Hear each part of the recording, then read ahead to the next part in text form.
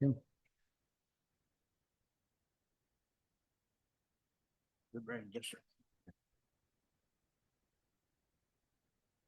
Welcome to the BOS meeting. It was certainly a packed house here, and thank you all for coming. We had a closed session here, and in that closed session, we basically talked about with the library board as well, an unruly individual. So that, how do you handle that? What do you do? So that was about the closed session. So what I will do right now is I will call the meeting back to order, move to end the closed session and return to regular session. Do I have a second on that? Second.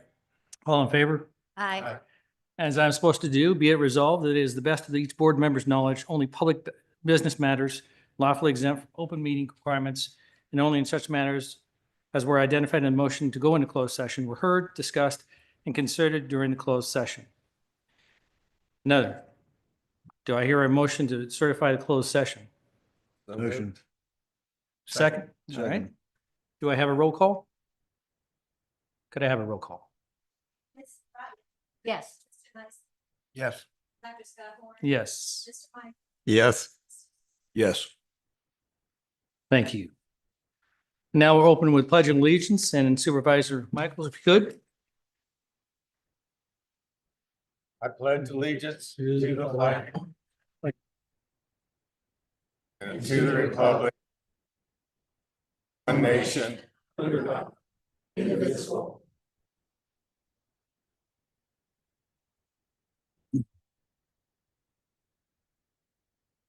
Thank you. Well, we could have a moment of silence. Certainly have a lot of things to go over here, and a lot to discern. So with our Father's knowledge and guidance, I would pray that He will give us discernment. We can go in close, in a moment of silence, please.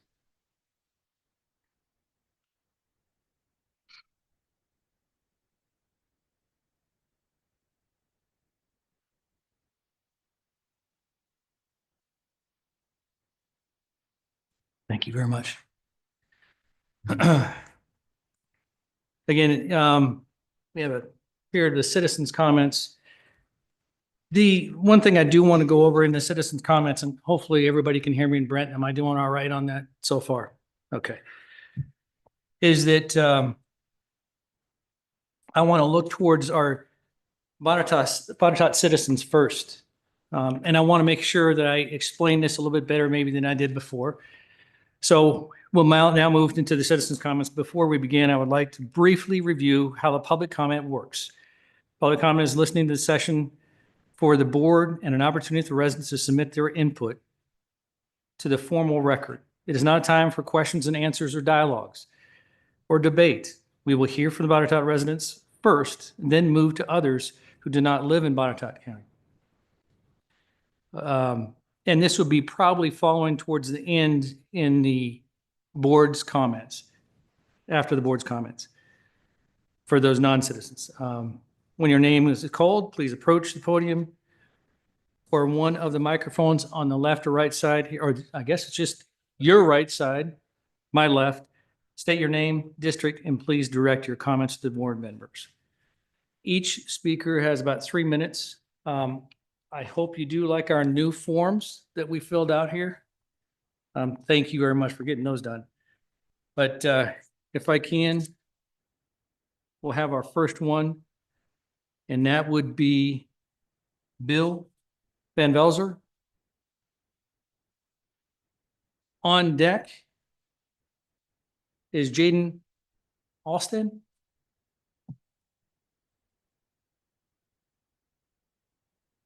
My name is Bill Van Velzer, resident of the Fincastle District.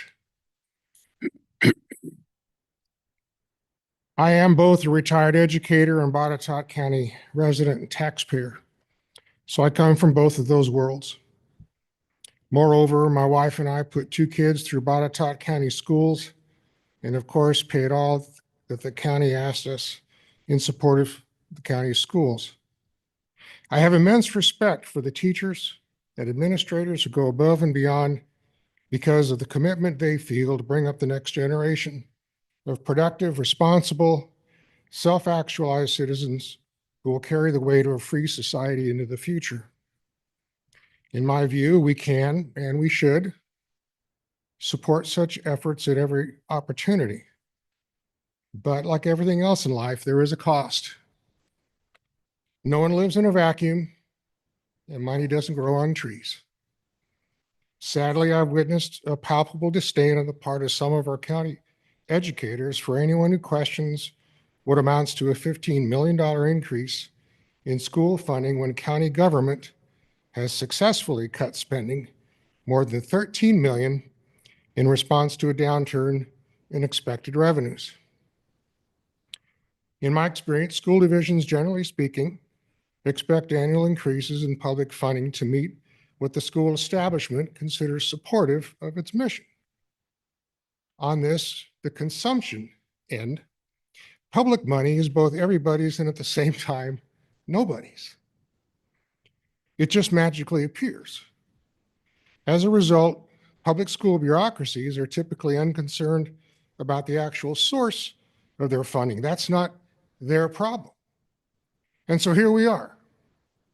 While our Board of Supervisors feels the fiduciary responsibility to look after the public interest, school employees and administrators are invested in what amounts to really a culture war to protect the interest of their students.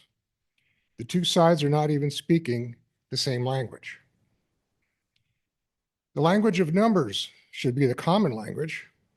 Numbers don't lie. Something is or it isn't. But having said this, responsible budgeting doesn't mean that we have to throw the schools under the proverbial school bus. These are not mutually exclusive. In the present situation, there is nothing wrong with level funding from the county for Botetourt County schools. Let's keep in mind that the schools ended last year with a $1.5 million surplus. Also, the schools will receive $2 million from Google, whether you like that project or not. Lastly, increases in state support will come in between $2 and $3 million. Not included in these numbers is federal funding, which is also paid out every year. Then there's the reality of declining enrollment. Since the 2019 to 2020 academic year, school division enrollment has declined about 5%. This will likely accelerate as county taxes increase, as the only way left to us to support the huge increase in funding that the school division is hoping for. This in and of itself is a noteworthy disincentive for young families whose children will attend schools in other more affordable counties. There's no reason why Botetourt County schools should not adopt a measure of fiscal discipline like everyone else who lives in the real world. BoCo schools can and will get by with the same county funding as they received last year, plus expected funding from state and federal sources. The only alternative is a 30% increase in real estate taxes, with the certainty of future increases beyond that. No, Botetourt County schools can do the same thing that everyone else does in the real world, which is match expenditures with income. Thank you. Thank you. On deck would be Betty Holland and Miss J. Is that Alston? Okay.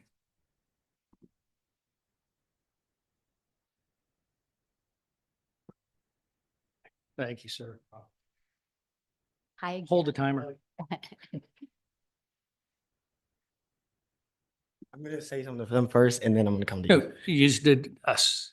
Just you? Yeah, just us. Okay. I won't turn around, but I'll still say it. I still say it. Hello to everyone here and everyone up behind me. You are all important because Botetourt County is amazing, and you are here today because because Botetourt County is important to you. There is nowhere I would rather grow up than James River. I'm a little nervous. I'm gonna stutter a little bit. I'm a little nervous. Doing good. Hi, my name is Jaden Austin, and I'm a student that goes to James River High School. I'm a senior, and these new budget cuts for the school won't affect me next year. But they will affect this little kid named Alejandro, and will affect kids just like him. You do not know who Alejandro is, so I will tell you. He is a 4-year-old that goes to Orchard Hills daycare. Yes, I know daycare does not involve in the budget, but he and other young kids will be going to Botetourt County Public Schools, and they will not have the luxury of going to a school that has cleaned and fixed because our county's focusing our money on things like building technological centers in our school and not our school. I came here today because I want you all to keep expanding Botetourt. I want you all to keep expanding Botetourt and the housing we have available, but schools are not in good conditions. Families with children are not going to want to move to Botetourt. And I'm speaking as a kid who grew up dirt poor. I had a very traumatic childhood. Regularly, we had power and utilities cut off because my parents couldn't afford the bills. As my mom was fighting brain cancer, it was terrifying watching my own mother have seizures right in front of me. As a 12, 13, and 14-year-old kid, not knowing if my mom was going to wake back up. Good. I know you are not all bad people, but school is a safe haven for me. It has helped me through some rough times throughout my life. And I have teachers and faculty members from these schools who's always been there and helped me. Through difficult situations and circumstances, now that I've learned that you are not fully funding these schools, it bothers me and worries me, especially when you have schools like Lord Botetourt that are falling apart structurally and have rodent problems every day. The other day in school, my friend Ephraim had to go all the way across our school just to use the restroom because we didn't have stall doors on our restrooms. And that is a small example of things we have wrong at James River. I'm also here to talk about parks and recreation. You are trying to push out so you don't have to pay for them, and I know you like numbers, so here are some numbers.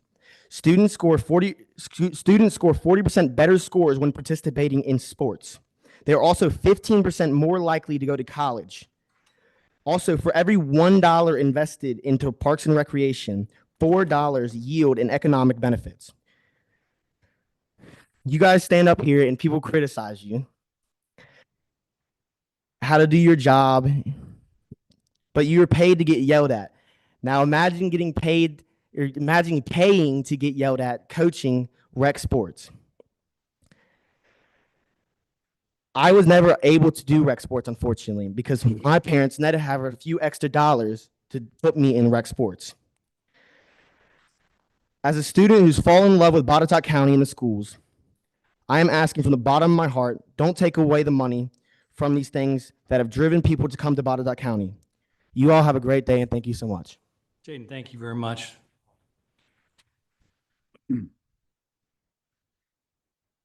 And Betty Holland on deck is Carolyn Doe.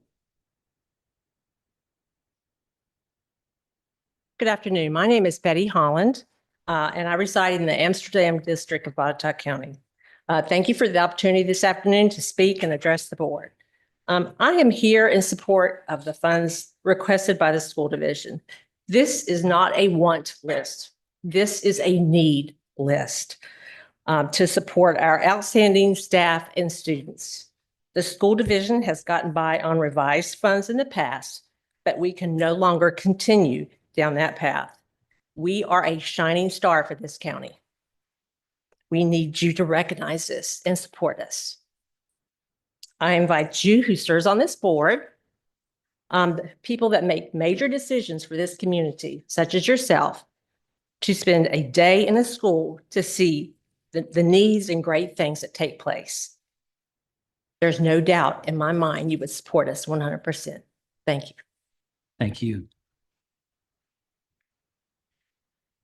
Okay, Carolyn. And Mark Tyson on deck.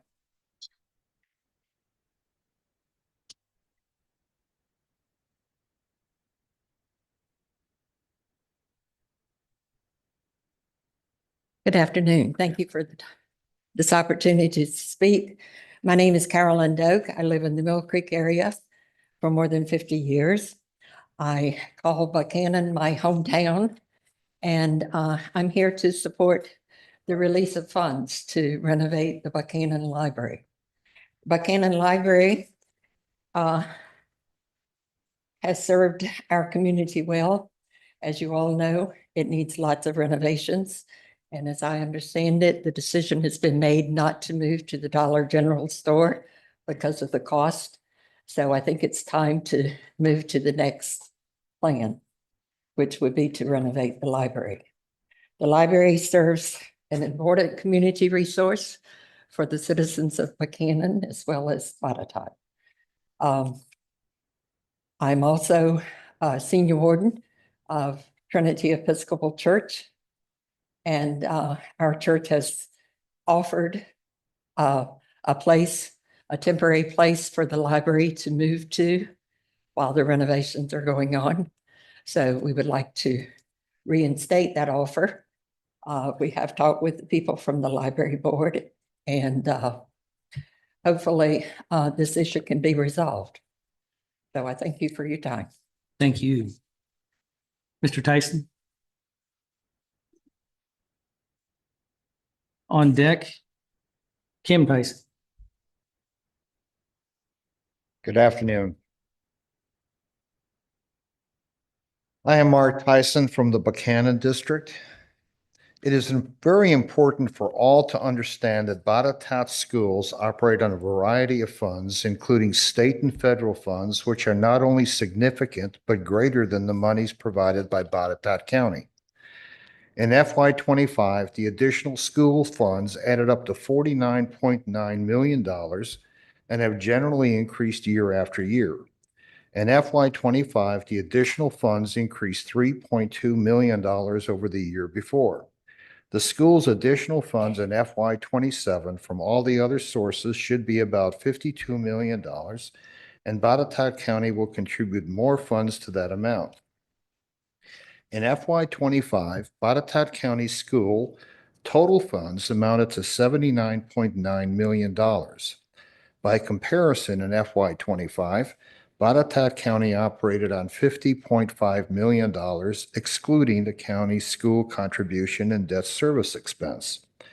So in FY25, Botetourt County school operating requirements were 158% more than all county operating requirements. Botetourt County went into the FY27 budget process asking for a total of $60.6 million operating funds, excluding school contributions and debt service. That was reduced to $55.5 million while still satisfying required overall services throughout the county. Projected revenues expected by Botetourt County for FY27 are about $95.3 million, which excludes the additional funds our school system obtains from federal, state, and other sources. That $95.3 million minus the $55.5 million county operating requirements leaves $39.8 million left to contribute funds to the schools and satisfy the county's debt burden. The debt service for FY27 is expected to total $7.4 million, leaving $32.4 million for contributing funds to Botetourt schools. That $32.4 million amount virtually matches the FY26 school contribution amount. So keeping FY27 contribution to schools the same as FY26 significantly helps towards trying to balance the FY27 budget. However, the schools are asking for $14.6 million more from the county than they received last year. The county simply does not have it. If approved as the school's request, the FY27 Botetourt County School total fund would be the requester contribution of Botetourt County of $47 million plus approximately $52 million from other funding sources. This would provide Botetourt County Schools $99 million for operations only, plus they are set to receive an additional $2 million for capital improvements from the Google $14 million completed land sale. So in total, Botetourt County Schools are expecting a whopping $101 million of total funding for FY27. The county effectively and significantly reduced down its FY27 operating budget to $55.5 million. That puts the school's total expected operating funding to be 182% of what the county will be operating on. Further, public school population has steadily declined year after year. 4,282 students are projected for FY27, which is down from 4,311 last year and down from 5,051 15 years ago in FY12. Today's proposed budget equates to $23,592 per student for FY27, up from $18,374 per student in FY25. Calibrate that to the current national average per student of $14,347. Citizens in our county probably have differing opinions on the quality of education in Botetourt County, which is extremely important. That's, Mark, you're going to wrap up here, right? excuse You're me. going to be wrapping up? Yes, I'm almost Okay. done. That's significant numbers of students are being pulled out of Botetourt County public schools for private or homeschooling education is telling. Another important question is if Botetourt County School Board has historically been a good steward of the generous funds it has consistently received. Noteworthy is the very poor upkeep of all of its buildings. As I understand, the Botetourt County governance is precluded by Commonwealth of Virginia law from dictating Botetourt school operations and actually spendings of total funds the school receives, including whether or not provided funds for supposed school capital improvements, upkeep, and maintenance are so spent. Since Botetourt County cannot dictate Botetourt schools, Botetourt County can only decide how much funds to contribute annually to Botetourt County schools, in addition to the greater amounts of funds Botetourt County schools typically obtain from all other sources. Their $101 million expectation for FY 2027 is alarmingly unreasonable. Okay. Just 2 years, last paragraph, and my wife gave me her time. Just 2 years ago, the Board of Supervisors imposed one of the highest punishing tax increases in the nation. Any consideration by the Board of Supervisors of imposing yet another tax increase for FY 2027, whatever the increase, would be outrageous and intolerable. I have copies for every supervisor as well as for the record, and I will give that to the clerk. Thank you. Thank you. So Kim, you gave up your time. Thank you so much. I appreciate that. Kevin Roberts. And on deck, Sharon Porter.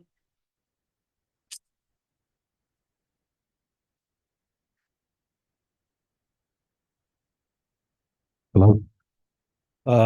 Kevin Roberts, Fincastle District. I'll be brief. Given the school system had a 1.5 million surplus for fiscal year 26, given the county reduced funding requests by 12% to match expected revenues, given other funding areas available, state and federal, in addition to the proposed 32.4 million for the schools, given declining student population and excessive cost per student, well above the national average, I fully support Ms. Rotman and Mr. Michael's position of level funding for fiscal year 27 and implore and expect the rest of the board to support them, especially my representative, Mr. Nicely. I feel the school board should fall in line and accept level funding to allow for a balanced budget. Please send a message the yearly automatic increases stop now. Please vote to not allow the requested 15 million and to implement level funding for this year. Thanks. Thank you. Sharon Porter. And on deck is John Odie. Hi, I'm Sharon Porter from the Fincastle District. The county recently borrowed over $20 million. It now has to be paid back plus interest. I would like to commend Brent Watts for facing reality and cutting his communications budget. He obviously understands how a balanced budget works and is responsible enough not to ask the county for funds that aren't there. Every department has been asked to cut a portion of this year's budget. How is asking one department to cut and then awarding another department a 20% increase fair? What message is that sending to every county employee? There are single-parent families, farmers, mechanics, and small business owners having to balance their budgets. They cannot afford another tax increase after last year's huge increase. The supervisors have a difficult decision to make. No one wants to say no to purchasing sports equipment, coloring pencils, library books, or first responders equipment. Everyone has a wish list. I have a wish list too, but I'm not demanding my neighbors to pay for it. This is not personal. Taxpayers deserve an accounting of what their money, how their money is being spent. Thank you. Thank you. John? Brenda Edmondson is on deck.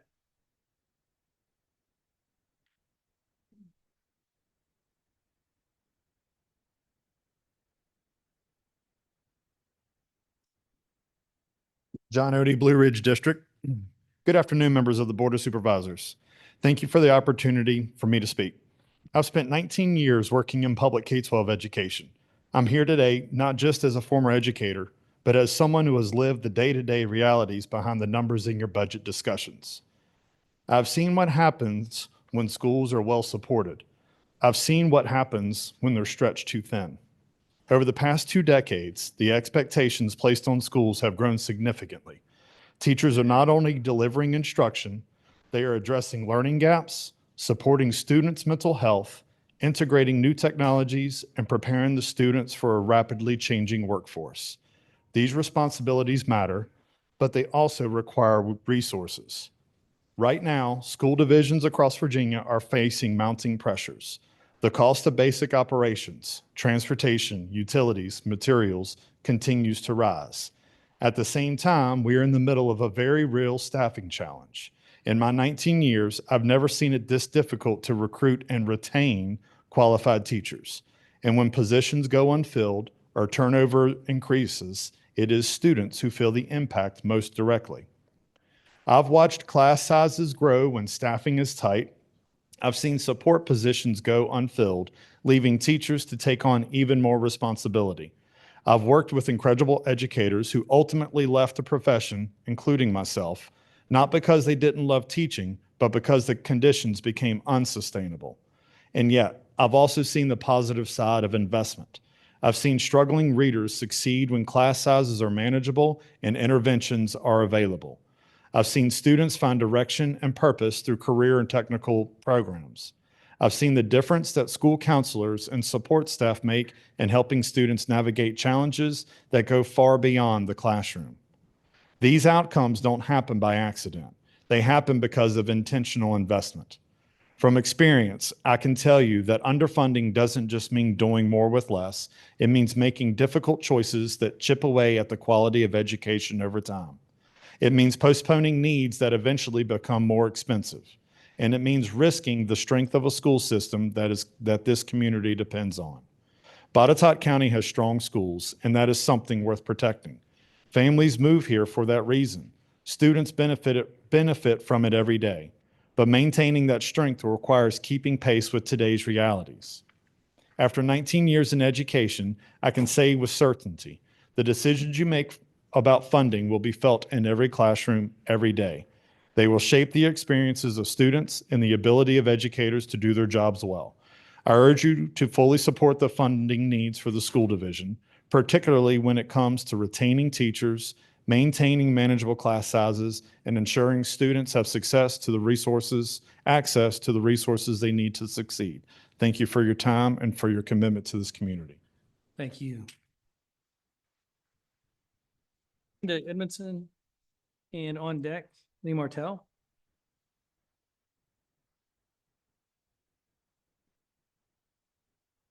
Thank you for allowing me to speak this afternoon. I'm Brenda Edmondson and live in the Fincastle district. I am firmly against the 15 million requested by the school board and feel they should be held at the same level as last year.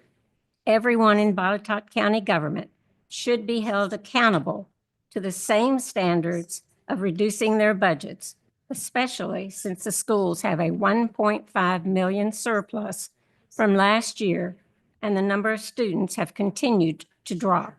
Plus, they are getting 2 million from Google. And remember, they also receive money from the state that, of course, we, the taxpayers of Botetourt, are paying, as well as our taxes that are being paid to Botetourt County.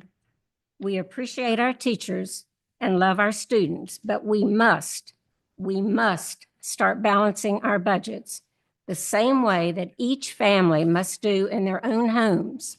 Citizens cannot afford another tax increase. Thank you. Thank you. Lee, before you speak, we do have a 2:30. I'm going to go ahead and let you speak if I can, and then go to the public hearing. And then we'll come back to go through the rest of the people here. So I apologize for a little intermission. But go ahead, Lee.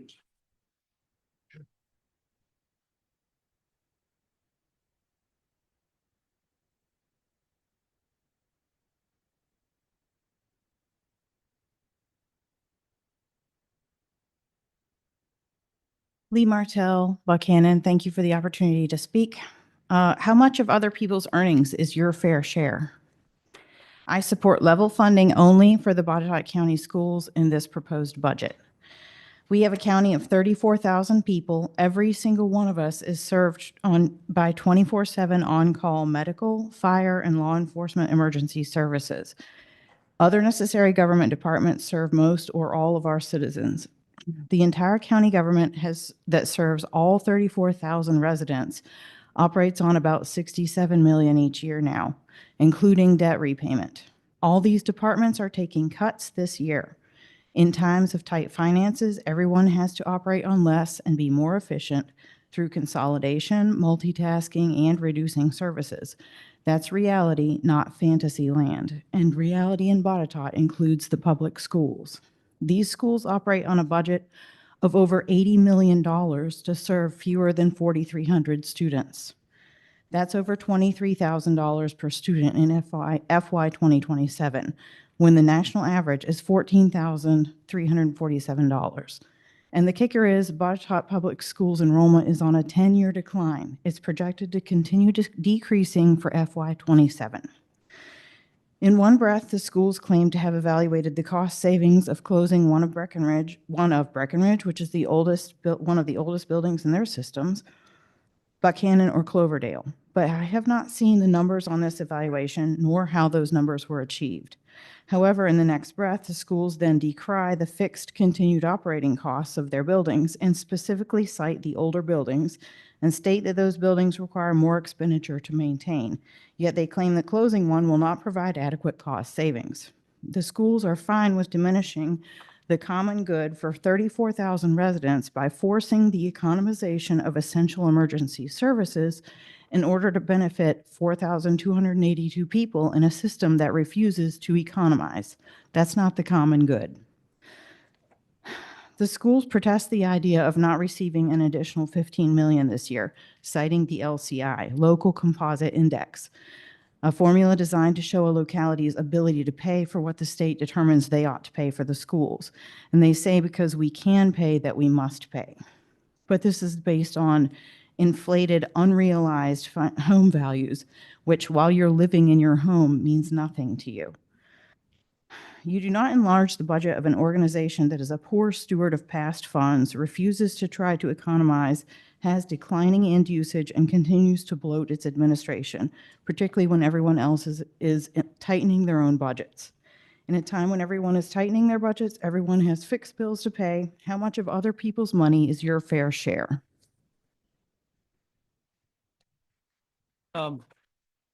Couple things that I'd like to go over. The door back here, there's some concern of blocking that door for fire hazard. The other thing too is there is on our lower deck there, we have an area you can sit. I know everybody wants to be in here, but if you feel a little bit too crowded outside, they'll show you where you can go for the other venue to watch this. If we can move to number 4 in our public hearing, and then we'll come back to the citizens comment. This is I think we have Cole. Yes. This is a resolution to convey the easement. Good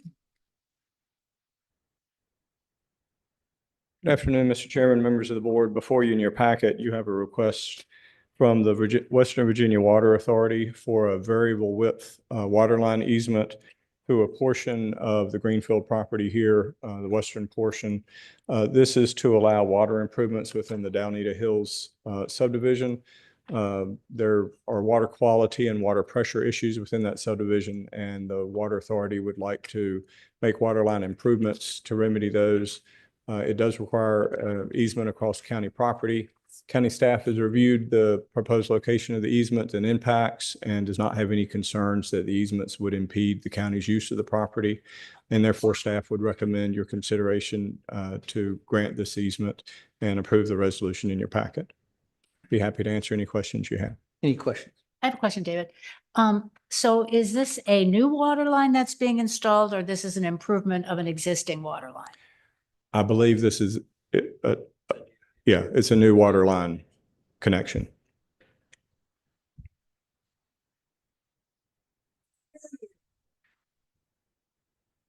This is a new water line to connect to the existing Downita Hills water system to improve the water service there. So just for the comfort of the audience, this has nothing to do with Google. This is expressly to provide additional water for an existing subdivision. Is that right? Correct. Yes, ma'am. That's correct. Is he?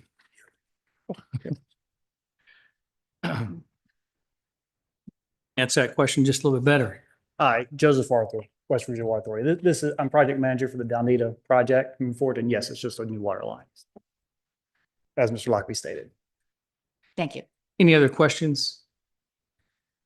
If not, we'll open up a public hearing.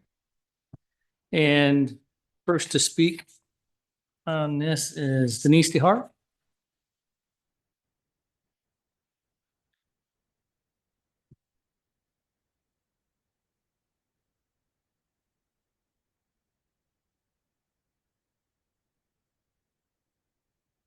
I'm not sure I'm at the right time, but I'll go ahead since I'm here.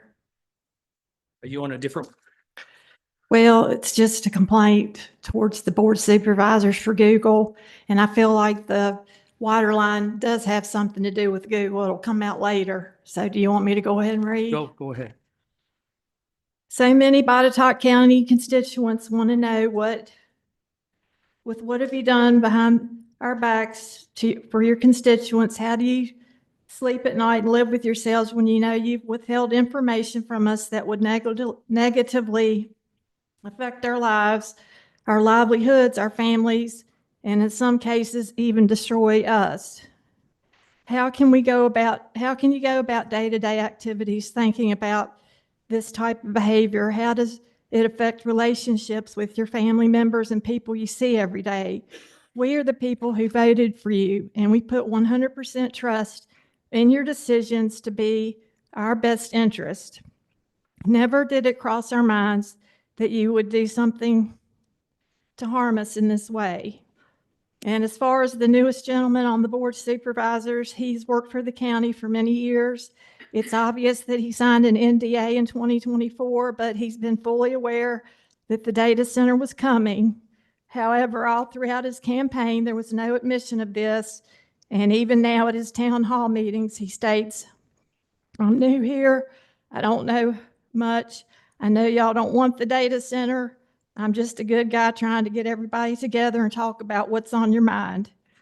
However, most of us know the truth, and I just don't see how y'all could live with this kind of knowledge and yourselves trust it used to mean something.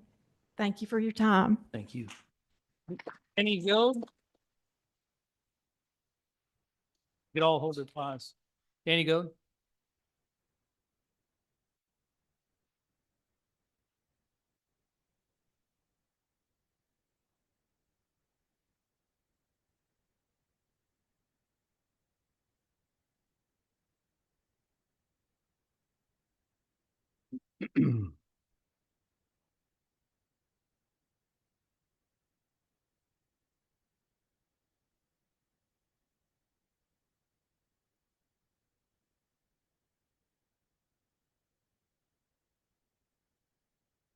Good afternoon, members of the Board of Supervisors, Mr. Chairman.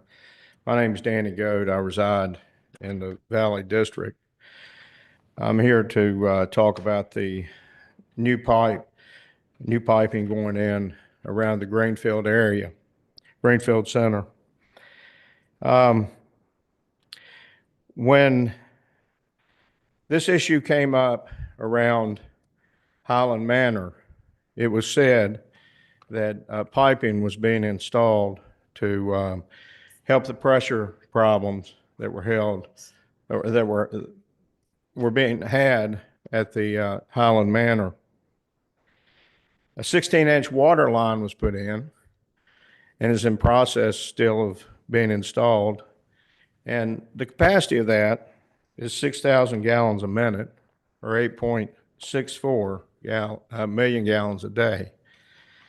8.6 million gallons a day are not needed to help a little pressure problem. The people who are opposed to the Google data center sadly do not trust you because of the misinformation and the lack of information that you provide to them. All of you have signed non-disclosure agreements, some as early as 2023, that you knew full well what was going on. It's sad. Integrity means About the something. Danita Hills? Yes, it is. Okay, keep going. We're asking what's going on. We want the truth before you've lied to us. You lied to us about the 16-inch water line going in and said it was to help the pressure problems at Highland Manor. So what is the purpose of this pipe? What are the diameters of the piping going in? You're not giving us information. And then I've just found out this information in the last 2 weeks. How many non-disclosure agreements y'all have signed to not tell the people about what's going on? This affects us. We have no idea how much this pipe is going to affect us, or this easement. We have no idea what's going in there. No one here even asked the question, what is the diameter of this pipe going in? What is the capacity of this pipe going in? Do you know? Do you care? The people of Botetourt County care. Our water is at stake. You can't just keep adding pipe and water suddenly, magically appear. I ask you, does your integrity mean anything? Does the confidence of the people of Botetourt County mean anything to you? This is a sad day that this continues. Please give us more of the details of this project. Thank you.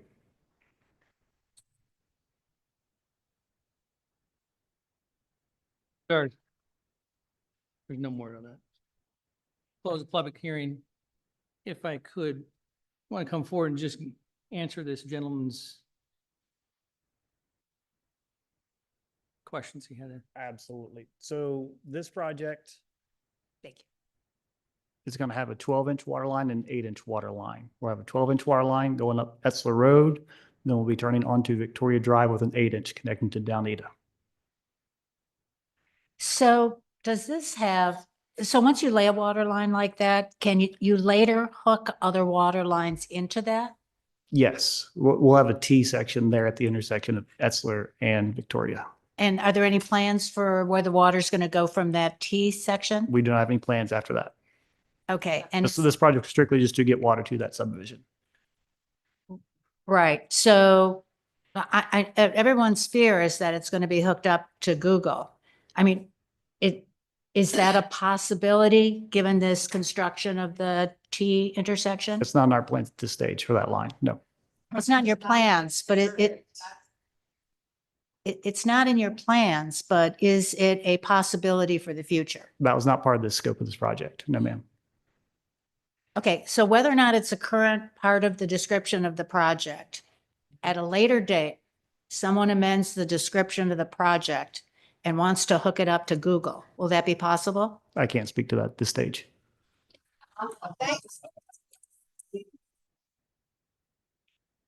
You can't speak to that because of an NDA or?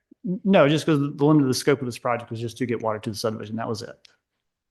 This has Okay, nothing to do with Google. is there somebody at the Western Virginia Water Authority who can answer my question about future possibilities for hooking up with Google?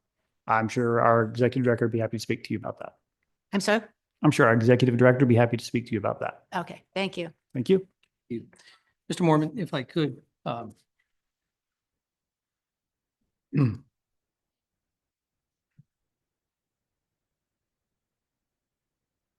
Donita Hills have been having some difficulties for some time, haven't they? Yes, sir, that's correct. What year would they first mention those problems? I'm afraid I couldn't tell you a year, but it's going on for probably more than a decade, maybe a couple of decades. They've particularly had water pressure problems there, I know, for a long time. Okay. They're definitely in need of the situation. Oh, yes, sir. Okay. As the board members see, we have in a resolution. May I just ask something else here? Certainly.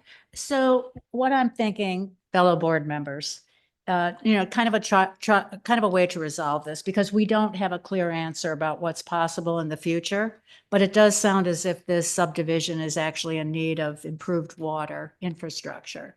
So what I'm wondering is if we as a body can commit to revealing to the public, should any plans evolve, should it be discussed? Should there be a plan? Should there be a design? That we would then make that publicly available so that people can weigh in. Yeah, I think so. I think that, having a public knowledge of that situation, if it were to occur, I think that is absolutely fantastic. I think that'd be good. So as this resolution goes through, we need to put a caveat that, if there's any future plans, as she was talking about, I think we need to go ahead and make sure the public isn't informed of that situation, and there may be some opportunity to speak. I think that's good. So as we move forward and the board is taking a look at this resolution, do I hear a motion for adoption? Motion. Second. All in favor? Aye. Roll call?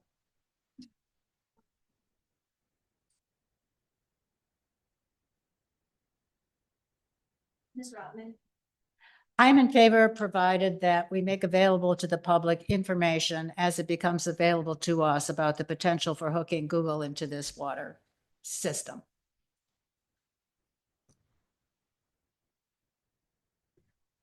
Mr. Nestle? Yes. Amend the motion. Yes. Yes. Yes. Thank you. And we have a 2:45 public hearing. And this is on the secondary system 6-year plan. Mr. Tort?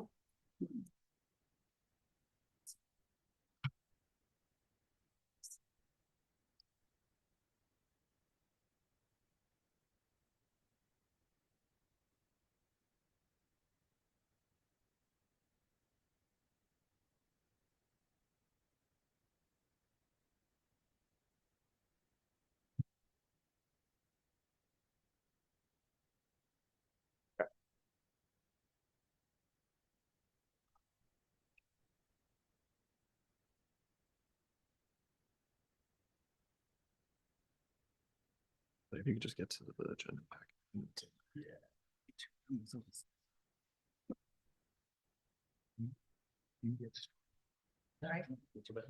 Sure, I can do that. Yep. Just bear in mind the age of certain members. All right, Mr. Chair, members of the board, we're going to work on getting the agenda packet pulled up with the presentation. The presentation that I have today is actually the exact same as what we showed last month. So as we were here last month discussing on the secondary 6-year plan, the state code does prescribe a process where VDOT and the Board of Supervisors annually hold a public hearing to discuss the secondary 6-year plan. And then the board does have the power to approve that plan. So as mentioned last month, the secondary 6-year plan funds are broken into 2 categories. Those are the telecommunications fees, which are funds that are provided for secondary roadways from telecommunications companies that have facilities within the right-of-way. The second type of funding is the unpaved road funds. Those funds are required to be used for, the unpaved road funds are required to be used for improvements on state-maintained unpaved roads throughout the county. And so with those, we do have the current priority list, which we presented last month. Just running through that list very quickly. So Stevens Road was the top one on the list. That one is projected to start construction this summer. Ballpark Road, which we have started some preliminary environmental work on. Mountain Valley Road off Lithia coming forward. Laymantown Road, Roy Road, Old Hollow Road, and Redbud Lane, which I know Mr. Nicely mentioned last month. Seeing if we could try to accelerate those to be in the same year. We did look, and the funds on those are available in the same year. So depending on the complexity of them, as we get closer, we can certainly look at trying to explore that as an option. There we go. There's the slides. Perfect. So continuing on, Haymaker Town Road is one I know we've heard some feedback on from some folks. That one is currently on the list. Fringer Trail, an extension of some work we've done previously. Flowing Springs Road off of Springwood, and then Zion Hill Road, which is in the Eagle Rock area. We did discuss last month a couple potential future projects, one being Short Road, Trevi Road, and then Sugar Tree Hollow. Based on the current funding that's available kind of in that last year of the 6 years, we don't have enough funds to add a full project at this time, but we can certainly look at adding future projects as we move forward into the future. So as presented last month, this is the proposed priority list. Certainly be happy to take any questions we might have from the board, and then certainly any questions from the public as part of the public hearing. Depending on the comments from the public, we would hope to ask the board to approve the priority list as presented today. Any questions from the board? I do not have any. If not, I open public hearing. Anybody here to speak about? Not close the public hearing? But there's a, Oh, I'm sorry. Apologize. Yes, please, if you could. Sorry. Did you already fill out one of the comment?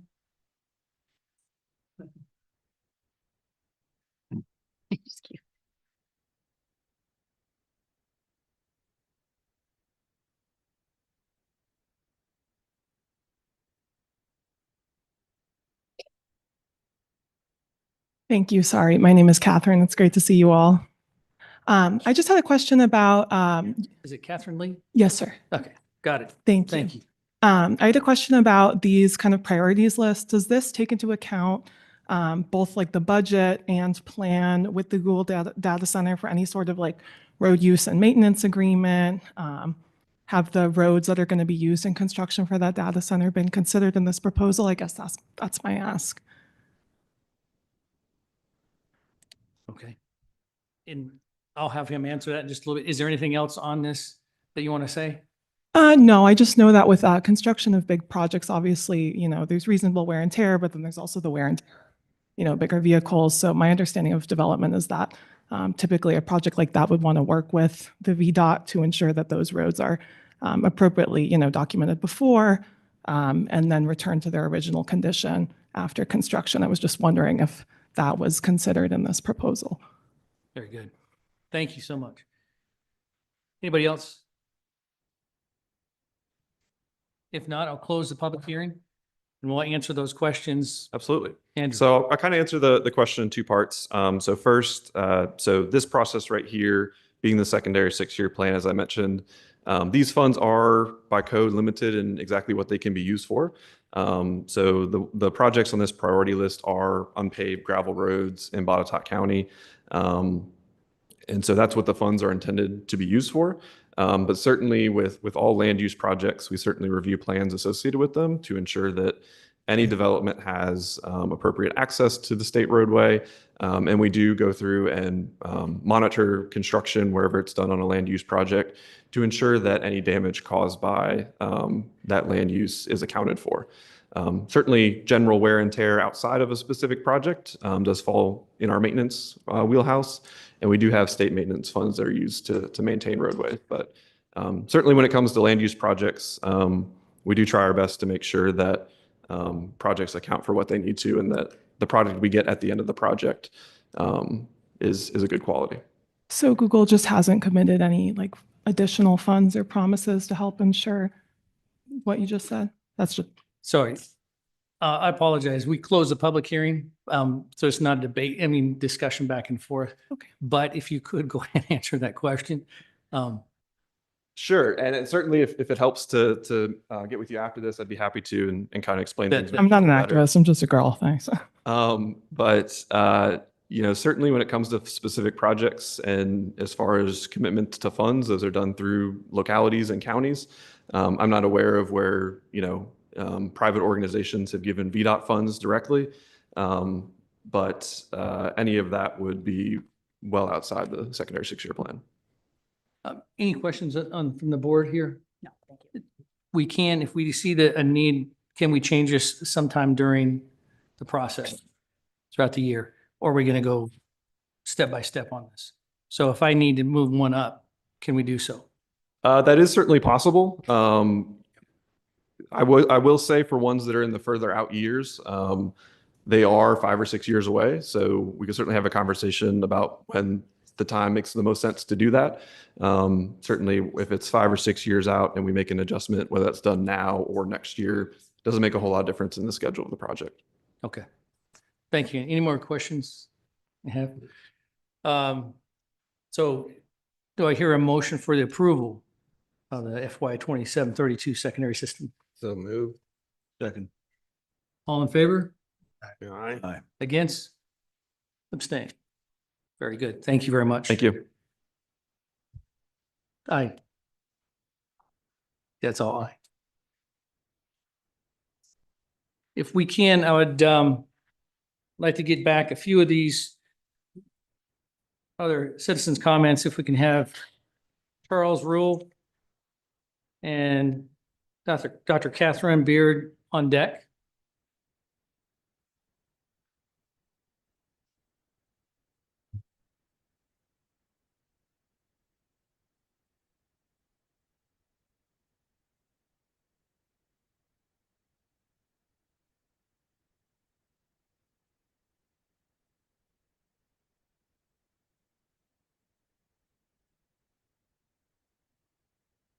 Good afternoon, Charles Roll, Fincastle. I attended a Board of Supervisor meeting, I think it was around 2012, about 14 years ago.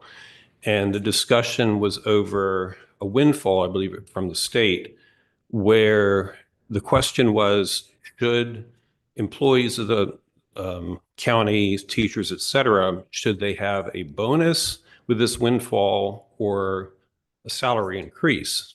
And there were compelling comments made about, how hard teachers work and the self-sacrifice, and it was quite compelling. But then when one of the supervisors made the case for the bonus, because obviously if there's a pay raise, you're affecting subsequent budgets, year after year that you're on the hook for. When the supervisor made the case for the bonus, he was booed, he was attacked personally.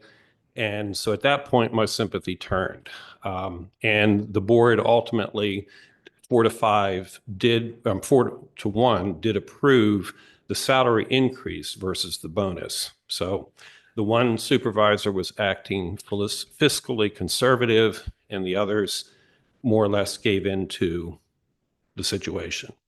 I came across the year over year, Southwest Virginia has a 2% decrease in population, and Northeast Tennessee has a 3% increase in population. So I checked, why are people crossing the border? And besides a different political climate, one of the things cited was Tennessee doesn't have a state income tax. Tennessee doesn't have personal property tax.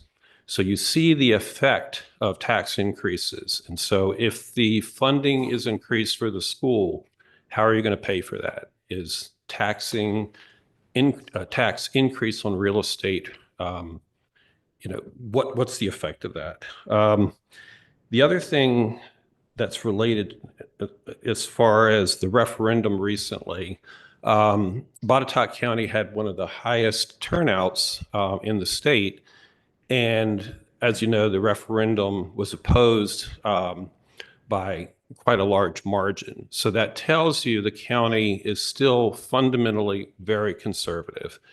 And so I ask, as fiscal conservatives, that you support level funding, because that is what the majority of the county would like, is for us to be fiscally conservative and to protect people's hard-earned money. Thank you. Thank you. Dr. Catherine. On deck, Jim Ludington. Thank you for the opportunity to speak today. I'm from the Buchanan District. My children attended Botetourt schools K through 12, and I have a grandchild starting in the fall for kindergarten. So excited about that. I want to begin by saying that I clearly support our schools, our teachers, and our students. As a retired educator who spent more than 35 years working in public education, I understand the importance of investing in children and preparing them for successful futures. My comments today are not about or against education. They are about balance, sustainability, and responsible stewardship of taxpayer dollars. Like many families in Botetourt County, I am concerned about the rising costs and the strain that it is placing on household budgets. In our county, the median household income, according to the U.S. Census Department, is about $81,000, and many residents are already struggling with increases in groceries, fuel, utilities, healthcare, and property costs. At the same time, all other county departments, including fire, EMS, law enforcement, libraries, and community services, have been asked to reduce or tighten their spending for next year. That is why I support level funding for the school division this year, rather than increasing the budget from approximately $80 million to $95 million. The schools are also receiving additional support from several sources beyond local tax dollars. This year, the division is receiving $2 million contribution from Google. In addition, the state's current contribution of approximately $37.46 million is expected to increase by another estimated $2.3 to $3.4 million. The school division also ended last year with approximately a $1.5 million surplus. Beyond local funding, school divisions also have opportunities to pursue state and federal grants, competitive public funding, workforce development partnerships, school safety grants, technology funding, and other outside revenue sources. I strongly support pursuing those opportunities aggressively. In fact, throughout my own career in education, I wrote and managed regional, state, and federal grants to help schools expand programs while easing pressure on local budgets. I believe those outside funding sources should help reduce dependency on local taxpayers whenever possible, rather than simply creating additional spending opportunities because the funds are available. Taxpayers expect our Board of Supervisors to be good stewards of every dollar, and I think it is responsible to ask whether outside funding is being used strategically to offset local costs and improve long-term sustainability. At a time when families and county departments are all being asked to tighten budgets and prioritize needs carefully, I believe it's appropriate for the school division to do so at the same time. I won't reiterate the figures that I have because we've already heard them from other people. Looking at last year's budget, we are supporting our students at about $18,000 per student. And if we think about that, full-time tuition at Virginia Tech right now is $16,000 a year. And if you look at Virginia Western and Mountain Empire, it's about half of that amount. So I have a hard time understanding why our county tax bill or our tax spending for schools is so high. At a recent town meeting that I attended, it was noted that approximately 85% of the current school budget goes towards wages and benefits. What stood out to me, however, was that the teachers who spoke that evening did not focus on wages. Instead, they spoke about deteriorating buildings, concerns about mold and classroom conditions, having to paint or repair classrooms themselves, and purchasing classroom supplies out of their own pocket. That tells me we need to take a closer look at not how much money is being spent, but how it is being allocated. Personally, I believe employees that are earning below or near the county median should have a raise, especially in today's economy. At the same time, I think it's unfair. Is this a conclusion? Yes. Please. All right, I'll skip down to that. I believe the members of this Board of Supervisors have a responsibility to hold the school division accountable and carefully review funding requests on behalf of the citizens they represent. That responsibility is not fulfilled by simply rubber stamping requests without thorough discussion and evaluation, asking questions, and reviewing priorities. Thank you. Thank you. Jim Ludington on deck, Terry Broccoli.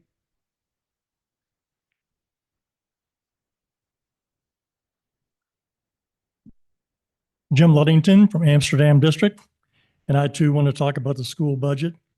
I'm hearing that we currently spend somewhere between $18,000 and $23,000 per student per year in Botetourt County, and that is more, as was just pointed out, than many colleges. In a classroom of 25 students, that would be somewhere between $450,000 and $575,000 per year we're spending to educate these kids. That's enough money for decent teacher compensation, keeping the electricity on, and Lord Botetourt maybe even patching the roof. I don't know. But tests reveal nationwide, and I believe that we're right in the ballpark here, that only about 30% of our children read and do math at grade level. That means that 70% or so are failing. And this is the result of our $18,000 to $23,000 per year. I think something's wrong, and I think it's primarily the administration. I'm all for teachers being paid fairly and having good benefits, but I think we spend a lot of money on administration, and that should be looked at. That's one of the main things we should be looking at. As a college history professor, now retired, I've taught these kids as they came out of high school. And I see that they have a difficult time reading, and primarily they have a difficult time processing the information that I'm talking about or that they're reading. And a lot of that should have been developed from K through 12, and yet it was not. So I think there's really been a lot of inferior education going on here. Homeschool and private schools obviously outpace them constantly. And I realize that the public schools have a lot of regulations, including garbage coming from the unions that they have to deal with.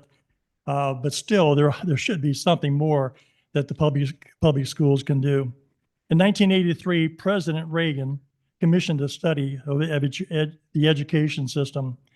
The commission came back with a report that they had chose to entitle "A Nation at Risk." And what they said was that our system was failing rapidly. They also said if a foreign power had purposely damaged our schools the way the unions and the government had damaged our schools, we would call that an act of war. That was over 40 years ago, and things have not improved. They've simply gotten worse. So with this considered, I'm in favor of trimming the school budget and this, or I'm sorry, not the budget, but the staffing and the programs. And I am not in favor of increasing the school budget.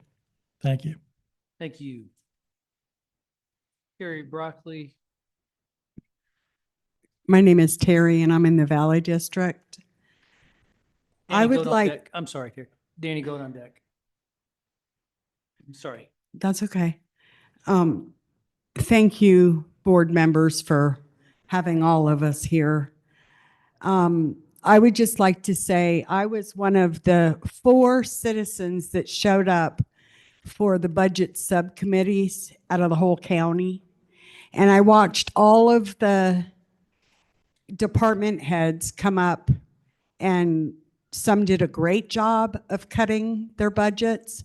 Others didn't even follow the guidelines. And that would be the schools, fire, EMS, all the big players that get all of our money every year. I would like to see a complete stop on this money for the schools every single year.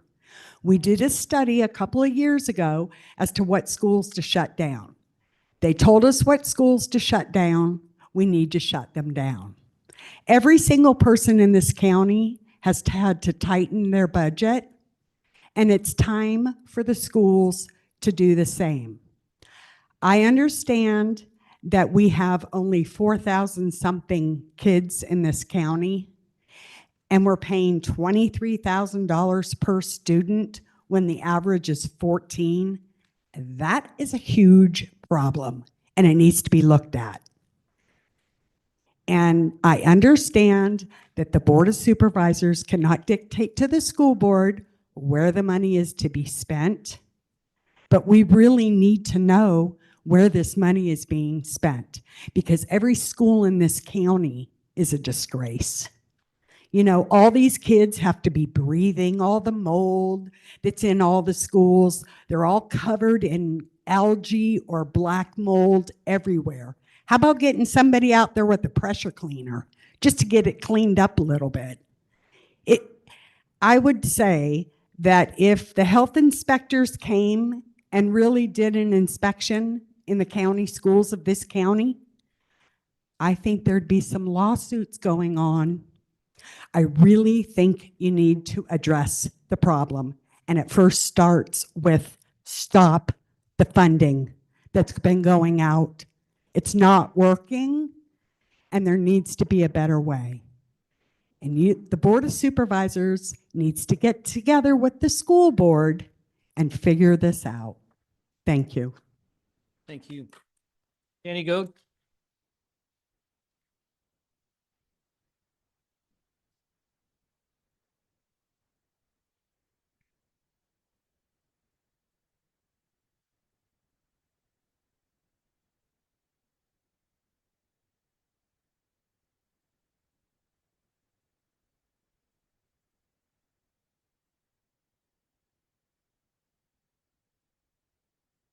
My name's Danny Goad, and I live in the Valley District. I've given you a handout with 4 slides on it, basically. I just want to highlight the first 3, and then we'll focus on the 4th one. The first one highlights the history of Botetourt County spending in the last several years. In FY25, it was 97.3 million and about 50 million in 2013. It's gone up just about every year, and the rate at which it's gone up is $4 million per year. Botetourt County has a history of spending more money than it has, and that's evident in the second graph that shows our long-term obligations increasing at $3 million a year.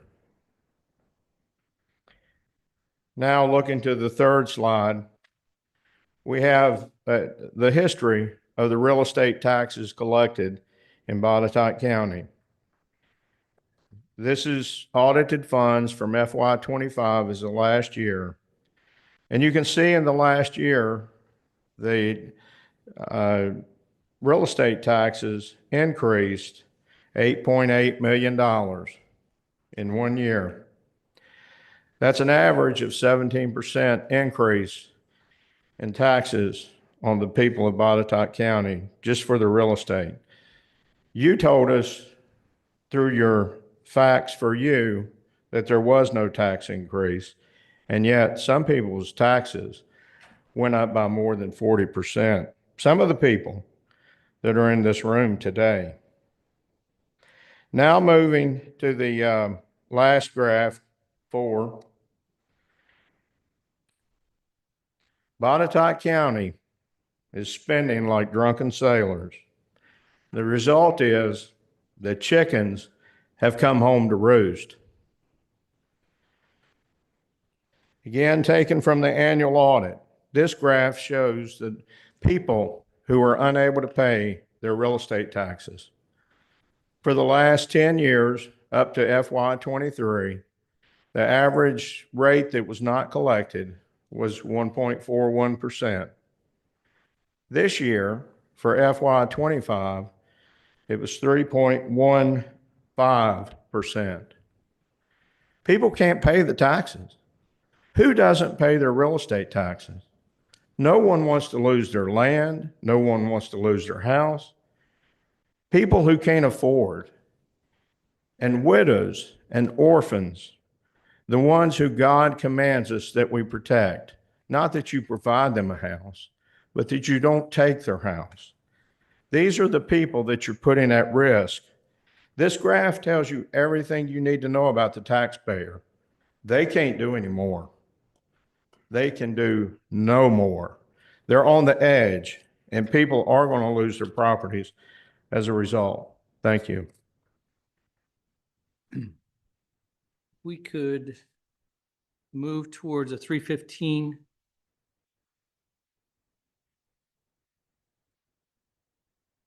This is not a public hearing. Presentation. Yeah, but a presentation, if we could, that'd be great. Thank you.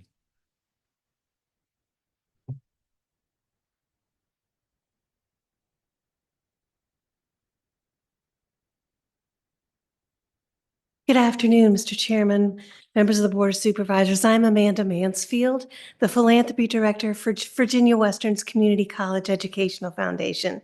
And it is my privilege to be able to speak to you today about the success of Virginia Western's Community College Access Program for Botetourt County.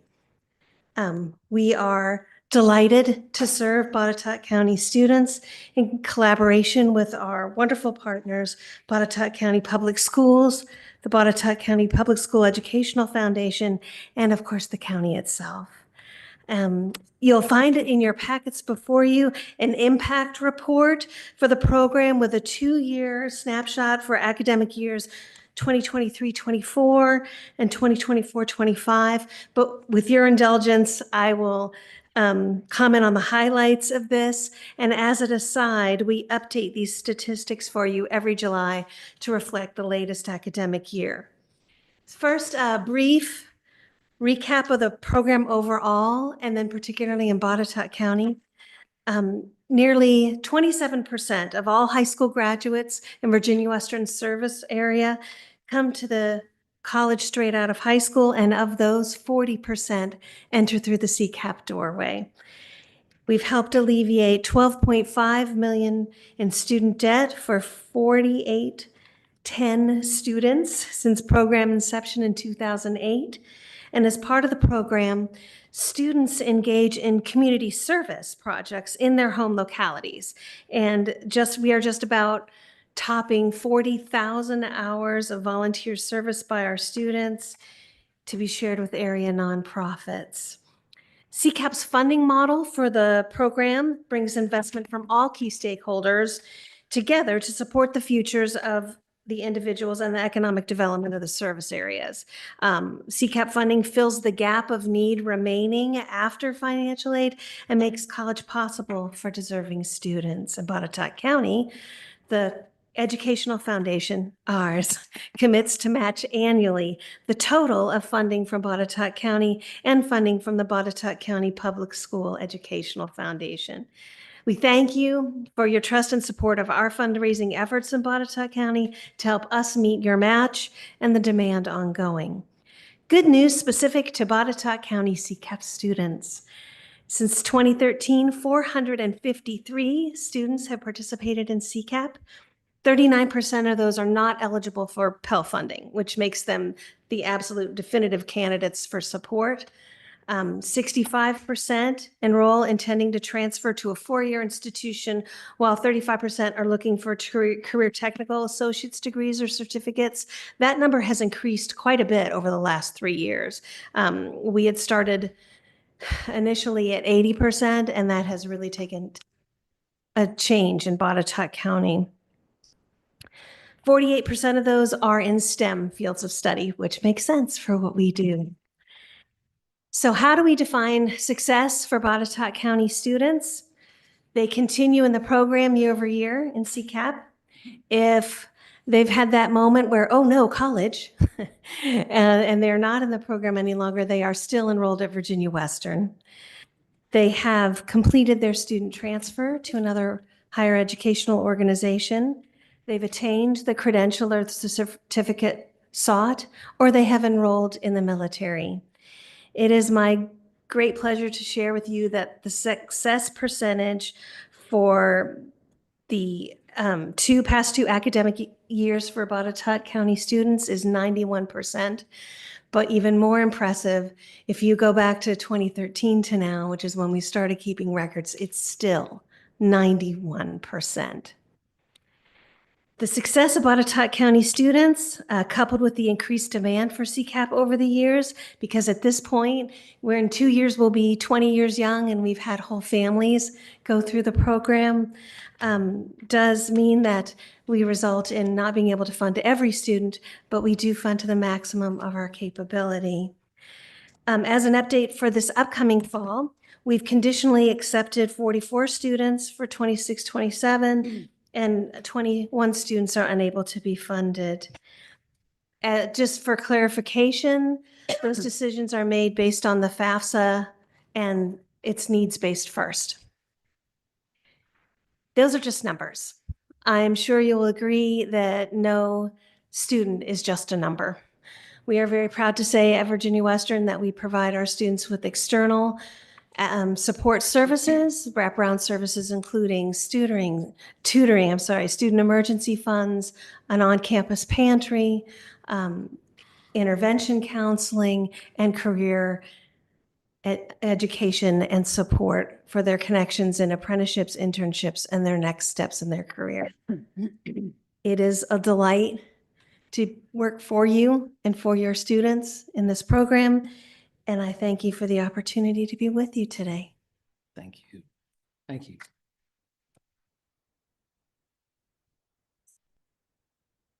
Some questions from the board? Of course, please. Yeah, thank you. Of course. So my question is this. I'm just curious. I noticed that you're the director of philanthropy. Yes, indeed. So I'm wondering, sort of what proportion of your funds from philanthropic contributions, what portions come from other sources? Certainly. So just to the straight up numbers, our ask of the county is $45,000 annually. The Botetourt County Public School Educational Foundation is kind enough to support CCAP with $10,000 a year annually, and we raise $55,000. So we match both of you together. So the whole program operates on $100,000? That is for the Botetourt County students, because the plan for the program itself is that the localities for all of our service area make their gift, and then we raise funds to match it. So what is the service area? So Virginia Western service area is Roanoke City, Roanoke County, Salem City, Botetourt, Franklin, and Craig. And what portion of kids would you say attend from Botetourt County? We have about 50 to 60 students a year that come in. Out The of program from Botetourt. The program itself serves between 400 and 600 students a year, depending, because we also, we have first and second year students enrolled in the program. Do you get, I mean, you're the director of philanthropy. Mm-hmm. Do you get people, say, for example, who leave money in their wills, who contribute? We absolutely do. Donors? We absolutely do. Funding for CCAP comes from a myriad of sources, individuals, organizations, foundations, moms, dads, uncles, aunts, friends. And of course, we do receive bequests. We have been very fortunate as I said, we're almost 20 years old with this program, and one of the first in the Commonwealth to have a promise program of any kind.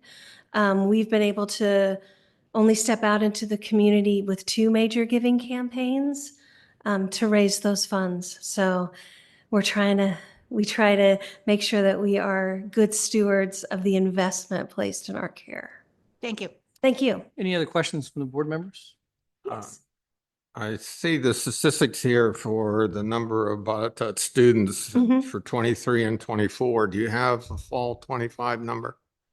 No, we do not. Those statistics, as I tried to mention, they are available in July for us because we have to wait for the whole academic year to complete to make sure we have the students' enrollment for fall and spring. Okay, because I see that dropped off 8 parts in 25. Yeah, it did. We had a bit of a lower, but then again, for this upcoming fall enrollment numbers, there's been more demand for the program again. We've jumped up to 44 conditionally accepted and 21 unable to be funded. So at this point, so it jumps. depending upon the individual cohort. Okay, do you have any projections for 25 and then fall 26? So, well, so for 26, 27, we're looking at probably about 35 to 40 students. And then for this year, I think we've ended up just about the same. 43. Mm-hmm. Okay, thank you. Of course. Any other questions? Thank you. Thank you very much. Good questions. Thank you all very much. Thank you. We could take a little 10-minute break and resume with some of the citizens' comments.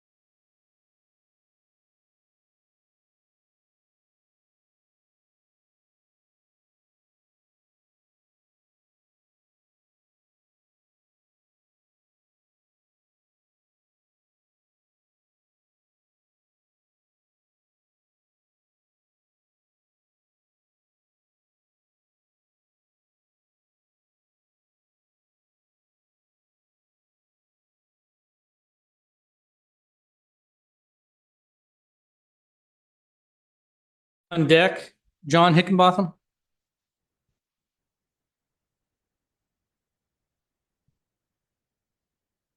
Thank you all for your patience.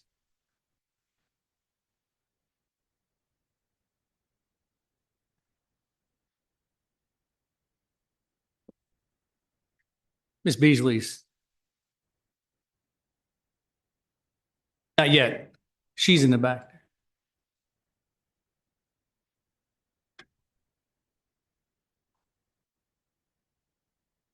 What are we waiting? Good. Are you ready? Yes. Okay. Thank you. My name is Jane Beasley, Deerfield Road, Amsterdam District. Because a lot of citizens are not in favor of increasing the school budget at this time, it is said we don't care about children. We all know that's absurd. That is totally absurd. Citizens are struggling financially, and we simply cannot handle another tax increase. I hear very little discussion about seniors. I have arrived. Approximately 25.4% of the residents in Botetourt County are seniors. The state average is 17.8%. I assure you the thought of another tax increase is of concern to many of us. I want to thank Donna Booth, County Treasurer, for sharing at Tim's Town Hall meeting that there may be some ways to help, and she invited people to come see her. Thank you, Donna. Have you ever been behind a senior at a pharmacy and hear the pharmacist tell them the cost of their prescription? I have, and some have had to leave without their medicine. Then there are our homes. Because we are older, most of our homes are too. Therefore, like our bodies, they require a lot of maintenance, which simply we cannot afford. Our schools seem to be lacking in maintenance as well. I suggest getting involved with your school board, as I did back in the day, and see firsthand where that money is being spent. The Board of Supervisors is not the U.S. Treasury. I consider myself fortunate to have been a stay-at-home mom, but it didn't happen without sacrifice. And I assure you, my retirement account is not good, except for when I hear my children say, "We're so glad we didn't have to go to a babysitter." We made sacrifices. We found ways to compensate, like traveling with my husband on his business trips, eating out with restaurant coupons, shopping Hills and Kmart. In grade 2 or second grade, my son was learning capitalization, and his teacher told them to look at their tennis shoes. Well, my son's shoes were Hills brand, and they had no name on them. When my children were old enough, I worked part-time by substitute teaching, which afforded me the opportunity to see firsthand what was going on in our schools. My children had great teachers. I am pleased with the education they got in Botetourt County. And if I had 3 hours instead of 3 minutes, I'd tell you how great my children are. But we cannot afford another tax increase. Thank you. Thank you. John? Tammy Riggs on deck. Hello, I'm John Higginbotham, and I reside at 184 Lake Catherine Drive, Buchanan. Chairman Scott Horn and members of the Board of Supervisors, I appreciate the opportunity to share my concerns this afternoon. I started attending some of the Board of Supervisors meetings about 3 to 4 months ago and have become increasingly concerned at the spending of the county, the increase of real estate taxes, the development of Daleville Town Center, the Google data center, solar panels, and the windmills. Over the past year or two, I've started to question the county's making good financial decisions that's for the majority of the citizens, and some they want, don't want. But having said that, my primary reason for being here today is regard to the requested school budget. Below are some dollar amounts I would like to share and why I'm not in favor of additional funding. The anticipated county revenues are $95 million. The county budget itself is 55, less 7 million for debt service, and that leaves $32 million left for the schools, which is pretty much the same as it was last year. From what I've been able to determine, the schools are expecting the following: the $32 million, but then additionally on top of that, it's $14 million.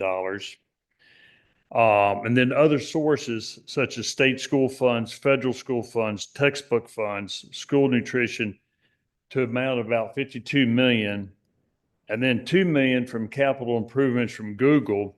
So they're looking at $101 million total budget.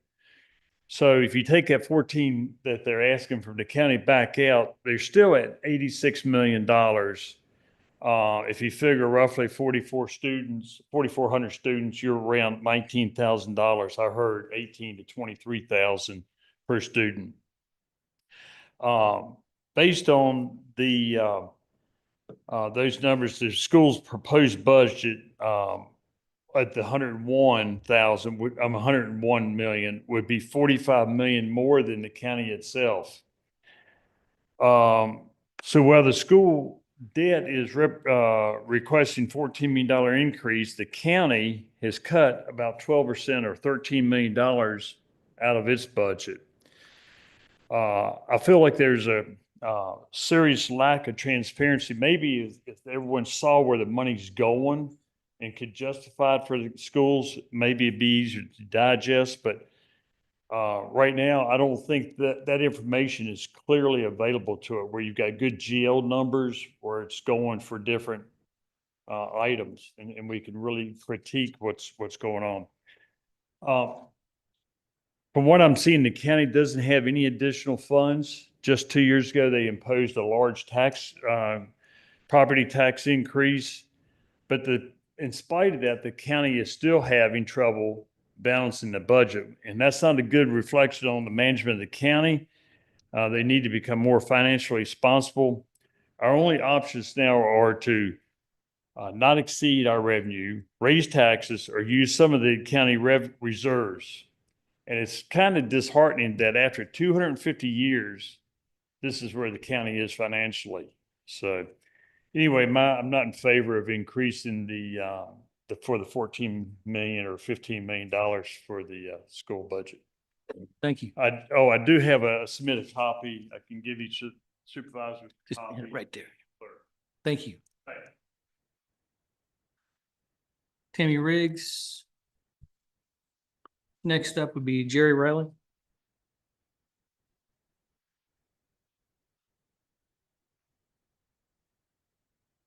Good afternoon, and thank you for the opportunity to speak here today. I'm here on behalf of all 7 elementary school principals in Botetourt County. As they were all working today and could not be here, I was out for a doctor's appointment, so I'm the lucky one to be able to see you. I want to share a few facts with you. Even without adding the staff fully needed to meet student needs, the cost of operating our schools is higher today than it was a year ago. So when we talk about level funding, we are really talking about less funding. Additional instructional assistants are not optional. They are legally required through student IEPs. These positions are not added by choice during the budget season. They are mandates we must meet. Providing 100% employer-paid single subscriber health insurance is one of the main reasons we are able to recruit and retain instructional assistants who earn well below $30,000 a year. The school division can only allocate the funds it receives. The capital improvement plan has never been fully funded, so it is simply not accurate to suggest that funds were provided and not used appropriately for facility needs. Sharing incomplete or inaccurate information with the public is not ethical, and it is not leadership. And unfortunately, we have seen this happen in recent weeks. No one expects the capital improvement plan to be fully funded in a single year, but there should be a plan, a thoughtful multi-year plan to provide safe, adequate facilities for our students. Denying funding without a plan is irresponsible, and placing blame on the school division under those circumstances is not appropriate. Having 2 middle schools with tracks that cannot be safely used for school events is embarrassing and unacceptable. Those are not operating budget issues. Those are capital improvement needs, and they have gone unfunded. We will continue to do the best we can with whatever funding we receive. That's who we are, and it shows. Being ranked 5th in the state is no small accomplishment. Approximately 80% of our operating budget is personnel. Expecting meaningful facility upgrades and repairs to come from what remains is simply not realistic. And finally, I've seen comments, sometimes made jokingly, about the fact that we had to choose to use available funds to upgrade vestibules for safety and security. The reality is, most of our schools were built before school shootings became a regular concern. And it is unfortunate that we are living in the world we in, but yet here we are. Safety must be our #1 priority. Number 1, anything less would be irresponsible, and we should not have to repeatedly advocate for funding for basic safety measures through a capital improvement plan without receiving support. Thank you. Thank you.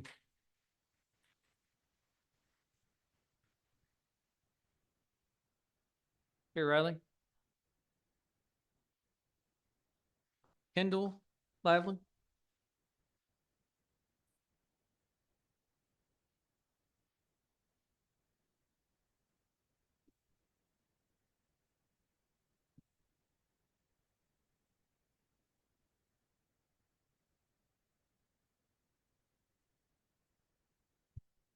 Hi, my name is Kendall Lively. I live in the Valley District, and thank you for the opportunity to speak to you this afternoon as a citizen and also as a proud employee of Botetourt County Public Schools. Way more nervous here than at school. For the record, we in Botetourt County, the school division and our community as a whole should be so proud of our schools. We're 6th in the state in reading. We're 4th in the state in math. We're 5th overall. We are doing such a great job, and I really want that to continue. I'm here today to ask you to fully fund the BCPS 2027 budget. This budget is a prioritization of needs, not the full extent of what we need, kind of what Tammy Riggs just said. While the proposed budget does request an increase in funds from fiscal year 2026, it isn't as large as it appears due to the state's adjustment to the local composite index. The school division will not receive as much money from the state due to the change in the LCI. This means that level funding is actually decreased funding for the schools. The school's operating budget is essential for running the schools. The school's capital improvement plan is essential for addressing the vast infrastructure and safety concerns facing the school division. The safety needs are my utmost concern, especially at Lord Botetourt. We live in a beautiful community, and our schools should reflect that. Our school custodians and division maintenance personnel workers do an incredible job of making the best of a not great situation, but we must invest in our schools. Please make a commitment to public education. Thank you. Thank you. That concludes our public comments, citizens' comments, and then we will move towards the consent agenda number 3. Everybody's had an opportunity to take a look at this. Do I have a motion? I'd like to make a motion that we pull out item C9 for separate discussion. And C9 is the 80,000 for Parks and Rec. Okay. And do we have Victor that's here? Okay, he's no longer. Okay. All right. So the consent agenda, everybody's taking a look at pulling out the Park and Rec 80,000 is a motion. Do I have a second? No second, that fails. Do I have another motion? Maybe we should look at, If you take a look at that financial transaction on there. yeah, I've taken a look at that. I was just thinking. What was your motion? What was The motion is to pull out the $80,000. Yeah, I'm in favor of that. Okay. All in favor? Aye. Aye. All opposed? Aye. Aye. Aye. Okay. So now we have the consent agenda to be approved. We need to Yeah. discuss it before we have a vote. I know, we will. And we have the situation that happened here is the consent agenda has been viewed, and we're going to pull out the $80,000 That failed for 3-2 vote. Now, is there any discussion? So just to be clear, we're pulling out the 80,000. Is that right? There was a 3-2 vote. So against it. Yeah. Well, we should have discussed it before we voted, no? Anyhow, so here's my discussion about it. I think Robert's rules, Yep, that's right. you know, motion, second, discussion, vote. Thank you very much. So, Walt, did you want to go ahead with this one, or do you want me to? Okay, I was trying to get some more clarification. I can only make an assumption, and that's for the toilets. Is that correct? The 80,000 for the toilets at Greenfield. So if we can get some clarification, Mr. Mormon. Mr. Mormon, do you have any clarification on the Parks and Rec? What's the 80,000 for? Is that in the CIP? That's a consent agenda in the financial transaction report. So 80,000, there's a request by Parks and Recs to appropriate $80,000 from the yes, ma'am. unassigned fund. Yes, sir. I do know what that is. So that is unexpended money from last fiscal year for project work that wasn't completed and was omitted from the rollover resolution that you approved earlier this year. So it's a request to roll those funds over from last year's savings to this year to complete project work. No toilets. That I'd have to get back to you on. I'm sorry. So those funds were transferred from the Park and Rec budget to the fund balance, and now we're just transferring it back again? Yes, ma'am. That's exactly right. Okay. Does that clarify any? Yeah, so I kind of thought, so I'm trying to figure out how that correlates with sort of as I understand it, I could be wrong about this, but as I understand it, Parks and Recs ordered much more expensive lighting than was originally contemplated. And because of that, there wasn't money left over to install the flushing toilets that they wanted. So am I off on that? I don't believe that has anything to do with this money. Okay, so this was just money transferred to the fund. Now they want to transfer it back. Correct. Part of the previous. It should have been in the original rollover resolution, and that was an oversight that it wasn't. Okay, but this part of a previous budget Yes, that was ma'am. approved by the board. That's of correct. Supervisors. Yes, ma'am. Okay, thank you very much, David. So thus, does that explain? Yes, thank you for discussing it. So do I want to make a different motion? We'll go with the motion on the floor to approve the consent agreement. Okay, there's a motion. All in favor? Aye. Discussion? Yes. You're supposed to discuss before the vote. Yeah. You don't need to discuss after the vote. No, what's happened is that I didn't get a second. I said before all the votes. I apologize about that. But is there any discussion before we vote? We're voting again. Yes. Okay, no further There we discussion. go. Thank you, Mr. Blair. All in favor? Aye. Aye, and seconded by Ms. Rob. There we go, got through that. VDOT.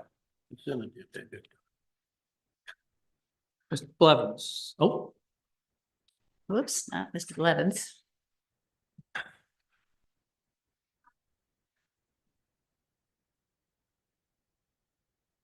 Good afternoon, Mr. Chair, Board.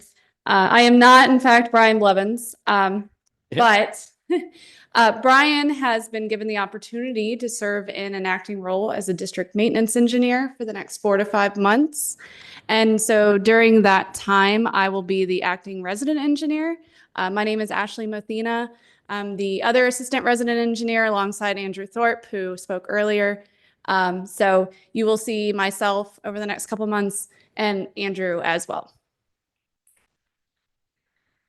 All right, so to start our report for this month, our yearly paving contracts have started. You have not seen our contractors yet in Botetourt County, but you will see our crews out ahead of that, patching and leveling in various locations throughout the county.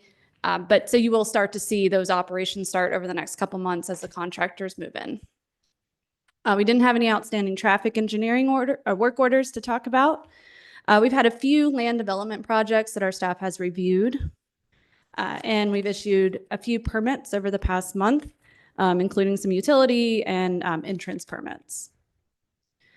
For the VDOT projects, it is not on the list. I was made aware of it yesterday, but we do have plans to replace the bridge at Kinsey Road. That replacement will take place between May 18th and the 22nd, and all the residents who live off that road have been notified. There's only a couple.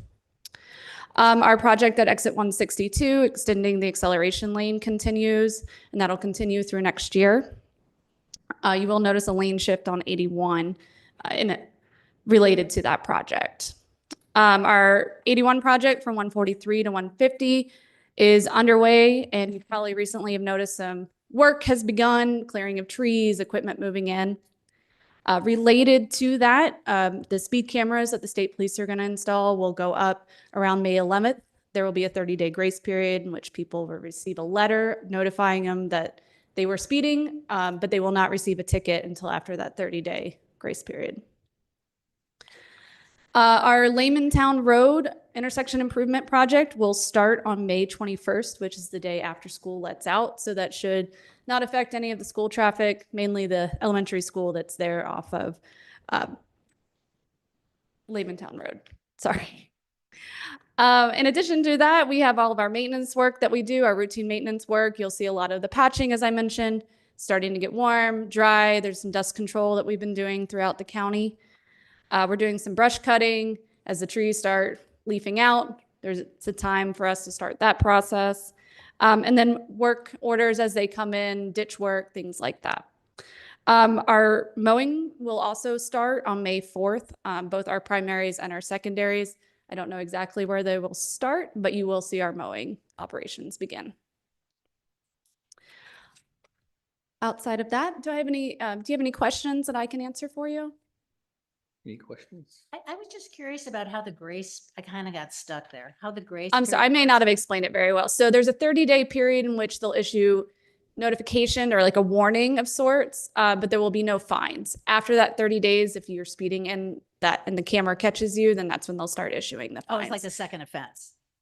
No, it's more of just making people aware that the cameras are there. So there's a 30-day period in which they'll send you a letter, but you won't get a fine. After the 30 days, that's when they start issuing the fines. Okay, I kind of got lost there because I thought maybe after 30 days, if you don't do. No, I'm sorry. I didn't word it very well, but that's what I meant. Okay, thank you. Any other questions? If not, in Amsterdam District, is there anything in Amsterdam District that you have concerned with to have done? Any concerns? For With regard VDOT? to VDOT. Yeah. We're good in Blue Ridge. But Buchanan? Buchanan, so Andrew, I got caught up in the budget and we didn't get out to Jennings Creek. So if we could still handle Jennings Creek, that would be great. Okay, thank you. Thank you. And Cass? Actually, I got a couple things in the Buchanan district because I was traveling Springwood and Wheatland Road several times here in the last couple of weeks. Okay. There's no road sign at Springwood and Wheatland. You mean there's not a street name sign or a stop Street sign? name sign, no. So the street signs are actually handled by the county. Okay. All right.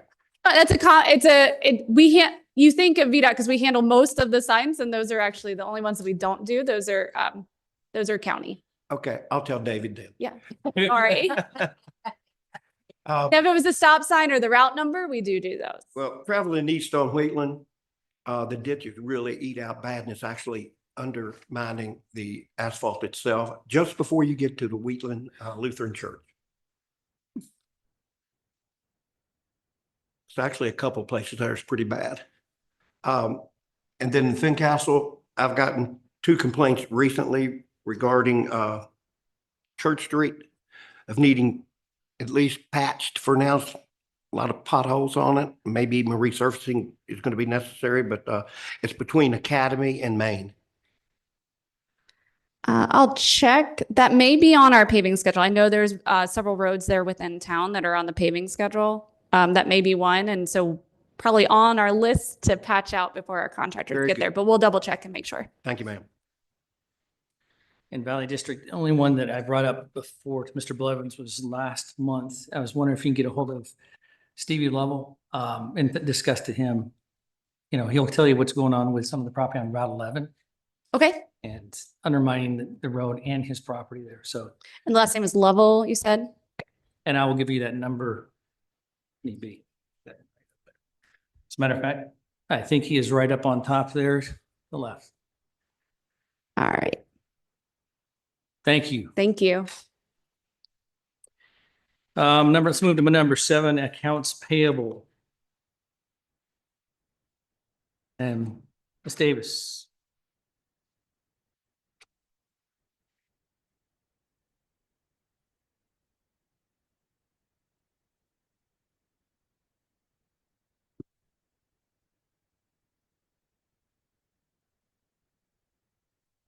Good afternoon, Mr. Chairman and members of the board. The first item I have for you today is for the payment of an accounts payable check. As I think you all know by now, any check that exceeds $250,000 has to come before the board for approval before we can release it. This month it is just one item. There's a payment of $814,060.20. This is for application 6 related to the Reed Mountain Fire / Dispatch Center project for work completed through the end of March. So it is requested that this payment will be approved by the board to continue processing it. Any questions I can answer? Any questions for? Thank you. No questions. Is there a motion for approval? I move we approve the $814,060.20. Second. Any discussion? Second. Any discussion? No, wait a minute. I misunderstood. No, you got it. You got it. All in favor? Aye. Aye. Aye. Aye. You and I. Aye. All right. And now if we can move to FY 2027 budget update.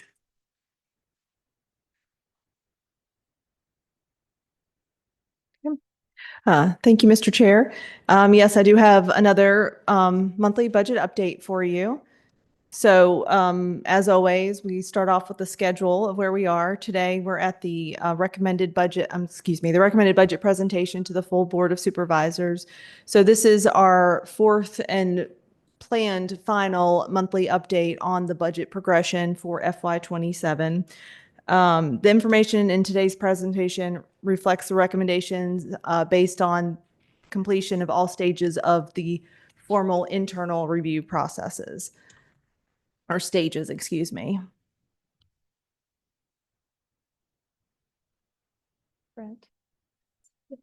I think. So just as a quick reminder, as far as what are the internal stages of review, again, we start off with an internal group of staff that represents all functional areas of the county. This group is called the Budget Task Force. They do the initial review. Once complete, they pass along those recommendations to the county administrator, who does his own independent review. Those recommendations are then passed forward to the Budget Subcommittee, which is comprised of members of the Board of Supervisors. This year, that group contained 4 members of the board, and those meetings took place over the course of 4 weeks. Excuse me, 2 weeks. Felt like 4 weeks. It might have. It was a lot, very long meetings in that time. So all of those stages are now complete. Although, again, as always, of course, changes can be made prior to adoption. These are just our formal review stage checkpoints. And again, as a reminder, this was the guidance that was provided to staff in making their budget requests this year. That guidance included to eliminate or reduce non-essential expenditures, a strong emphasis on justification for all requests and the cost basis for those requests, limiting non-personnel operating increases to a maximum of 3%. Itemization of capital requests to include operating needs. And again, this is a new one for this year. We really wanted to make sure we captured that additional information. And finally, aligning requests with demonstrated operational needs. Of course, during the budget subcommittee meetings, there were a few additional strategies implemented on top of that. The first was to have discussion with directors as part of the budget subcommittee meeting. So directors were asked to come and present their budgets, answer questions from the board and the public to better understand, have a better understanding of their needs and the purpose of their requests. Additionally, there was a lot of focus on personnel needs for the department, both new requests and also vacant positions, and discussion on the needs and the impact from those items. There was also a review of fees collected tied to specific programming and the cost recovery. As a result, the youth recreation fees were increased to align with full cost recovery for those programs, which of course that impacts the revenue side. And finally, one-time items, which are those non-recurring items. We expect them to come once and then go away, were identified and removed from the budget to be funded from any unspent funds at the end of the current fiscal year, FY26, which really allowed a more structurally balanced budget to occur because you have the ongoing revenues aligning with the ongoing expenses. So where did we end up? This chart shows the budget progression through all those internal stages, of course, starting with the requested amount. As you can see, we began the process with a $12.7 million deficit, and that was the difference between the requested expenditures and forecasted revenues. As we move through the process, you can see how both the expenditures, which is the green line, and the revenues both were adjusted. Where we are now, it looks like there's more space than there really is. They really should be on top of each other, but we currently have a surplus of about $53,000 at the conclusion of the budget subcommittee meetings. So digging in a little bit more and taking a deeper dive into the expenditures, this chart shows those expenditures by categorical area. The highest categories include education at 34.1%, followed by public safety at 31.1%. The next largest category is non-departmental, which for additional context, that largely includes debt service for both county and school financed projects, as well as a few other items that are organization-wide. Excuse me. Thank you. So these three categories alone represent approximately 75% of the county's total budget. And these allocations are pretty consistent with what we've seen in the past. So you can see off to the right, we began with FY26 adopted budget figure of $98.8 million. That jumped up to $107.9 million as part of the requested. And then at the conclusion of the budget subcommittee meetings was brought to $95.2 million. I do also want to note that throughout the process, excuse me, the county's contribution to the schools remained level funded. This obviously, as you recall, was something that was discussed and no consensus was reached by the budget subcommittee. So that number has remained unchanged throughout.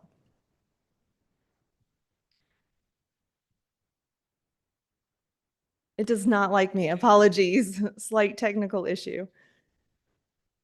Thank you, Brent. Okay, so digging in a little bit on the capital improvement plan side, this is that 1.1 million. Where we started with this was 5.6 million. There was really not any change from the county administrator's recommendation to the budget subcommittee, but here's the allocation. You can see that, excuse me, the biggest allocation is in public safety, followed by parks, recreation, and culture. And again, those larger projects that were being included as part of our financing, exploration, and alternate funding were not included in this. These are direct county funded items.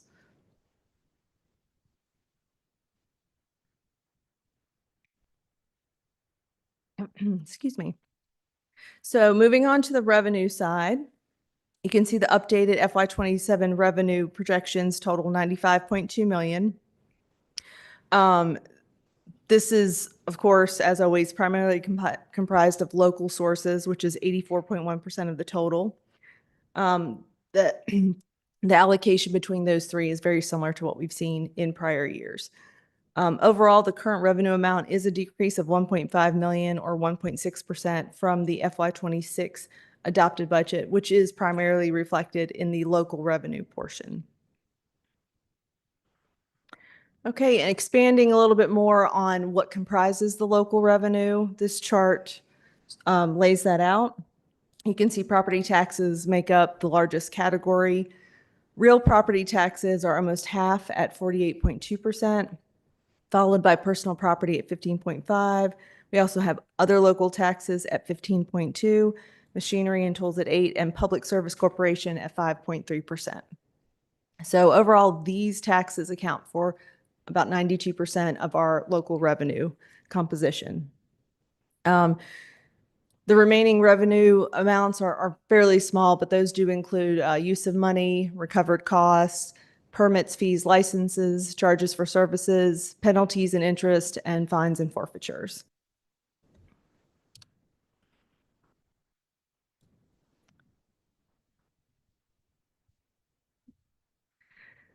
So as mentioned, the overall revenue does reflect a decrease in local revenue from prior years, and this is primarily due to property taxes and earnings on investments. We are now experiencing the full impact of the previous changes made to the elderly and disabled persons tax exemption, which impacts real estate tax amounts collected. Additionally, in anticipation of reduced interest rates and, of course, a lot of big projects that we're moving forward with, we are anticipating a decrease on earnings on investments. We have less money to invest, of course, plus the potential for decreased interest rates in the upcoming year. Conversely, we are anticipating an increase in meals tax as well as cell tower rental income, and that is in conjunction with the public safety radio project. Obviously, we have some additional tower sites now and firming up those agreements. Additionally, with the plan changes to the fees charged by Parks and Recreation, there is an additional increase reflected as well for that. For state revenues, there's an increase, and that's primarily due to the public service and comprehensive services refunds. Of course, there is an expenditure offset on the other side, so those are reimbursable revenues, so we have to spend the money in order to get the money. And I do want to mention that the state budget is still outstanding, unfortunately. We were really hoping that would be wrapped up on the 23rd. It is not. It's definitely likely that things will change, but it's not going to be completed in time to be factored in before we have to adopt. So what may happen is we may need to come back to you with an amendment for consideration based on what those final changes are. And lastly, on federal revenues, there is an increase from prior year. Again, this is related to public assistance in which it's a reimbursement from expenditures. So there's an offset on both sides for that.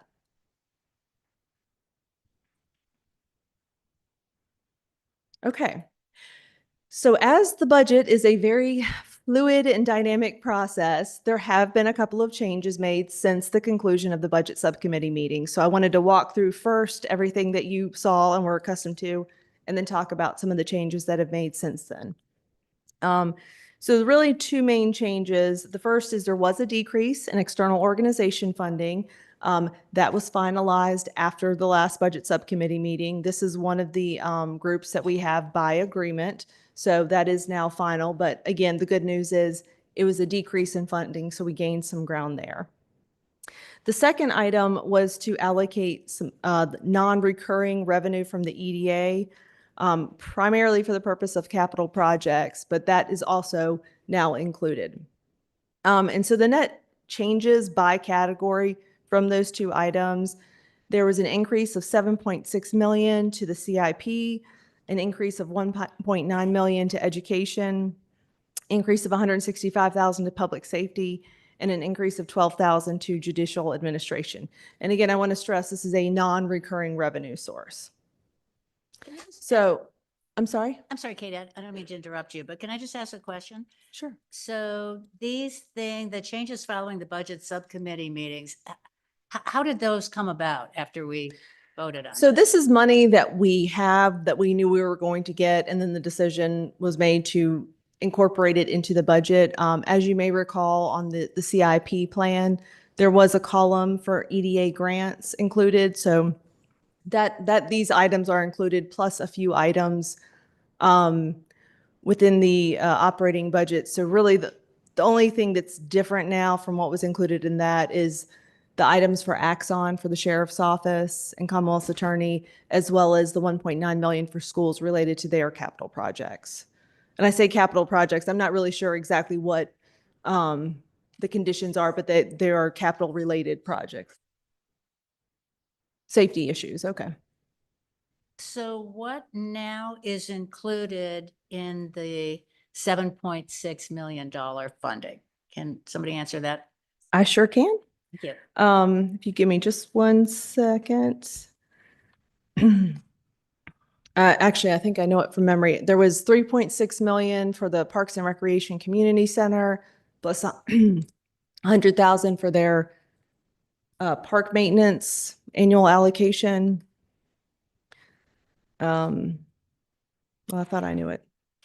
Katie, if you could do a favor for me, there's a bottle over there for you as well, so you can take a drink soon. Oh, thank you. Yeah, I have Right, something it's right. filling my throat. I have some right Okay. here. Thank you, though. Oh, that's right. The heart monitors for fire EMS is also included. 3.5 million for the Buchanan Library and $200,000 for community development as the balance. So these are coming up in year one. These, if we approve these are projects that are going forward, or are these spread out over time? These are all for FY27. And again, if you may recall, under the CIP information that was provided, they were included under the EDA grants column on there. It was not direct county funding. It was planned for FY27, but the only part that's changed is incorporating it into the adopted budget. And I'm happy to get more information in detail to show you as well. Okay, thanks, Katie. Sure. So on the flip side, obviously, we have an additional revenue source to add. That's 9.8 million from the EDA funds. So with these changes, we are now looking at a budget surplus total of 253,000. So the 9.8 million from the EDA funds, is that all money that comes from the Google purchase price? Is it, did you say all money? Yeah, all, that 9.8 million, does that come from the Google purchase price? Yes, that's correct. It's not the full balance of funds. It's Right. just what's planned for the upcoming year. Right. Okay.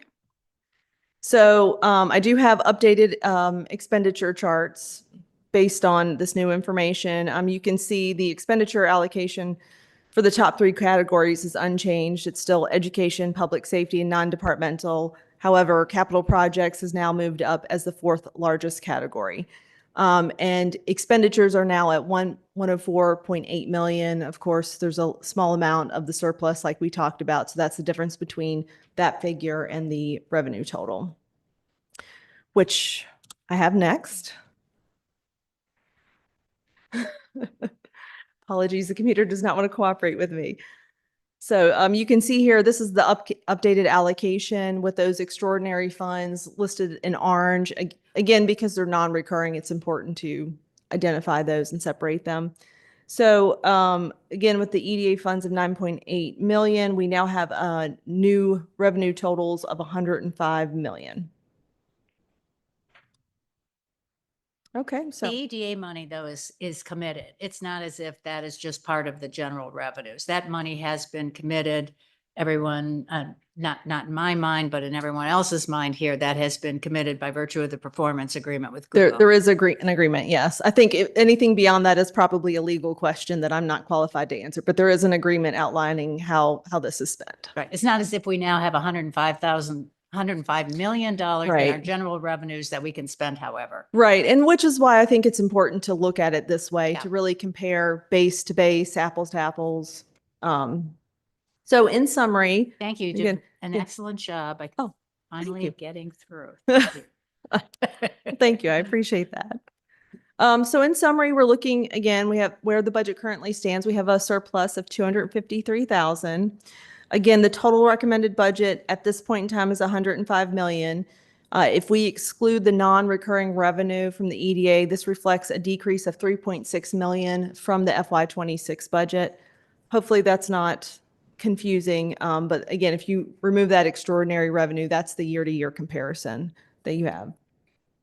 And additionally, given that the budget subcommittee was not able to reach a full consensus on final contributions to the schools, This item currently remains level funding pending any additional action or discussion by the Board of Supervisors.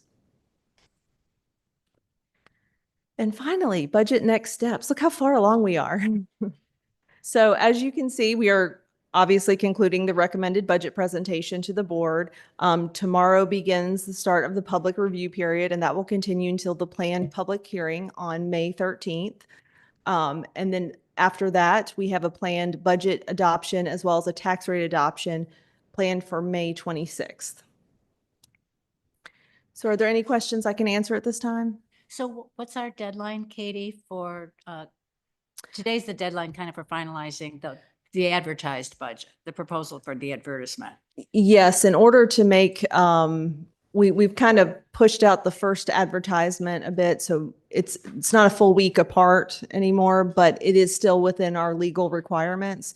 So yes, we really do need to make a decision today in order to have a day or so to turn that information around and get it to the publication on time. Okay. Is the next meeting going to be May 13th or somewhere around there? Yes, so May 13th is the planned public hearing, which will be an evening session. It'll be an opportunity, special session, just to talk about the budget. The presentation will be a little more in depth than what we have been doing at each of the monthly updates. And of course, allow citizens the opportunity to speak and comment on that. So that's going to be the sole subject of that meeting. Yes, the budget and tax rates, Okay, thank you. at least to my knowledge. I guess I should confirm with Mr. LaRue. Is there any other questions you have for the budget update? If not, we'll move through the board approval for advertised proposed budget and tax rate for public hearing. We've kind of heard some of these things as we work through. Anything else on this you want to talk about, Katie? I'm sorry, did Number you 9. move on? No, I don't have anything else for Okay. number 9. So, now we move on to this agenda item, but for this, the board had advertised for proposed budget and tax rate, but this also means it can be changed to go lower. We can't raise that. If we propose this, we cannot raise that amount. That is correct. Once we advertise, we cannot increase. We do have the opportunity to decrease, but not increase. Okay. So first of all, I want to do something and recognize several people here that spent a whole lot of time on this. And first of all, as a chair, Mr. Walt Michael. Members were Ms. Linda Rotman, Mr. Tim Snyder, Mr. Brandon Nicely. Also, there's a lot of citizens that were there that participated. Certainly, there's a whole lot of time that they spent on this, and I can't say thank you enough for this effort that you guys put forward and conclusion of some of the things you guys came through. So thank you so much. Can you give us, Mr. Michael, some sense of effort and process, your subcommittee, in the reviewing of the budget?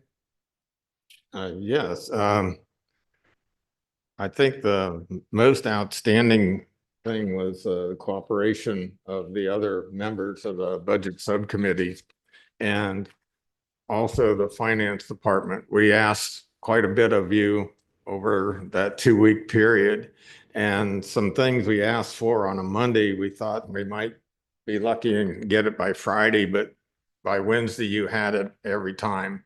And I don't know how you did it. You must not have gone to sleep or something, but I really appreciate the effort you put in because I know it wasn't easy.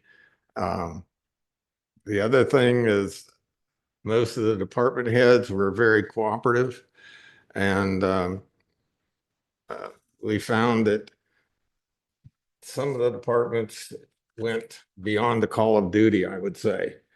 And we have one department that really stands out that took it to heart as to changes that needed to be made. And they have changed their process of how they process their work. And right now, it looks like we've found another $200,000 just in not changing anything except the process. And I think that's commendable. And I couldn't have asked for more cooperation from the departments. So Thank you. I'm very thankful. Thank you. Thank you. And- A lot and- of hard work. And Chad. And thank you for mentioning Chad. Yeah. Thank you. I Yes. appreciate that. Thank you so much for time that you spent, you and Chad, on this very difficult thing. One of the things that I pulled out of there was that the budget subcommittee did not reach a consensus on the school funding recommendation. Is that correct? That's correct. So I know, Mr. Snyder, you were in a part of that situation. You had some opportunity to talk to a few people too. Can you give us a briefing from some of that subcommittee as well, that you had a chance to talk with the superintendent? Sure. Thank you, Mr. Chairman. I think it's fair to break down what comprises what the school system is asking for. It's no secret that CIP maintenance are issues. They've been issues. They haven't had resolution for years. And so I'd like to take this opportunity to invite our full board, along with the full school board, our county administrator and our county superintendent, to come together and find out a better path. Something that is sustainable, something that has long-range plans attached to it, both from a revenue stream perspective, but for guaranteed dedicated funds for those line items. When people come into Botetourt County and they see our facilities, when they look at our buildings, when they see what we're made of, our school system is one of the most important things that they see. We've got aging facilities. It's no secret that that's true. So a part or a portion of what our long-term funding goals should be strategic in that aspect. There's been a lot of comments regarding the department heads. I'd like to mirror some of the comments that Mr. Michael mentioned. Mrs. Davis, thank you. What you and your team did was nothing short of fantastic. And every question that we did pose to you, if you couldn't answer it immediately, you got back in very short order. And that's a difficult task. So I'd like to commend you and your team for that. Thank you. As it relates to some of the comments that we've seen in public, yes, it is absolutely true that department heads came in with a slightly different outlook on process, slightly different outlook on what our funding sources look like this year, 2 years out, looking long-term. What does that really do? And I commend those department heads for coming in with an open mind. If I concentrate on what our schools have asked us for, they've asked for building improvements. They've asked for security. They've asked for things that are undeniably necessary to maintain a safe learning environment. Obviously, the ask is large, but at the same time, it's not unrealistic to decide that we need to find that funding somewhere along the line. If it's not this year, is it next year? If it's not next year, is it the following year? Where are we going to fund this? Where does that source of revenue? Difficult conversation, one that can't be answered as we sit here right this minute. But I want to impress upon Botetourt County that it's the intent to find those solutions and to find those answers and to find a way so that we don't have contentious conversations regarding education. There are a lot of things that are potentially coming to Botetourt County. They are 100%, without a doubt, argumentative in some cases. However, education shouldn't be. For me, what I came across, what my takeaway was, is that much like county departments that acknowledged that the budget was difficult, our county public school administration and school board recognized that as well. If their initial ask on the general operating budget proposal was roughly 4.8, almost 4.9 million, capital improvement 9.7, somewhere in that ballpark. But the fact that they were willing to come back and say, okay, After straightforward conversations, we realized that maybe that doesn't happen this year. And the number that they suggested then at that point, the number that I was working with, the number that I have submitted to the budget subcommittee of $2,812,616, in addition to their level funding from last year. And that's a number I'm comfortable with. That's a number I believe that the schools are comfortable with, and I submit that number here today. Again, $2,812,616. Is that correct? Excuse me? Is the $2,812,616 is the one you're going with? Yes, Mr. Chairman, that's correct. Is Miss Womack, are you in the audience here? Thank you very much. Just a quick confirmation, that is a satisfactory number? Okay. Can Oh. we have a discussion, please, about where those funds would come Yeah, from? I'll finish this. Oh, okay. And then kind of lead to where my thoughts are. Okay, sorry. If I can. Apologies. Nope. This, if I'm understanding it right, it will allow the school budget to fund during FY '27, along with maintaining hopefully a 5th ranking in the students. That would be wonderful. But certainly is it something to be very proud of that you guys are ranked 5th. That being said, I would like to get maybe a motion and a second and then discussion, if we could, on this. So I'm open for a motion for that money for the schools, which is the $2,812,616. Motion. Second. Second. Discussion. How do you want to handle that? Is there any discussion on that? Okay, That's all. I'll start if you'd like. Yeah. Okay, I have a fair amount of discussion on that. I mean, as I understand it, that the only funds available to fund this $2.8 million new request are from a surplus for the county's healthcare fund. Is that correct? And That's for certain. That would be, excuse me, that would be one of the sources. okay, can you identify what all of the sources are, please? Into the microphone, Gary. So Katie could end up doing a better job than me. However, it would end up being the healthcare fund and the fund balance would be the two main sources of that. And then as I sent you a note last night, as a possibility, it could end up being some additional revenues that could be identified as well. So I think that there's a combination of something of that mix, but there are some funds that could end up being done if that's the will of the board. Okay, and so I've got quite a few comments about it. Let me just see if I can organize myself in, kind of a reasonable fashion. So the county really this year did a very rigorous scrutiny of finances. And I think we cut back the budget, if we're excluding the $2 million that was given to the schools last year, we actually decreased the spending to match revenues. It was very, very rigorous. My impression prior to that was that departments were pretty much asked what it was that they wanted to increase their spending by, and they were told, only ask for what is really necessary.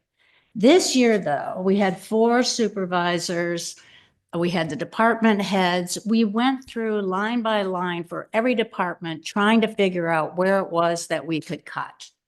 And we did come up with, $13 million in cuts from the ask of people who were asked only to indicate what it was that they actually needed.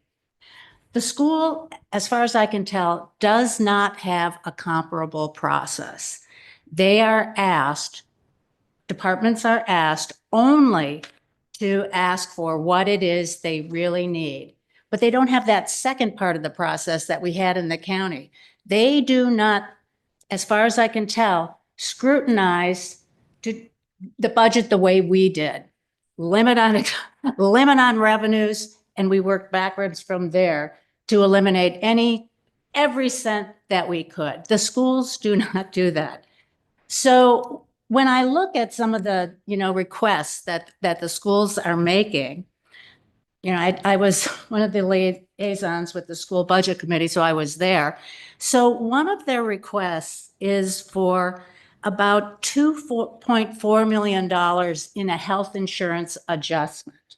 That's in addition to all of the health insurance costs that they're already paying. So that $2.4 million addition, I think they're like 800 employees of the school. That's $30,000 per employee, roughly, as an increase over the past years. So the county would, bless them, has done an amazing job with our own health care. And with county employees, the cost is about $17,000 per employee, about $17,600 per employee. So just the ask of the increase of the schools exceeds what the total cost for a county employee is by $13,000. Not only that, but it's like a constantly compounding number. So this $30,000 increase is based on whatever last year's spending was. Next year's increase is going to be increased by anything that is adjusted this year. If you compare what the county has done to what the schools have done in terms of their management of their healthcare funds, the county has this large surplus, which is the only thing that makes, pretty much the only thing that makes a contribution to the schools possible. So from a plan that has been managed well, costs managed, benefits managed, huge surplus, now the school is asking us to give it to them for, what has not been as well managed.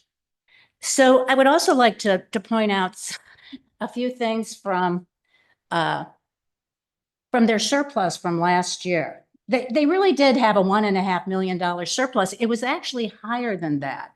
So there was a, let's see, $1.9 million. Let me just see if I can find this now. I took a picture of the slide of the presentation that was made to the school board at the conclusion, kind of assessing what happened with the 2025 budget. So. And you're on the school budget committee there as well as a liaison for the Board of Supervisors. Correct. And that's where you saw some of this as well. Is that correct? Well, so some of it I did, but they have, like we do, they have an archive on the school, site, public school site, and you can go back in time. So I went back to a presentation by Brandon Lee to the school board from January 8th, 2026, recapping the 2025 year. And you can watch it yourself. I was reading something. Yeah, I believe I may have sent you some, information from that. So one of the things was, hold on, I just lost it in my phone. Hang on. So if anybody would like to see my bathroom before the remodel, I also have pictures of that. Okay, so this was the year-end expenditure summary by function. So instruction, there was a $1.8 million surplus. Administration, a $944 deficit. Pupil transportation, a $204,000 deficit. Operations and maintenance, there was a $739,000 surplus. So this is something I hear from everybody in my district. Why isn't maintenance being done? Well, I don't have the answer to that because there was a $739,000 surplus at the conclusion of the year. School food, there was a deficit of like $1,200. they transferred from the total of the surpluses, I don't even know if this is appropriate, but they transferred from the total of the surpluses, $800,000 to buck up the healthcare plan, the healthcare at that point. So they took 800,000 out of the surplus and they put it into healthcare so that they wouldn't have to raise employee contributions in any way. So if you count that 800,000 in as actual surplus, I mean, it was spent, of course, but if you count that as actual surplus, they really had a surplus of $2.3 million. So I have trouble contemplating expending anything beyond level funding from last year. They had a $2.3 million surplus. They're getting $2 million from Google, and the state's money is being increased from over what last year is. There has not been a comparable scrutiny to what the county has done with the county budget. So I myself cannot see. They have funds. They have a $90 million budget last year, $90 million. We had what, $60 million or whatever it was for the county, and we cut out all of that money. I really feel that if there was any kind of really strict scrutiny, not even strict scrutiny, a reasonable scrutiny, that in that $90 million budget, there would be places to cut the expenditures.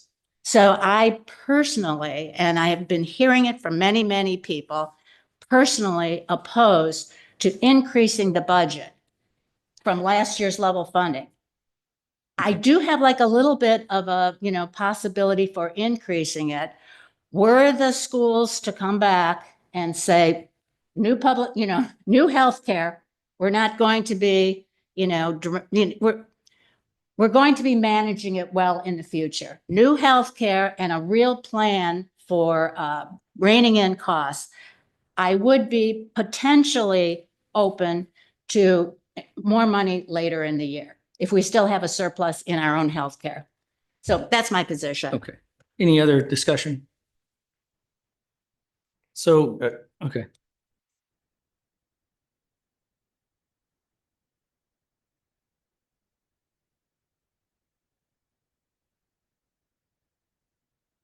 I have to go on the same note in that it appears that there are possibilities of doing more with what funding they have. I made a mistake last year of suggesting some changes,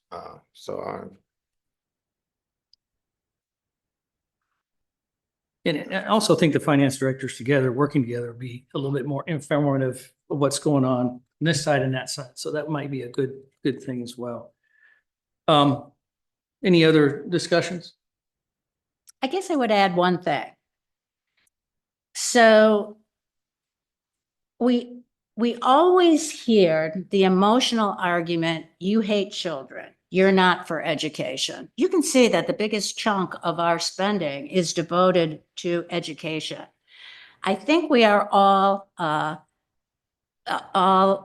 in favor of doing education well, but for us, we're not only about education. I mean, there's 4,000, 4,800 kids in the county who are eligible for school.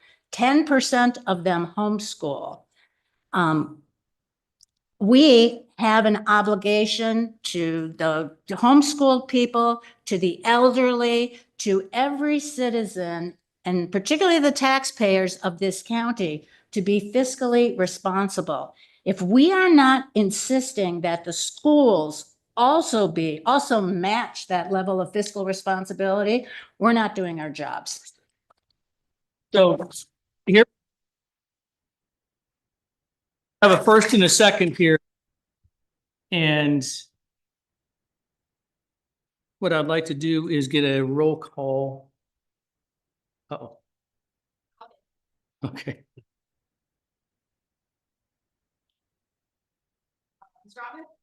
Absolutely not. Not one penny over. Okay. Yes. Yes. No. Yes. So that, now understand that this is an advertising funding, so this still has to have the scrutiny on May 13th as well. So the other thing too is that there was also endorsed in the funding, I guess, from you all from the 464,156 for the FY 26 year end savings for the proposal for the identified one-time need of FY 27. I think we voted on that. That's, we did do, If I may, that discussion was included in the budget subcommittee meetings. There was a vote at that time. I think to answer your question is probably what you're referring to. Yeah, did you want to change that? I don't get it. no. I just wanted to make To sure that clarify. clarify that situation. So Yeah. that was, I want to make sure that's in there. And I think that 80 to 90% of what you guys have put in here has really good heart. Mr. Chair. Yes. I think procedurally wise, you probably need to go ahead and have a vote As a on full that. board? The 494 as the full board, just like you are everything else. Nothing against the subcommittee work, but that was part of the subcommittee Okay. work, not part of the Board of Supervisors. So do I have a motion for the 494, 156 here in savings? So the motion would be that that amount would be expended for one-time contracts if there's funds available left over from Correct. this year's Correct. funds. Yeah, but I would make that motion. Second. Roll call? Ms. Rodman? Well, I made the motion, so I'm an aye. Mr. Nicely? Yes. Dr. Scott? Yes. Abstain. Mr. Snyder? Yes.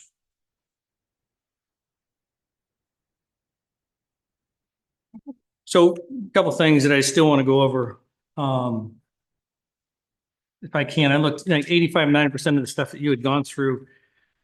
I agree with. There's some things that might come back later on and get us like the, one of the things that I wanted to look at is the commissioner revenue, my suggestion. And this is just my suggestion, the budget that would be going forward to be publicized, advertised, and then scrutiny would come back probably on May 13th, if that was the case.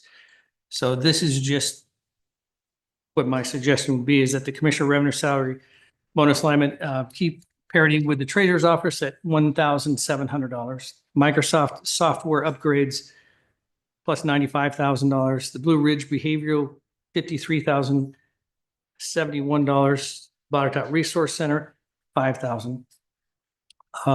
Library community program, which, helps a lot there, at 10,000. I think that you guys were at 75, something like that.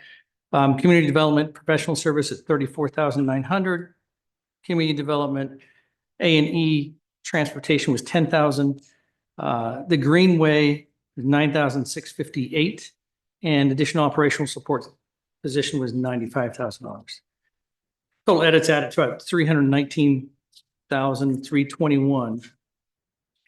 Well, that's more than 253,000. That's exactly right. Yeah, so I'm just adding just a few more onto that was on there. And so Wait. so that what you had on there was 254,000. So the total I got was 319,321. Oh, in terms of the surplus? Yeah, exactly. Oh, sorry. I didn't get what you were saying. So what happens is when we take a look at this, one of the things that I want to look at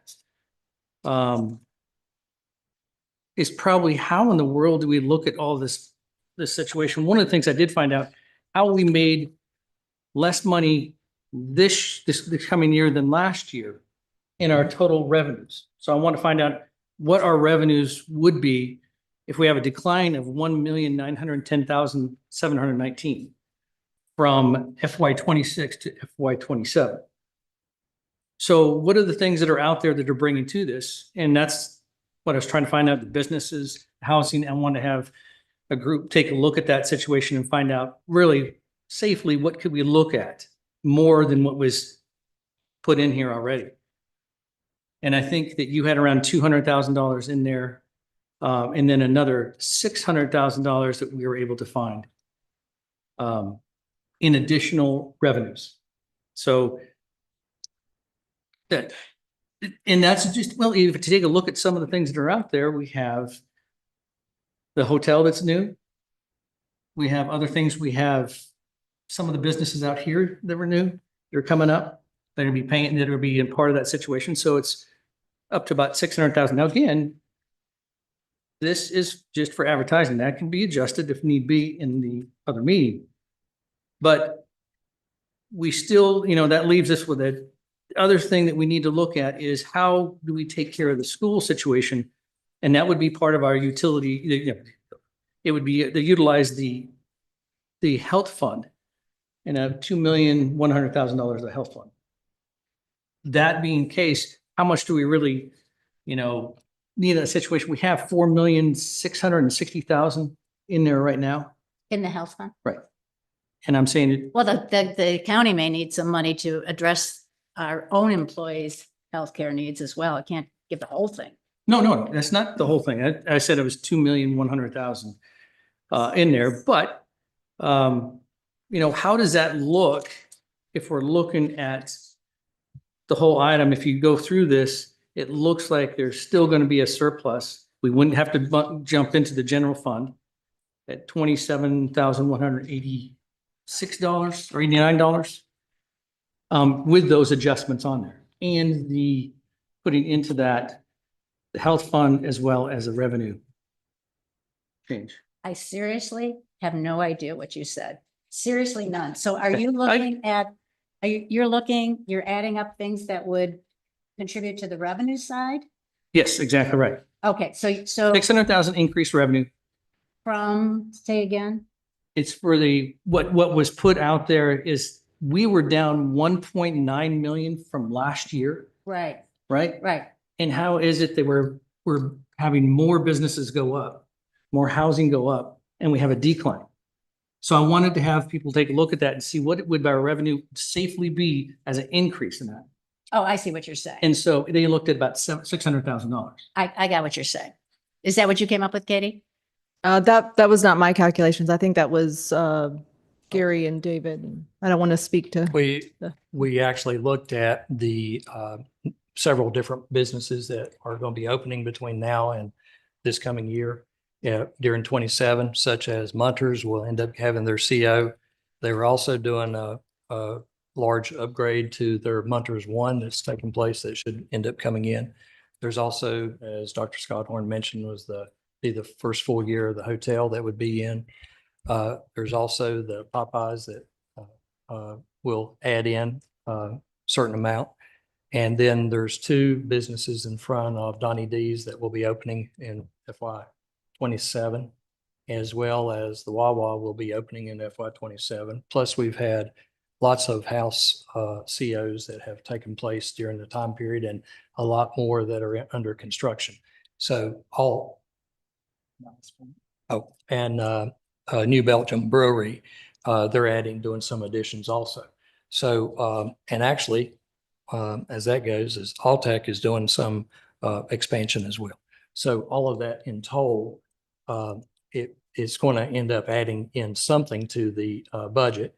Plus, there was a federal increase. There's projected of 175,534, and a state increase as projected of 194,188, I think. So all of this adds up to 600,000. Well, I think it's actually north of 600. But you're being But it's conservative. very conservative figure. Especially since some of these things haven't been built yet. Yeah, exactly. But now, some of them have been built and will be opening. We did not even consider anything for Wellington or anything of that sort, or any of the other aspects about growth in Greenfield. So Okay, thank you. Thanks, Mac. Now I understand it.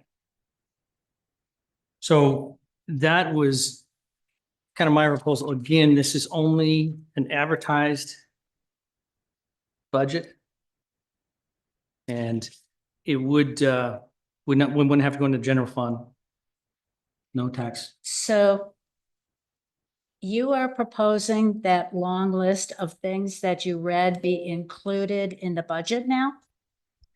Correct. The changes. Can I see that? Absolutely. Kind of appears that we're talking a lot of birds in the bush versus birds in the hand. We don't, my crystal ball is not working real good, so. So I'm sorry, man. It's just. The list of what you want to add back in. See. Oh, right here. Yeah. Well, I kind of wonder why we had this whole budget hearing process. This is the only thing that I had recommended. And I just see, I'd like to see some changes in some of No, I the, understand that, but we went through each and every one of these Right. items in the budget process and we voted on them. And now kind of unilaterally, you would like to add some of this back. I just do not think that's fair to everybody who went through the entire budget process and the fact that we scrutinized everything. There may or may not be another $600,000 in revenues. I mean, I guess it's kind of a fair shot, but these were things that were debated at length. And now they're coming to us and we're expected to make like a 5-minute decision on it. I'm appalled. I'm completely appalled.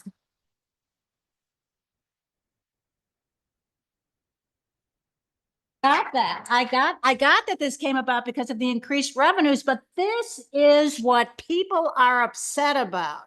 We've got couple more bucks. We need to spend it immediately. Let's hang on to a surplus and let's see what happens. How about that? It. He's not talking about doing it. You think I don't get that? Yes, I do. I do think you don't get that. so I tell you what, if that's the case, here's the board.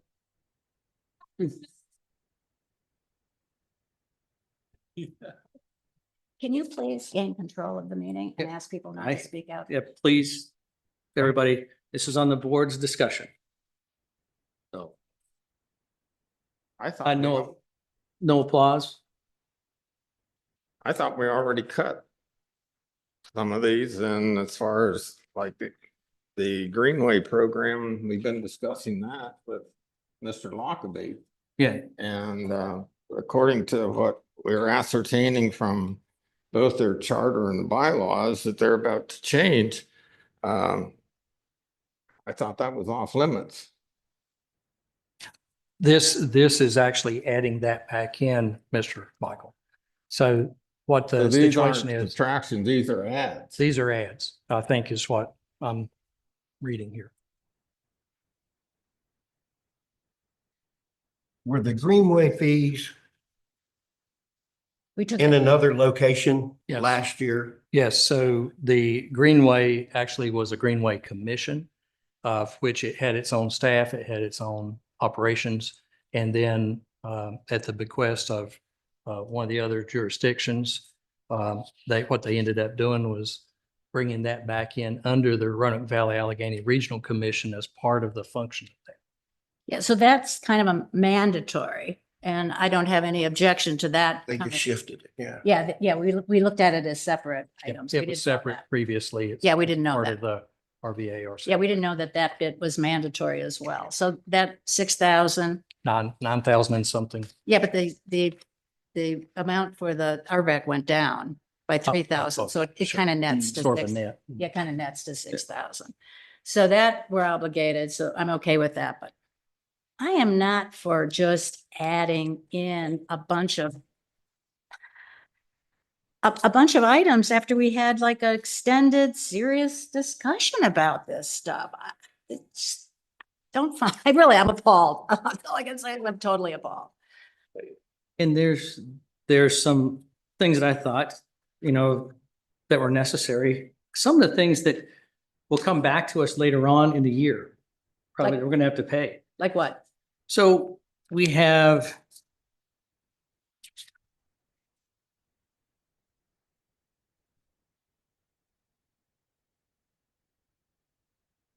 the right.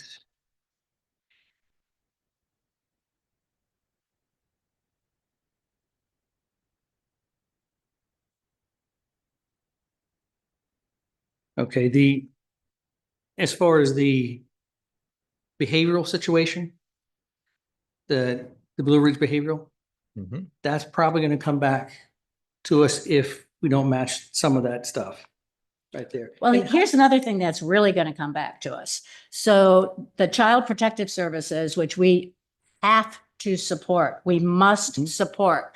We put that in a budget of $2.1 million. The child protective people told us for this year, they're already at $2.8 million. So would it not be prudent to hang on to $600,000 for something we are absolutely obligated to support in the event, as Child Protective Services fears and projects, their amount is going to go, their actual usage is going to go over the $2.1 million we budgeted. I think we need to keep something in reserve for that absolutely essential function that we are mandated to support. So, And again, this is just my suggestion. I apologize that I offended you. You guys did a great job. I just looked at this and said, what about this? Have this fun. yeah, maybe it would have been a good idea to, spread that around among the committee before, announcing it here. Maybe that would have been at least a Kind little of bit a- helpful. Kind of a last minute thing, so. Okay, but I'm totally opposed to it. I think we need to hang on to that $600,000. I think that Child Protective Services may be in need of that. And that is something that we would have to come up with no matter what, even if we didn't have a surplus. So let's please reserve something for necessary spending. It's huge. So, some of these things that we cut is because they're parallel to some other things that we're already doing. So we tried to eliminate all the redundancy. Right. Yeah, and we were able to ascertain in the hearings which one of those that we had eliminated were redundant. So I Okay. definitely wouldn't want to put those back in and be double funding when the money's going to be needed elsewhere potentially. We did our best to give you a balanced budget. And it would maintain that situation. But, I am just making a motion that we, look at this for just advertising. And you have very. It's not just advertising. You said like just advertising as if, that the advertised budget doesn't always get approved. We went through a process on this. Just because there's extra money, we don't have to hand it back out right away. We can hang on to it in case we need it for something Right. like Child Protective Services. It just blows my mind that we went through this whole process. We looked at what was redundant. We eliminated stuff because it was redundant. And now, I don't know who you met with or where you got this idea from, but now you want to add it back in.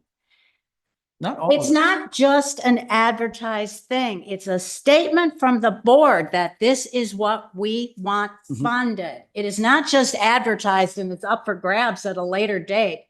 You are saying in contradiction to what we decided on the budget subcommittee that the whole Board of Supervisors is endorsing these expenditures.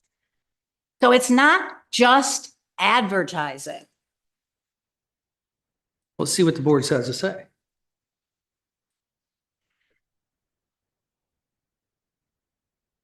Well, you're entitled to call a vote. I'm just giving my strong opinions.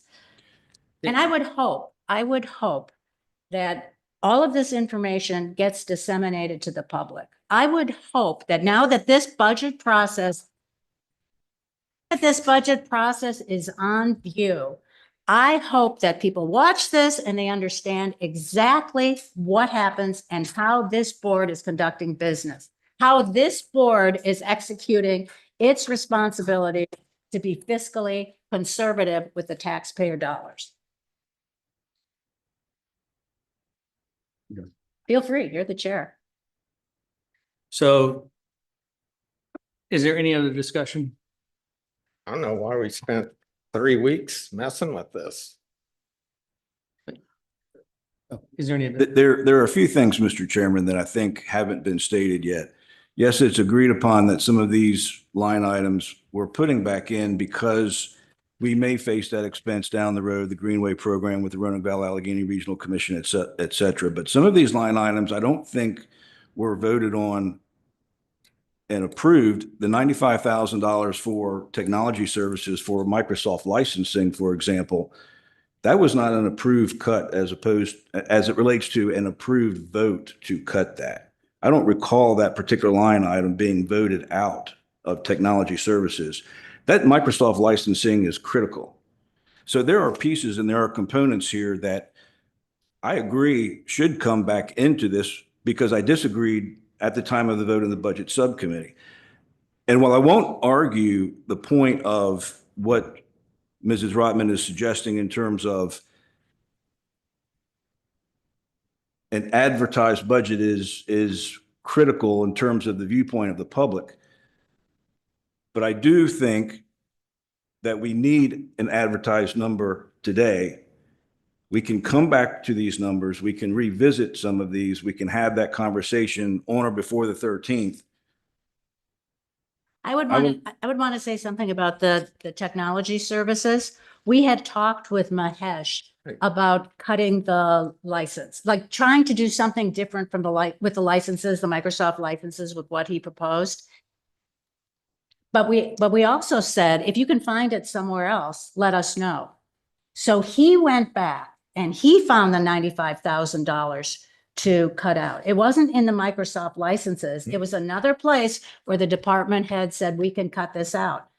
I don't want to put that back in. I don't want. And that's fine if that's true, Mrs. Robin. I'm not saying that it's not, but that information hasn't been I have not received that information. Well, so I don't there. know that information is in fact part of it. It wasn't part of anything that was distributed here this evening. Well, we did talk about that. And then when we put up the amount of, our reduction of the difference between revenues and spending, we did put that amount up on the board.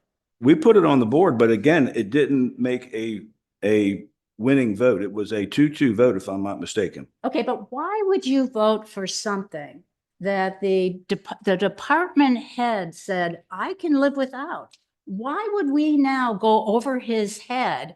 Why would we commit county monies to something he said he could do without? If that department has come back and has offered a savings in a different location, again, that information has not come to me. Okay, well. I thought we discussed it at the end of the day. Whenever we did this summary with finance department.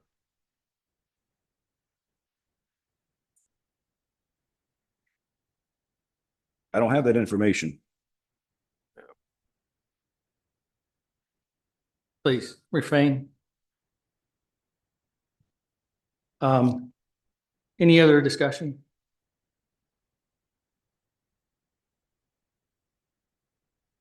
If no other discussion, I would move to approve this budget. Do I hear a second? Which budget are you moving to approve? The- Are you the moving budget to that I approve just- these additional items? Correct. I'll second, Mr. Chair. Any further discussion? Roll call? Ms. Rotman? Absolutely not. I think it is an appalling disgrace, an appalling abdication of our fiscal responsibility. Yes. Yes. No.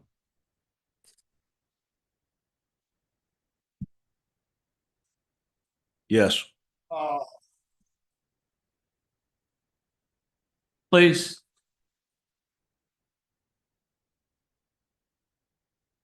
Okay. I've got to say, I just really have to add, Matt, it's appalling that you did not, at the very least, as a courtesy, circulate those numbers among the supervisors before surprising us with it here at the meeting. I'm really, I'm, We'll have discussion.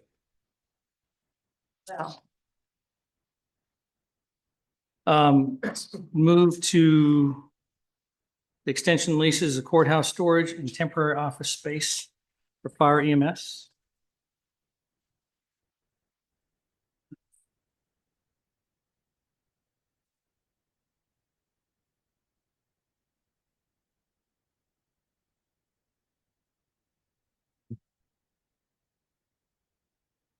You look nice today, Mr. Evans. Thank you. I appreciate it.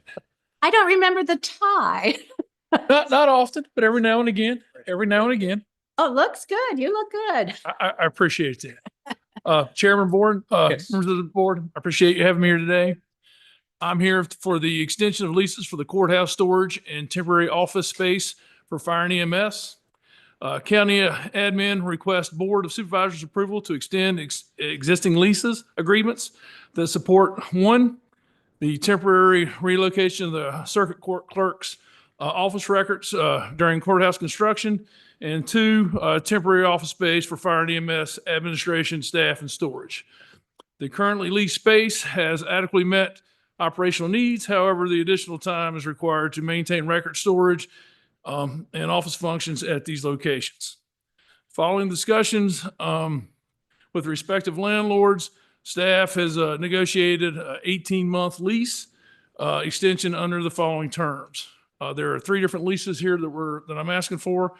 The first one is for Suite 101 and 103 at $1,048 a month for a one-time payment of $18,864. Suite 203, which is $1,495 per month for a total of $26,910.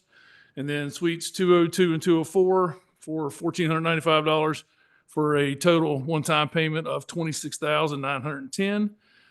These extensions will ensure continued secure storage of court records in compliance with record retention requirements and uninterrupted office space for fire and EMS personnel and storage. All 3 of these are currently leased, and they'll need to be maintained through the life of the courthouse project.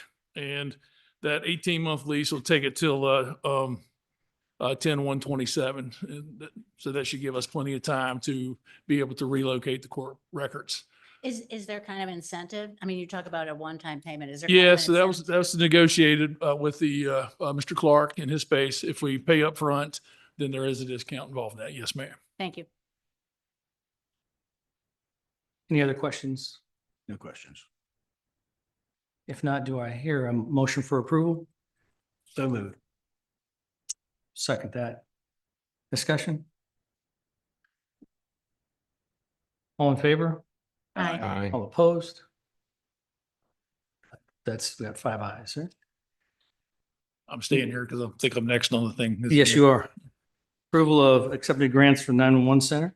Yes, so I have 2 grants. First, consideration for grant acceptance. I'm sorry. Wait, started without you, sir. Sorry. Consideration of grant acceptance and budget appropriation resolution for the Entrado phone equipment. The Botetourt County Sheriff's Office has been awarded a state grant in the amount of $300,000 from the Virginia 911 Services Board for the Entrado phone equipment.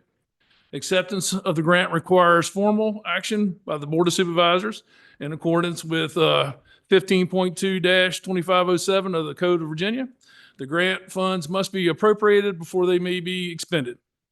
The proposed resolution accepts the grant, appropriates the funds, and authorizes the county admin to execute all required grant documents. Any unexpected grant funds at fiscal year's end will remain restricted to the grant purpose and carry forward to subsequent fiscal years. This is a grant for the phone systems. It is not a matching grant. The county will pay for the $300,000 and then we'll get reimbursed by the grant. Thank you, gentlemen. Any questions? Say a few things, Mr. Chairman. Good evening, Mr. Chairman, members of the board. I want to thank Rich for all the work that he's been doing. It's not often that I get to come before you all and not request some appropriation or money, but today I come before you to say that we've acquired funds. And I want to recognize one of the members of my office, the supervisor here is Captain Gackey's with us as well. But the supervisor, she's not here today. She is my emergency 911 supervisor, Nicole Mansfile. She's currently away on a 20th anniversary. So I suppose that's a reasonable excuse for her not missing or not being here and missing this meeting. However, she was watching. It is evening time now, so I'm not sure if she's there online, but if she is, I think it warrants a public recognition, the outstanding work that she's done and committed to this project that they've done. Nicole's played a critical role in securing two major grants that Rich just described to you all, almost $500,000 for this new dispatch center, and her efforts deserve to be recognized. So thanks to her work, the sheriff's office has been awarded to $450,000 through two grants specifically designed to support the development of modern 911 dispatch centers.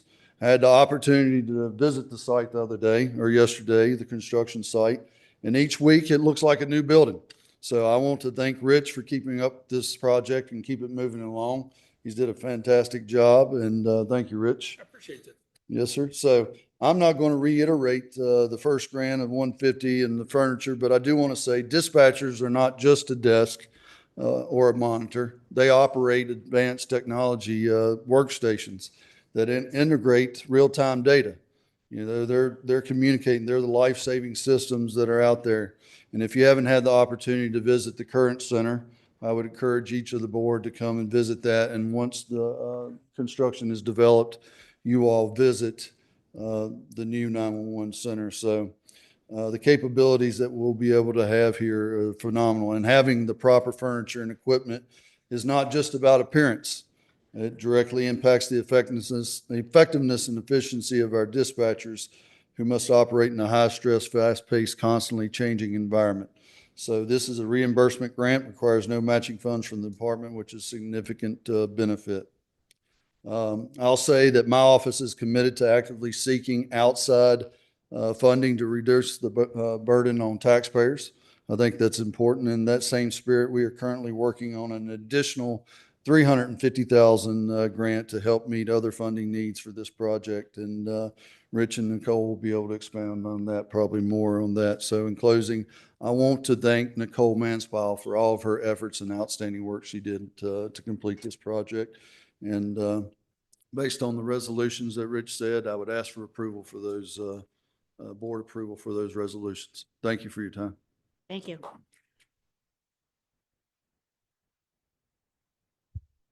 So I didn't read the other ones. The other one's a $150,000 grant for the furniture for the 911 center. It is also as the sheriff has stated, it is not a non-matching grant, is $150,000 for the furniture. And under the all the exact same requirements as the Entrada grant. And I'd also like to piggyback on the sheriff here on Nicole Manspile. She participated in every single programming meeting for the 911 center. She got into the weeds to the amount where she was picking out the dividers and the drawers for their filing cabinets. I mean, she was there. She spent, and that's her time, I'm assuming, because she's not at the 911 center. So she did an excellent job. And to get these grants to help this project stay on budget was incredible. So again, I'm asking for a second grant and appropriate the funds for $150,000 for the furniture and then $300,000 for the Entrada system. Any further questions? No, thank you. Thanks to Nicole. Yeah, awesome job. She's great to work with. Yeah. Do I have a motion? I move to approve. I'll second. Any discussion? Second. All right, roll call. Ms. Ratman? Yes. Mr. Nicely? Yes. Dr. Scott? Yes. Yes. Yes. Thank you. Thank you. Well done. Good job. So, Mr. Alexander, approval of use of opioid abatement authority funds.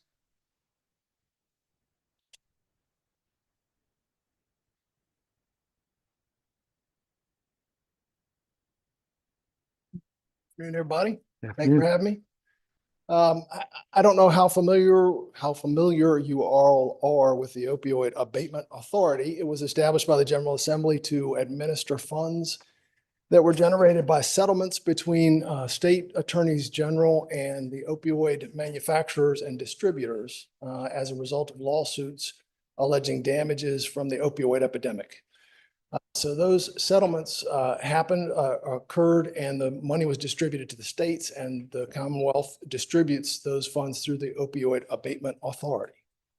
The Opioid Abatement Authority has distributed funds to Botetourt County. So this is not budget funds. These are not taxpayer dollars. These are dollars that are in a separate account that have been distributed to Botetourt County through the authority. I'm asking the board to authorize the expenditure of a very small portion of those funds for the support of our recovery court program.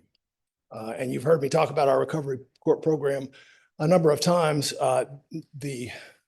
The opioid abatement funds are subject to very strict requirements on how they're spent. They have to be spent in association with the remediation and treatment of effects of the opioid epidemic. One of the appropriate ways to use those funds is to support recovery courts. And we can support our recovery court by offering participants financial support when needed, so that they have a better opportunity to graduate from that program and get the most from it. Our recovery court is not supported by county funds. It's not supported by state funds. We are asking for the board to authorize $12,955 to support that program for various ways to support the recovery court participants. And that is a brief summary of what I'm asking the board to do today, is to authorize the further distribution of funds that have been distributed to Botetourt County by the authority. Questions for Mr. Alexander? I took a look at that, the extensive requirements for every dime of that. I mean, I'm assuming we are easily able to comply with the requirements. There's no issue in not meeting the requirements of the settlement agreement. I'm assuming that's all. That's correct. One of the clear appropriate uses is the support of recovery courts. And I've spoken to administrators of other grant funds, for instance, in Roanoke City, who indicate that they use the funds in that way. We have to report very specifically back to the authority, which we'll be able to do. Thank you. Any other questions? No questions. Thank you. So we have the authorization of this request. Do I have a motion? I move to approve. Oh, go ahead. Go ahead, Brandon. I'll second. I'll move to approve. Brandon was second. I'll second. Any other discussion? If none, all in favor? Aye. Opposed? None? Thank you, Mr. Chairman. Thank you. Thank you. So one of the things we had before was the Second Amendment years ago. Again, this place was packed. And all I want to do here is I want to do some reaffirmation of that. And if we can go to, I don't know if you can pull up the resolution. I'll read that resolution for you. It says, I'll wait until you get that. Page 210.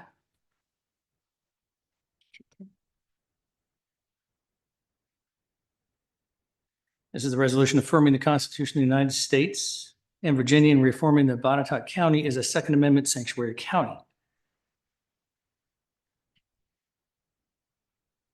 Yes. Second Amendment. So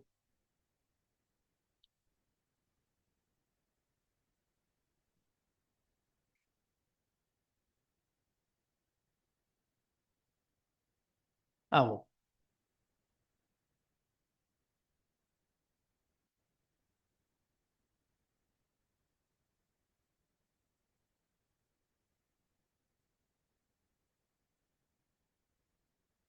Right there.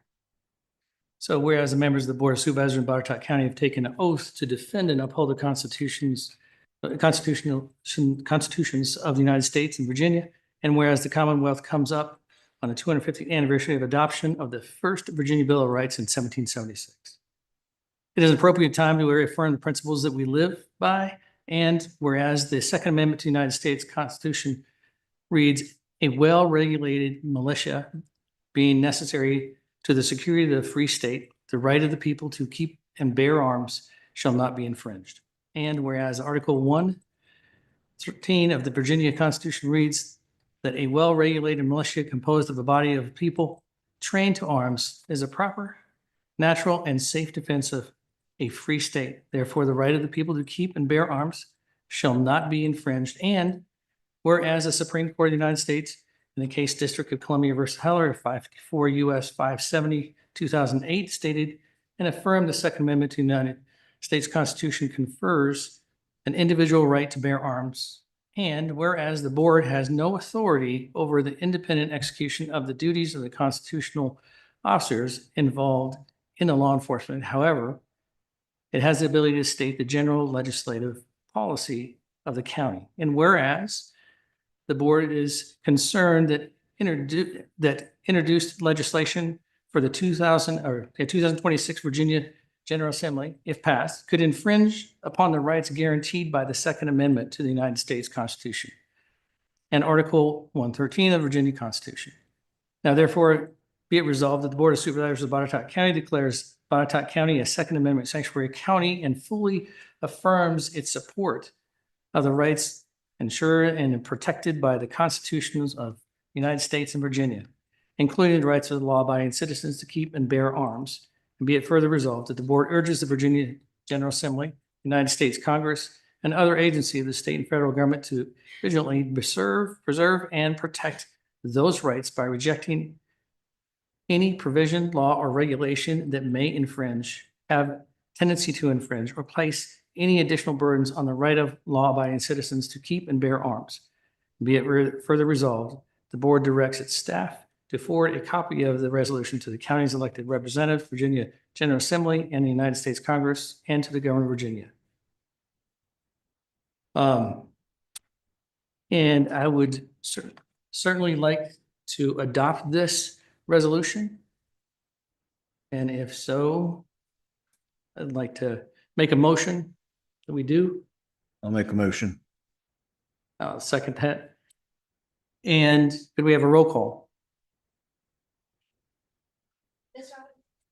I'm in favor. Mr. Nicely? Yes. Dr. Scott? Yes. Yes. Yes. Thank you.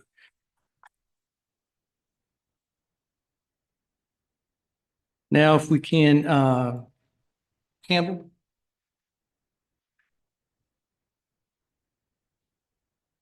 Bring up the Brownfield grant. Consideration grant acceptance of the budget appropriation resolution for Virginia Brownfields restoration. Good afternoon, Mr. Chairman and members of the board. I'm here to present on the Virginia Brownfields Restoration and Economic Redevelopment Assistance Fund, which I will be calling VBAF from here on out because that's a mouthful. And this is a grant that was given by the Virginia Economic Development Partnership, VDP, is I'll be referring. A little background on the project itself. This pertains to the old jail. And what the VBAF program does is it's used for old brownfield sites that are being renovated in the state.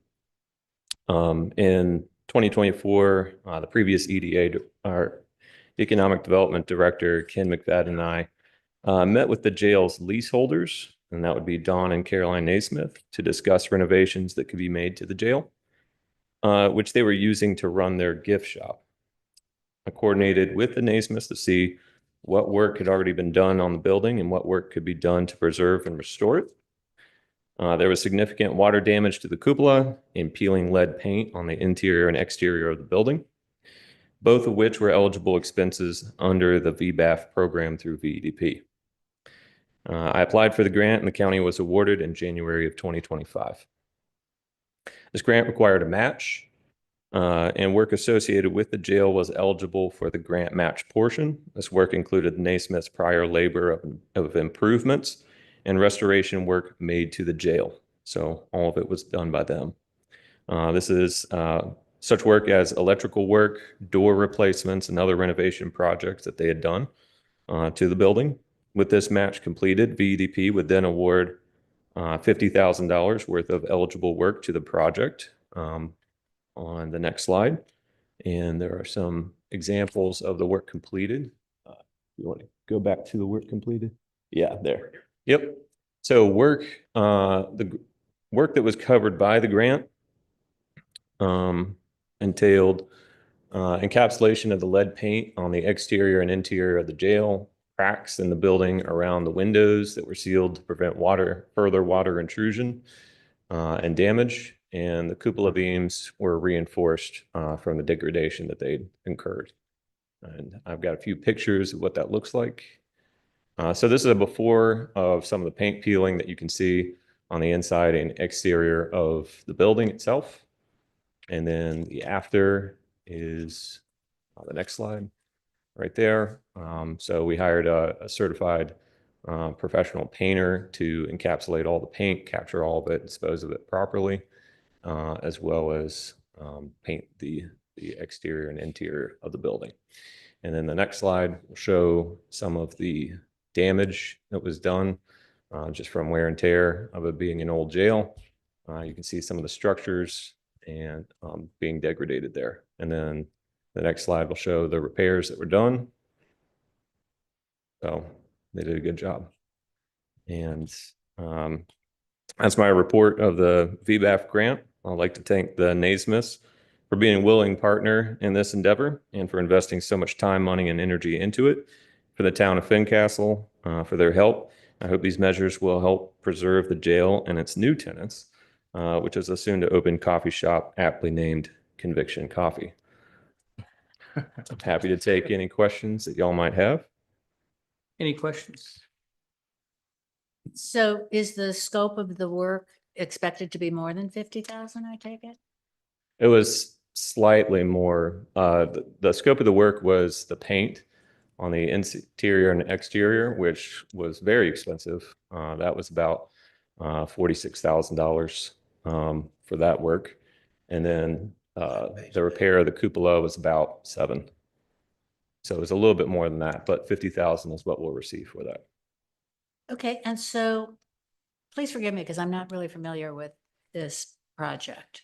So where do your funds come for this? This comes from the state. So It this comes from the is state. the Virginia Economic Development Partnership. Mhm. They do a brownfield program. So they help with lots of different projects. We haven't really exercised this a whole lot in the county. Mhm. There is another project, I think, actually in Buchanan that is getting one, but not through us. But it's something that we're hoping to utilize more in the future. Great, thank you. Mr. Chair, may I make a comment? Associated with this, Luke has just done a wonderful job. That's all there is to it. He works in economic development and did just a wonderful job with this.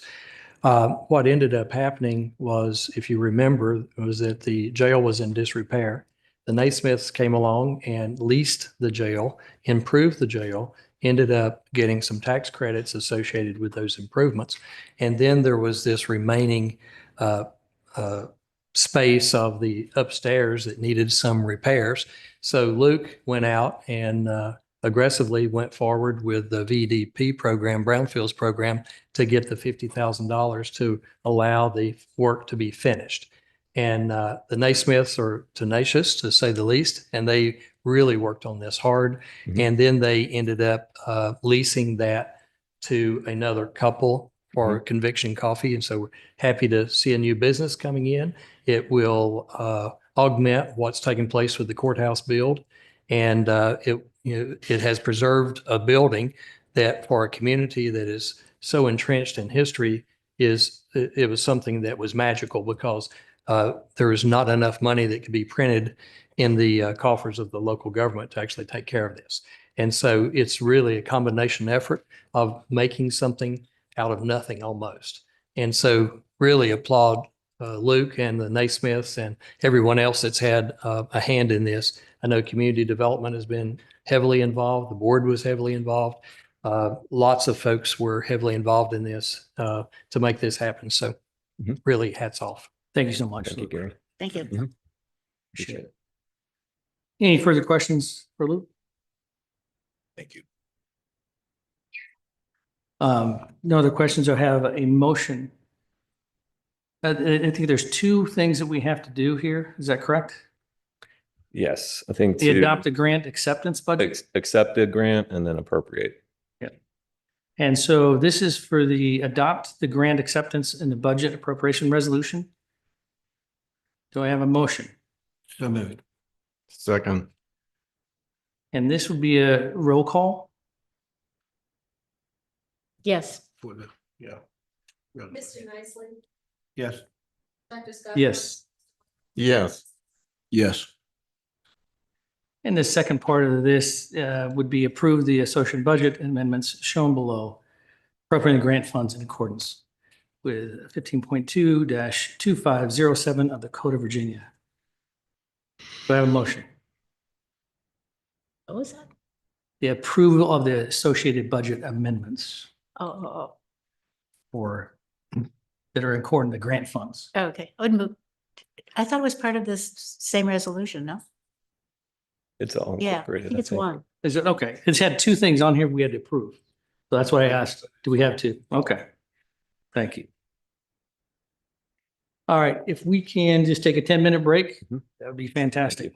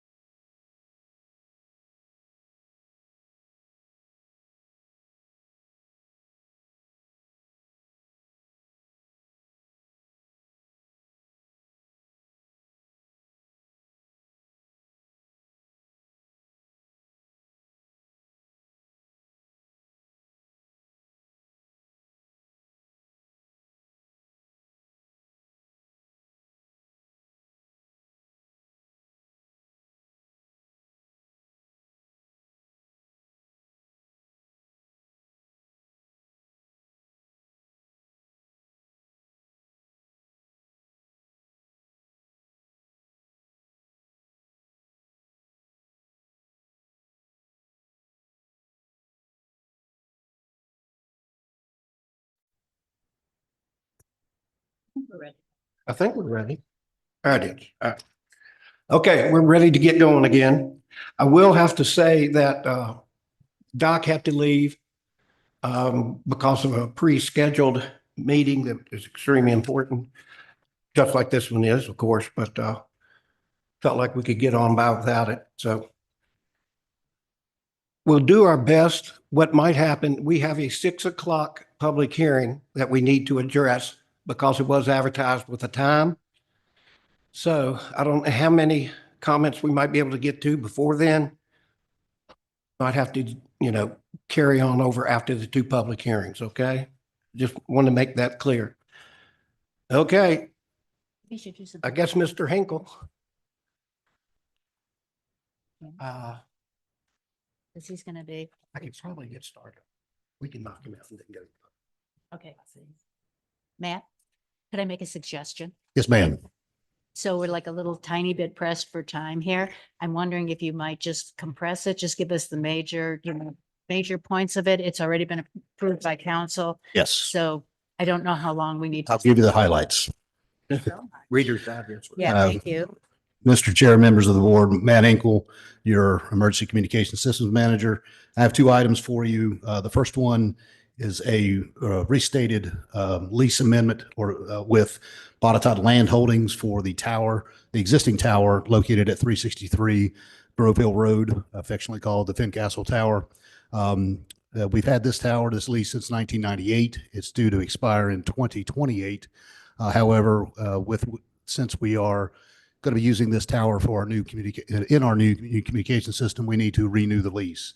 So the new lease or the amended lease will be for a 15-year period with 1 15-year extension, and we will do a revenue share with the landowner, 50% for each on all revenues that we collect on the tower. And there will be $150 a month, which was the original in 1998. Now it's $300-400 a month, will continue. So staff recommendation is that the board approve the amended lease with Botetourt Land Holdings for the Fincastle Tower. I'd answer any questions if you would wish.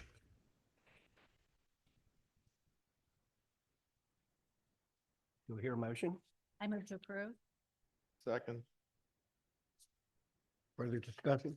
No, thank you. All in favor? I Aye. think we need a roll call on the lease. We don't need nothing. Okay. Aye. Aye. Aye. Aye. Thank you very much. Next item is a covenants and restrictions for the landfill tower. This is a restriction on the deed that will prohibit inhabited structures from being built in the fall radius of the tower that is being constructed. So the tower has a fall radius of 141 feet.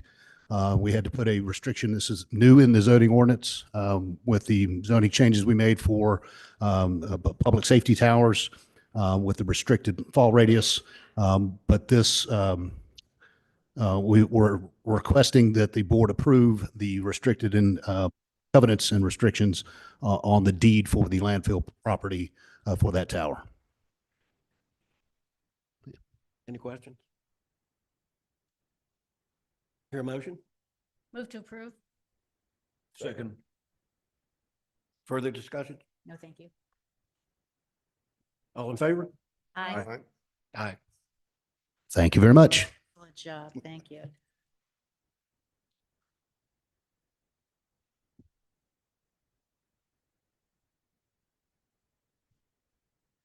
Ready for the next item?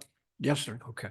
So this, the next item is the transfer of FY25 year-end funds to the school capital reserve fund. And what has happened in the past by agreement between the Board of Supervisors and the school system was that at the end of the year, unexpended funds would be transferred to a capital reserve amount or into their fund. And then they could end up using that for capital projects as the years progress. Currently, they have a balance. The 25 balance is $435,343.26. And there was also, I'm trying to get through this very quickly. Current balance for the school division capital reserve as of February 28th of 26 was 425,093. Excuse me. There's a number off there somewhere. For the total request of the transfer is $435,343.26. And it's showing that the balance was $425,930.08 previously. So that would give a total of $861,280.34. And then to access those funds, the school system has to request that. So those requests come through our office, and anything at $150,000 or less can be approved by me. And then if it's more than that, then it comes to the board. So would ask for your approval for the transfer. I have questions. Sure. So what is so when I look at, Mr. Lee's presentation of what the unexpended funds were at the conclusion of the year, it was $2.3 million. So what are the parameters of our agreement? What's the definition of unexpended funds? So may have to get Mr. Lee to come down here because that actually happens prior to me seeing the numbers. Can I just get, sort of like what the parameters of the agreement are, what the definition of unexpended funds is, is this a written agreement, oral agreement? What is this? It's a written agreement? And is that term defined in the agreement?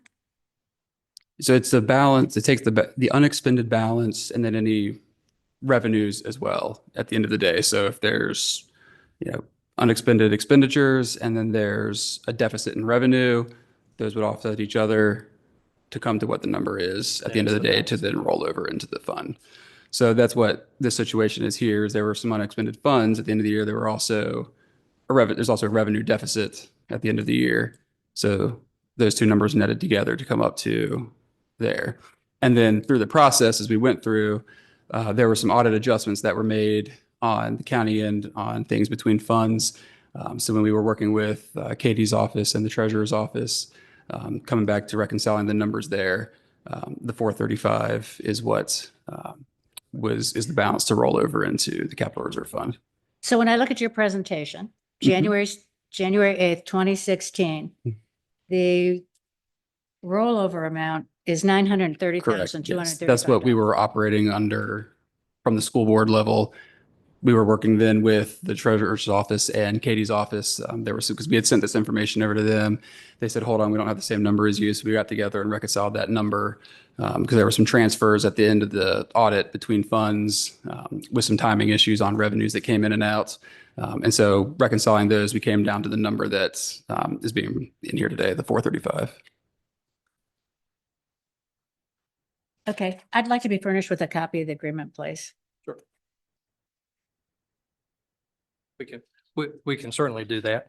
And one of the things that has happened over the time, this number has varied quite a bit over the past X number of years.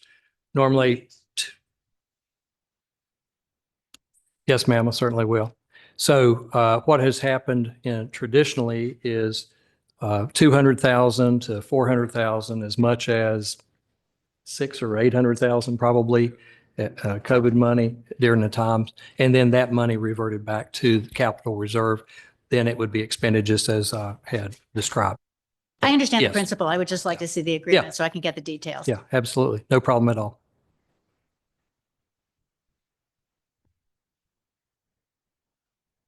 Any further questions? Do I hear a motion?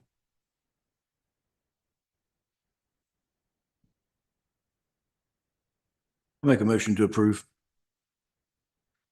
Is there a second? I'll second. Any further questions, discussions? I'm just not confident of the amount at this point. I mean, I don't have anything to work Sure. with to be confident about the amount. So Katie had to leave. She said that the three finance people actually got together. It was the treasurer, Katie, and Brandon had gotten together to reconcile the numbers. So, but she had to leave. So I would just like to defer it until I have an opportunity to take a look. Does this cause you any trouble to delay for a month?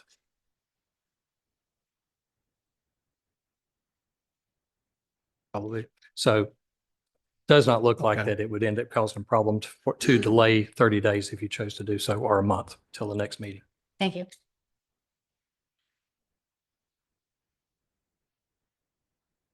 We'll see you next month.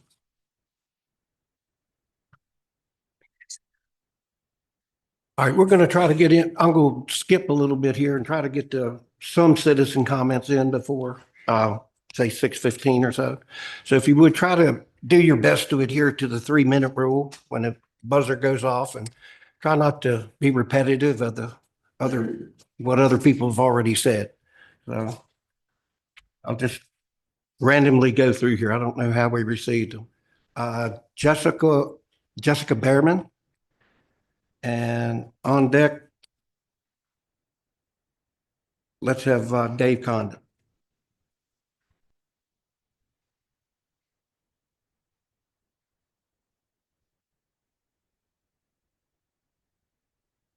Hi again. My name is Jessica Behrman. I live in Amsterdam District. So I'm here again for the third time to present another petition asking for a 6 p.m. special meeting, right? So you had a special meeting on March 10th at 6 p.m. And I don't understand why we can't get one to discuss the data center. So that is what my petition is for.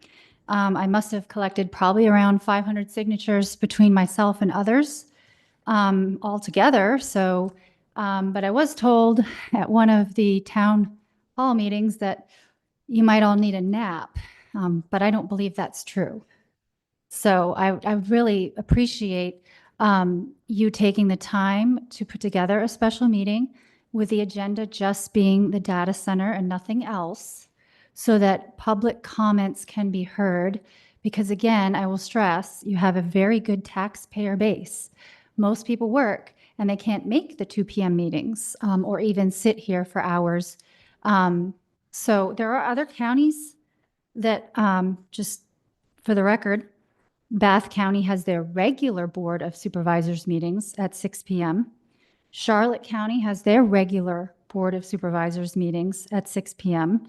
Chesterfield, Arlington, Rockingham, and Surrey counties all have their regular meetings. We're not even asking for a regular, we're asking for a special meeting. And then, of course, there's some other counties that have them at 7 p.m., like Henry, Lancaster, and Fluvanna. I think I said that right. And I guess my question is also, how many signatures is it going to take for you to, put together a 6 p.m. meeting? Are you kind of getting tired of seeing me? I mean, I'd like to talk to you under better circumstances. But let me go ahead and I will submit this petition for the third time. And hopefully you will finally grant us a 6 p.m. special meeting for the data center. Thank you. May I just ask you a question?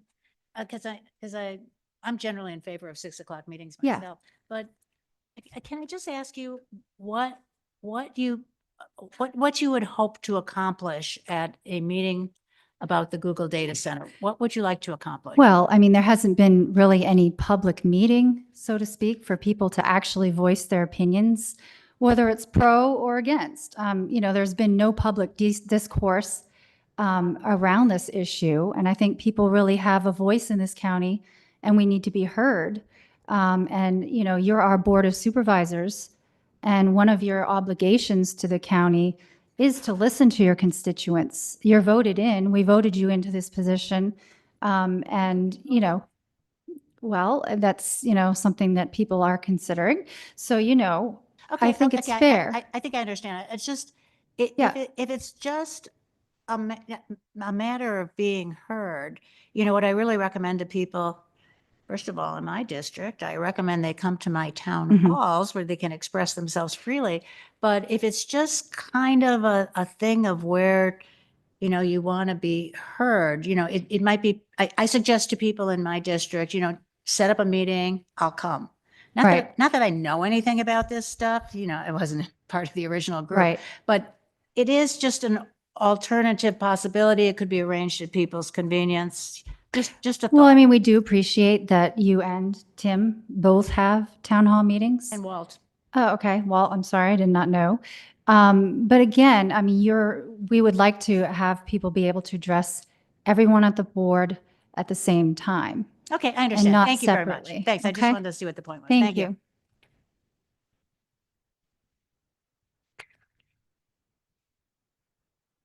Thank you for listening.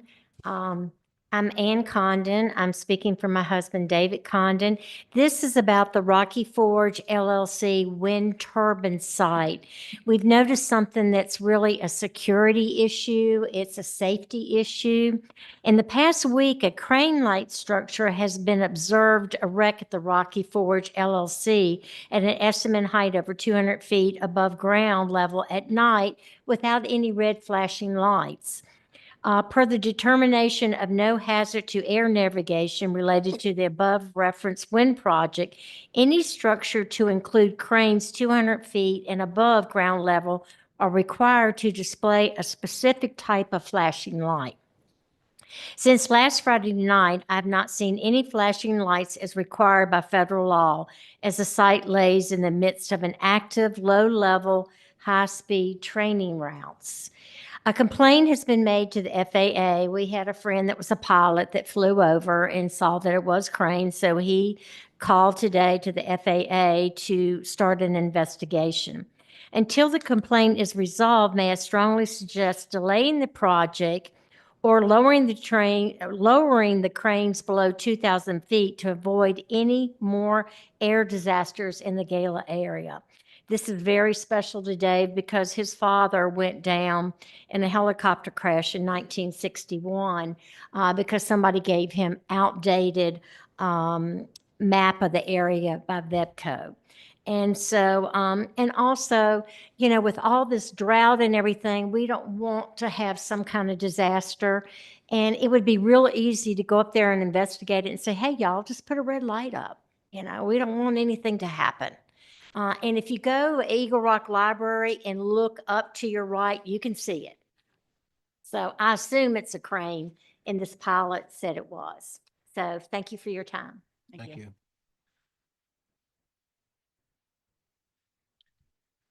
Shirley Jerusik. Did I get that right? I was close. And Kathy Haddam on deck. Shirley Jerusik, Amsterdam district. Is this on? Can you hear me? No, it's on. It was a long meeting. How's it come down? Swap you out. All right. They're dead battery.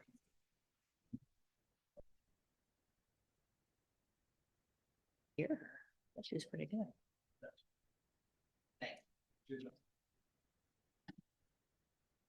I can jump back to that. Hill in the holler where the waters ran clear, came a hum, came a buzz. Oh, it's something to fear. Project Raspberry, so shiny, so tall. It promises power, but it will destroy all.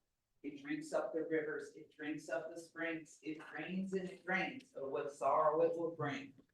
Downstream, the people, their thirst grows in shade, while fish and frogs will die. There is no delay.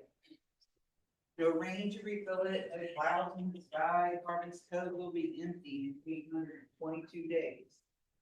Gone every drop, every shimmer, every wave. Gone all the light they could have saved. The trees will all shiver, the meadows will moan. The birds will not sing, the bees have all flown. The eaglets, the owls, the bugs in the grass, all vanished, all gone as the days flash so bright. They blot out the night. The stars disappear. Not right. The louder the roar. The there no more.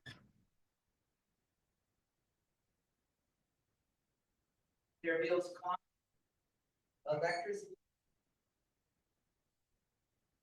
Property found. and prey.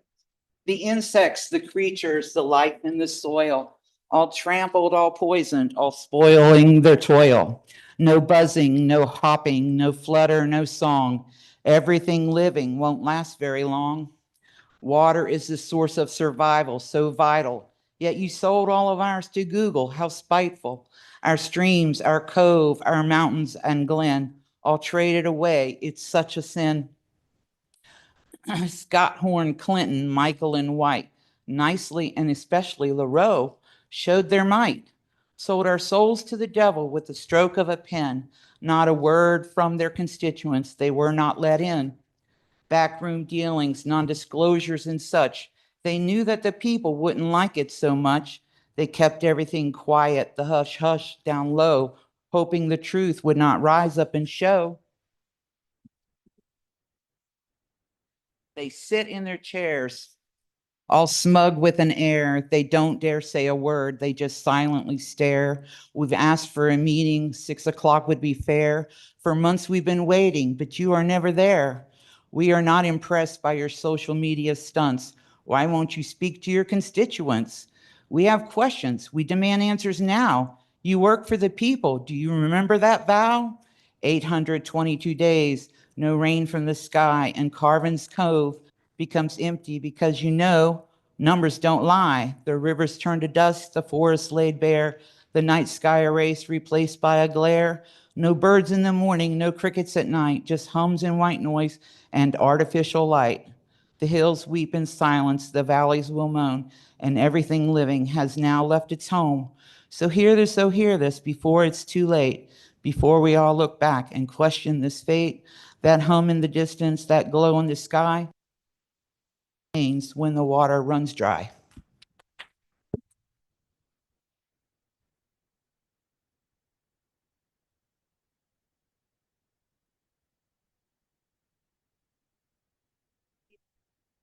Leanne, Lucia.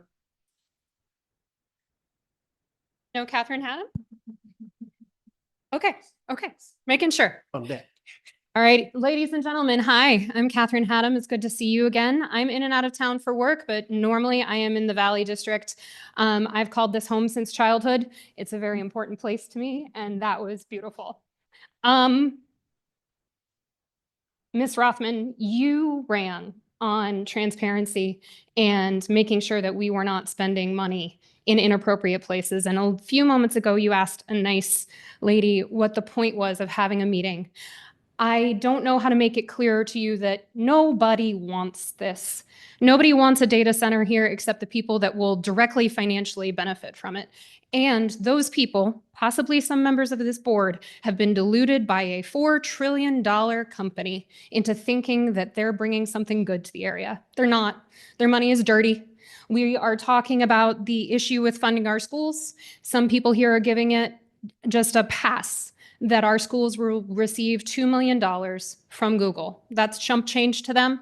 What they are contributing to our community is laughable. What they are taking from our community, our natural resources, the beautiful place where I grew up, where we all live, where we all care about, is so detrimental that it's laughable. We need to learn from cities like Corpus Christi, Texas, that's about to run out of water. Maine has already outlawed new data centers. Virginia is considering it. Data centers are already antiquated, even though they're considered new technology. And daily, we're getting more and more proof that they hurt communities, not only financially, not only environmentally. The health repercussions for our kids, which a lot of people here are here to support as part of our school funding.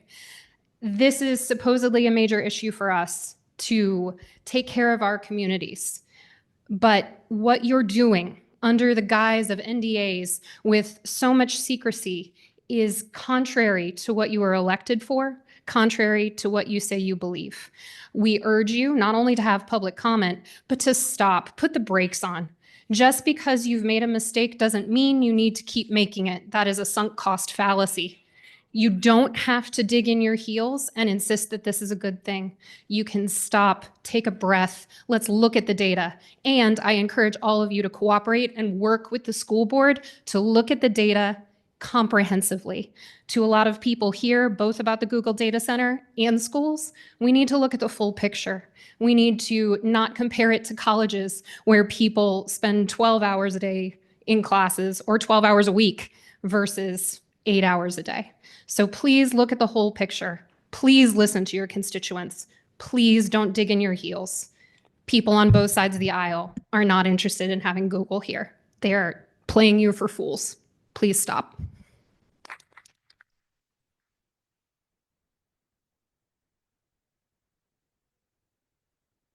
Amy Earson, and that'll be the last one.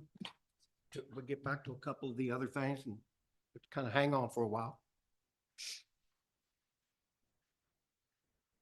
My name is Leanne Lucia. I reside in the Amsterdam district on Stoneleigh Drive. I oppose the proposed Google data center. I'm sorry, Shirley's thing got me, so it's going to be hard. I agree with all the concerns already stated, but I want to ask a specific question to Supervisor Walter Michael. Mr. Michael, in the June 25th, 25 press release announcing the project, you were quoted as saying, residents haven't been inconvenienced by what's already happening in Greenfield, and that's not going to change with this data center campus. Can you indicate what facts and data was used to support this statement? Do you still stand by this statement?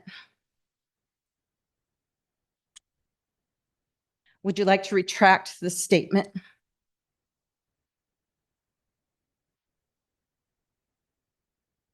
I anticipated that I would not get a response to these questions, but I wanted to ask them anyway, because this simply highlights how cavalier the Board of Supervisors has been regarding the impacts that this project will have on this community.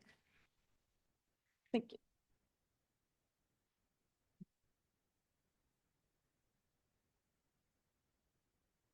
This one working? Yes. Thank you for allowing me this time today to voice my concerns. My name is Amy Eason. I'm from the Amsterdam district. We are well within the area that will be negatively affected by the proposed Google data center, although all of Botetourt County will pay the price for this unwanted utility hog. And the manner in which this clandestine operation has been contrived without any input from those of us whose families will suffer the effects of the data center is unacceptable. We live in a world that is moving fast, and we understand that AI will be a part of our lives, but what we refuse to accept is the location of this environmental nightmare in this beautiful section of Botetourt County. This piece of undeveloped land is home to animals, streams, parks, and walking trails, not to mention Greenfield Elementary School and recreational facilities less than 2 miles from the proposed industrial facility. And the fact that this project was snuck in with no transparency and without careful evaluation of the long-term costs and benefits associated with this project is an absolute failure by the Board of Supervisors to consider the harm it will do to the very people who elected them to always act in the community's best interest. As an elected Board of Supervisors to Botetourt County, you state in your vision, mission, and values that you envision a community where residents reside, where residents enjoy a quality of life marked by safety and security and environmental protection. You officially state that your mission is to establish policies and regulations to pursue public safety and protect our environment and quality of life. And as stated in your list of values, the number one values-based principle in the everyday work of the board and its staff that you claim to be dedicated to is a commitment to integrity as a foundation for open and honest dealings with all, and a desire to always choose the harder right rather than the easier wrong in your decision-making. It is absolutely obvious and apparent that the negatives from this data center far outweigh the so-called benefits. History has proven that these data centers will make promises of great jobs, increased taxes paid to the county, and contributions to the local communities. Even a very limited amount of research will show that in case after case, these promises have proven to be false. Data centers create significant real-world cons, including massive energy and water consumption, local environmental degradation, and community disruption. They strain power grids while producing intense noise pollution and generating electronic waste. Their expansion often yields minimal local jobs compared to the resources they consume. For instance, the creation of new jobs is always touted as a positive outcome from these data centers, when in fact new data centers are employing even fewer people per invested dollar. From 2020 through late 2025, Virginia's data centers have only created one direct permanent job for every $54 million invested. That is 168 times more than what it costs to create a one permanent non-data job. On a sadder note, we already are aware of several families who have placed their homes on the market specifically because of the impending doom of the proposed data center. Please listen and hear the voices of reason that are here today to protect beautiful Botetourt County and its wonderful residents. Thank you. Okay, we go drop back to, Get one more in. Can you get one more? I mean, I know I'll need three. that be after the Well, I public. I have a meeting tonight, so it'd be great if I could just, I'm very short. I just want to say a couple things. I'm just going to reiterate basically, but is that okay? I'll be 2 minutes. Basically, I just wanted to, I haven't been able to make the meetings most recently, but I was able to be at the data center meeting. And I just want to say that I think that we all feel the same way about the data center. And just so you know, I proved that I went door to door. Many of you know that I went to over 650 homes when I ran, and every single home, almost everyone, reiterated the same thing. They didn't want the data center. And so once again, we find ourselves in a situation that the constituents were against. And a lot of times people in the area don't know enough about it. And as soon as they learn about it, it just takes a simple Google search that's been stated so you can find out all the detrimental things. And part of it is that we have damaged the integrity of this area with this data center because we moved here. Many of us have been here for years and years, and we moved because of the peace and tranquility that this area offers to us and to our families. And we are, if you look also on Google, you will see that it says that Daleville and the surrounding area is part of the region's gateway to the region's natural scenery. And we have just single-handedly, by this decision, completely changed that. When was the last time you drove by miles of data, like buildings, and said, you know, that looks beautiful? You're changing the landscape of Botetourt County, and we don't want it. None of us do. And honestly, we're robbing the area of what it was known for. And that is something we will never be able to get back. So like everyone else who's here, I asked for reconsideration of this decision. And not only that, Google is a monster company. It's huge. They will call the shots. We will have no more say. We only have a say now before they get here. But once they're here, and I believe there's still time because there's no accountability for what they'll be doing to the area. They have no rules, and we don't know what they're going to be doing. And we live in the area. We are directly impacted with our health, with our environment, with the outcomes of just the noise pollution. It's all over. And as everyone stated, this is factual. This is not, I'm not making this up. It's truly a damage to the area, and that will be felt by everyone who lives here.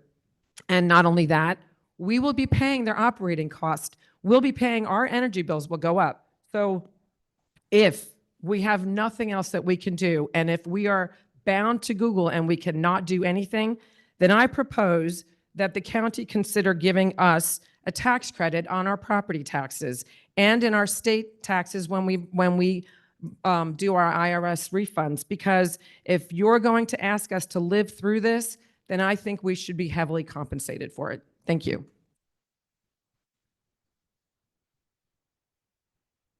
Back to item 19.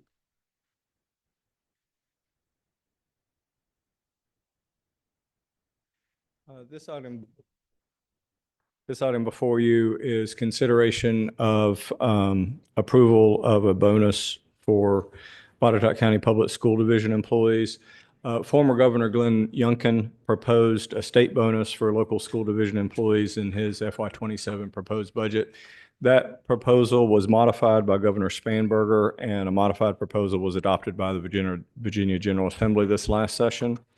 So before you tonight is consideration as to whether or not Botetourt County wants to accept the state funding to support a bonus for local employees and then provide required county matching funds for that. The school division must certify by May 1 whether or not it will provide a bonus to its employees. And included in your packet, you'll see that the state funding share to support the bonus is $454,653. The county required match is $374,790.25. Funding to support, the request before you is to appropriate both the state funding and then to appropriate additional state funding to support the state share of the bonus, and then additional state funding that the school division has received beyond what was approved in the county budget when it was adopted last June. They've received more state revenue than was anticipated in the current budget. So if you were to see fit to appropriate those monies, it totals $885,883. That would allow the school division to grant the bonus. It would not require additional funding from the county general fund. It would be supported from those state revenues. Be happy to try to address questions. I hope that wasn't too confusing. I kind of don't get it. Sorry. So Yeah. there's no county money going into it whatsoever. We're not required to match. Well, we are required to fund a local portion. So there's two pieces to what happened here. When we adopted the budget for the schools last June, there was a projected state revenue figure. The actual amount of state revenues that the schools have received is $431,230 more than what was approved in the budget. So if you take that money, that would offset the local share for this bonus, which is $374,790. So you could use that additional state money that they received beyond what you originally adopted in the budget, plus the additional new state money to support the bonus. And that's a total of 800,000 and change. My computer just went to sleep. And so it would not require additional local county funds. So did that state money, that excess state money, did that come to us or that went to the schools? That has come to us. It can't be spent by the schools unless it's appropriated by us. I will say, as you looked at the numbers in the agenda item, and again, I apologize, my computer just went to sleep. That additional state revenue that is beyond what was anticipated is roughly $53,000 more than what's required to support the bonus. So if you wish to, you could appropriate enough funding to support the bonus, and you could hold on to that $53,000. And if we don't appropriate any county funds for it, then that money would just be available to apply to the school's requested $2.8 million. Is that right? So if you don't appropriate the new $454,000 and change in state revenue to support the bonus, then the school division would not receive that. That money would just stay with the state. And then the additional money that has come is available to the school division. That would be a separate appropriation decision that you could make with your fourth quarter appropriation to the school division. Can you kind of wind it up for me? Because I'm kind of tired now. Can you kind of wind it up for me and tell me the exact dollar amount of money that comes out of the county that's not state funded? What dollar amount are we being asked to contribute? Zero. $0. Zero. It's all state funds that It would came. all be state funds. And that we yes, ma'am. cannot use for another purpose. Is that correct? Correct. The money, the $454,663 for the bonus can only be used for that bonus. The other additional state money that's beyond what was originally budgeted could be used for general operating purposes. Okay, so can we separate those two things? We can keep that excess money that came to us and apply towards general operating purposes towards the next budget, and still do something with the bonus? What's the deal? I don't know that you could apply it to the next bonus, but you'd have to apply it to the current year, and Mr. Lee may be able to explain that a little bit better. So we could apply it to the current year, and we could add that to the capital reserve and turn it over to the capital reserve?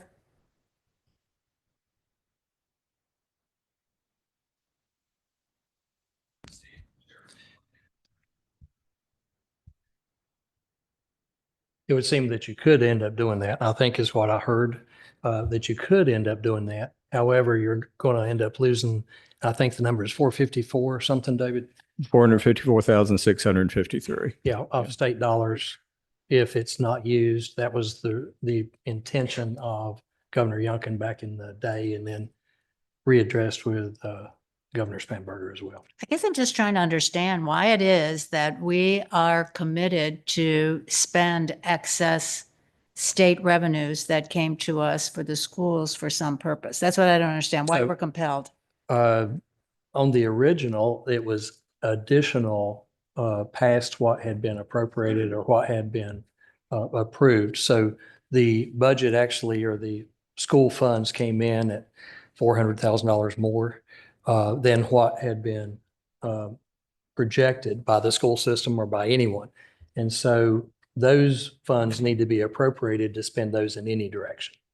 And then as a way so that there is no cost to any kind of a bonus for the school system, a no cost to the county, you could end up using those dollars to offset and to match the money that was left by both governors for the purpose. So that's the match. So you could end up taking that money and using it for capital purposes or whatever, or you could end up matching it and you get basically, well, actually more than 100% return on that. And it gets the teachers and the school system a bonus. Okay, I Is think I got that, it. is that stated correctly? Any further questions? Essentially though, David, that it's like zero county dollars. The match is being paid for out of the excess state funds That's correct. That's correct. that are in our possession. That's correct. That's correct.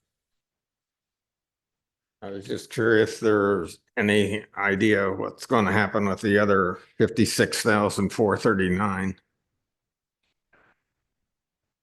Would you all like to address that at all? Would,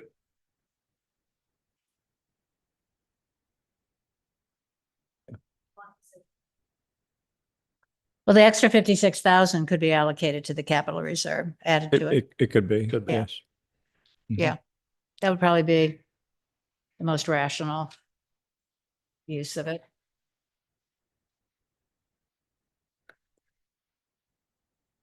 I'll make a motion to approve. Is there a second? So do we have to separate these two things? So I think that 56,000 should be rolled over into capital reserve, but would approve the budget since it's being paid for state funds and not county fund. I mean, the bonus, but do we have to do that in two separate, Mr. Anderson? Yeah, I think you would have to do it in two separate. Okay, let's do it in two separate then. So I think you could appropriate the, and I can't do the math in my head, but you could appropriate the total of $885,883 with $56,439.75 to go to the capital reserve fund and the rest to go to the operating fund for purposes of the bonus. Yes, strictly That make for, sense? Okay. yeah, and did you happen to mention that this has to be done by May 1? I did. Okay. Mhm. yeah, he said that. So I thought. So do we have any? One motion or two? One. Got it all in one? I think you could do it all in one. Okay, sir. You still good with your motion? Still good. Okay, I'll second. So does the state do any kind of checking on these funds to make sure they've been expended in the way that we have matched and?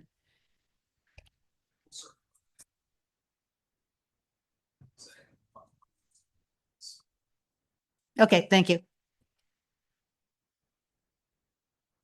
Where are we? Second? Did somebody? Got a second? All in favor? Say aye. Aye. Aye. Aye. Aye. Very good. Thank you, David. Thanks, David. All right, we're going to have to go to our public hearing since we did advertise a time. We are about a half an hour behind. So, Mr. McCoy?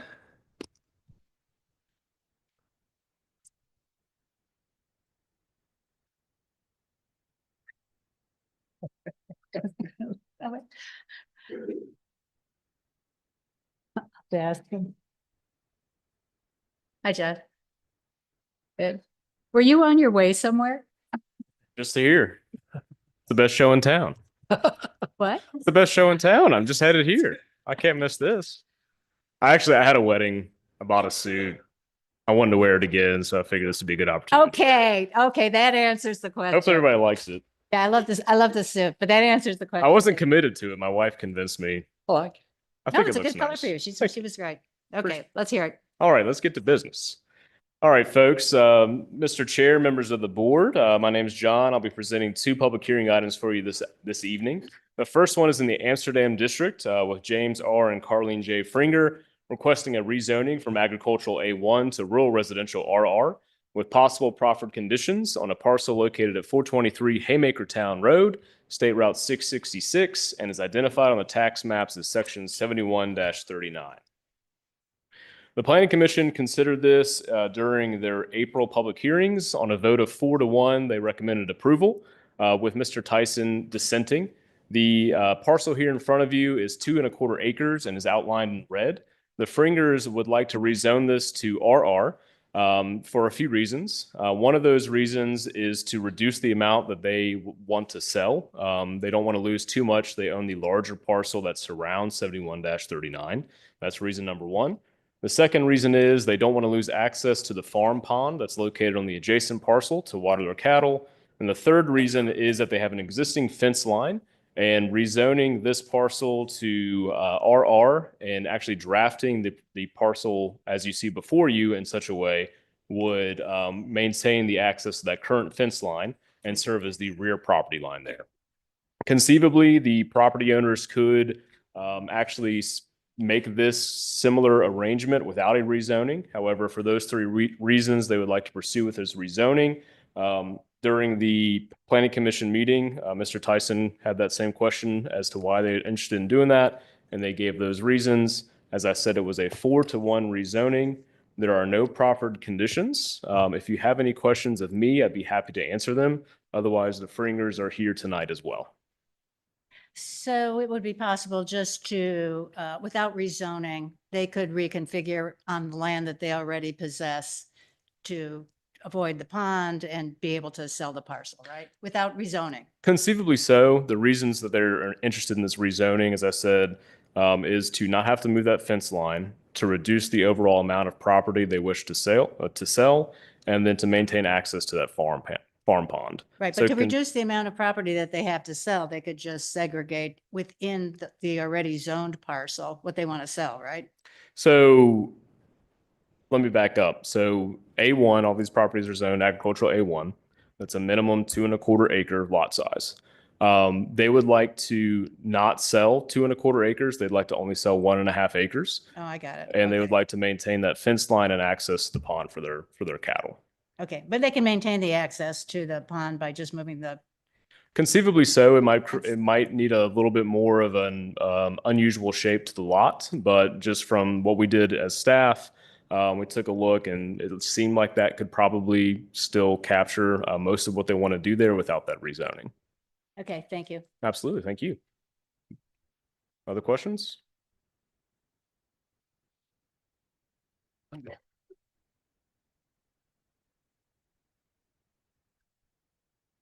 Does the applicant want to speak? Y'all good? Okay. All right. I don't have anything here, but I will open up the public hearing. Anyone wishing to speak on this subject?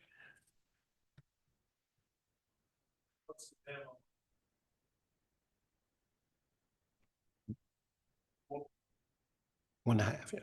Yeah, and it's 2¼ for the A1.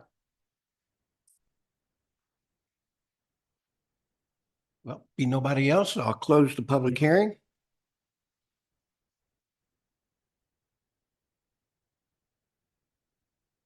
Any discussions, further discussion? We spent a lot of time, effort, and money in developing the new comprehensive plan. And I think we should stick with that. Because, so that would require to stay at A1.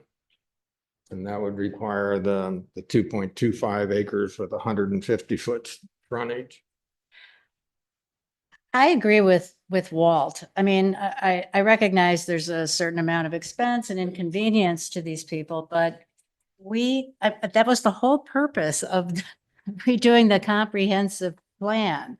I don't think we can make an exception for inconvenience. I think there has to be some absolutely compelling reason to change what was approved in the comprehensive plan. And I'm sorry for these applicants, but I don't see it here.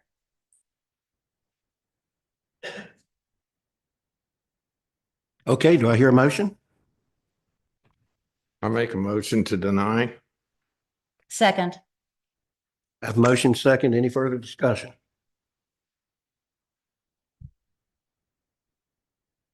All in favor? Aye. Aye. All opposed? Aye. Aye. How about game? Yep. Where do we go from there? Doesn't the motion fail for lack of majority?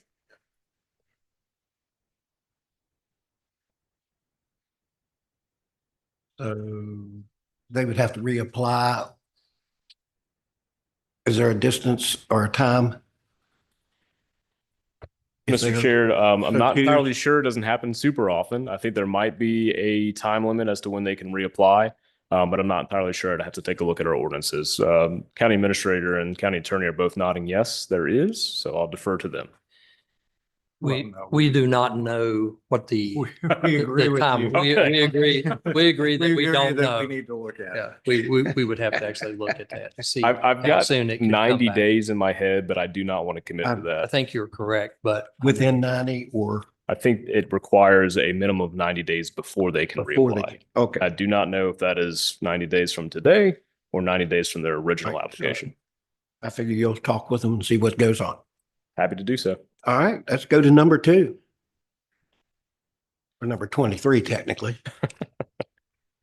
Alrighty, folks. So as Mr. Watts is pulling up the presentation, the second public hearing item for you all this evening is actually a mobile food vendor text amendment. So this is one that the Planning Commission and staff have been working on for a while, and this would actually provide a legal avenue for food trucks to operate in Botetourt County. Currently, as you know, our zoning ordinance is exclusive, so if it is not mentioned as a use in the ordinance, it is not permitted. So as of right now, food trucks, though we know some do operate, do not actually have a legal pathway to do so. And this text. Can I just ask a question? Of course. So, I'm sorry, I'm just, exhausted from staying here all day. I'm really getting hungry now as well, but Could use a food truck. yeah, I definitely could use it. So I just want to see if we could circumvent this. So are there any permissible uses in the county that are just sort of named without the detail of regulation that you're proposing to accompany the food trucks? Certainly, there are uses that do not have supplemental regulations. There are many that do. Okay, so food trucks have to have a business license, they have to meet the health requirements, they have to meet ordinary noise requirements, they have to meet signage requirements. So could we not just, permit the use without all of this regulation? What this strikes me as, I could be wrong about this, but it kind of strikes me as an attempt to eliminate this as a use. I mean, to me, like if somebody cannot park their food truck on their own A1 land and operate without a special exception permit, that just seems absurd. I just don't feel that the county should be picking winners and losers by virtue of imposing kind of excessive regulations on like a legitimate small business. I mean, we want to encourage small business. We don't want to regulate them out of business. So I think we should, what I would propose, I don't know if anybody's going to agree with me, probably not, but what I would propose is that we send this back for an absolutely streamlined version that is not going to overregulate these small business operators and put them out of business.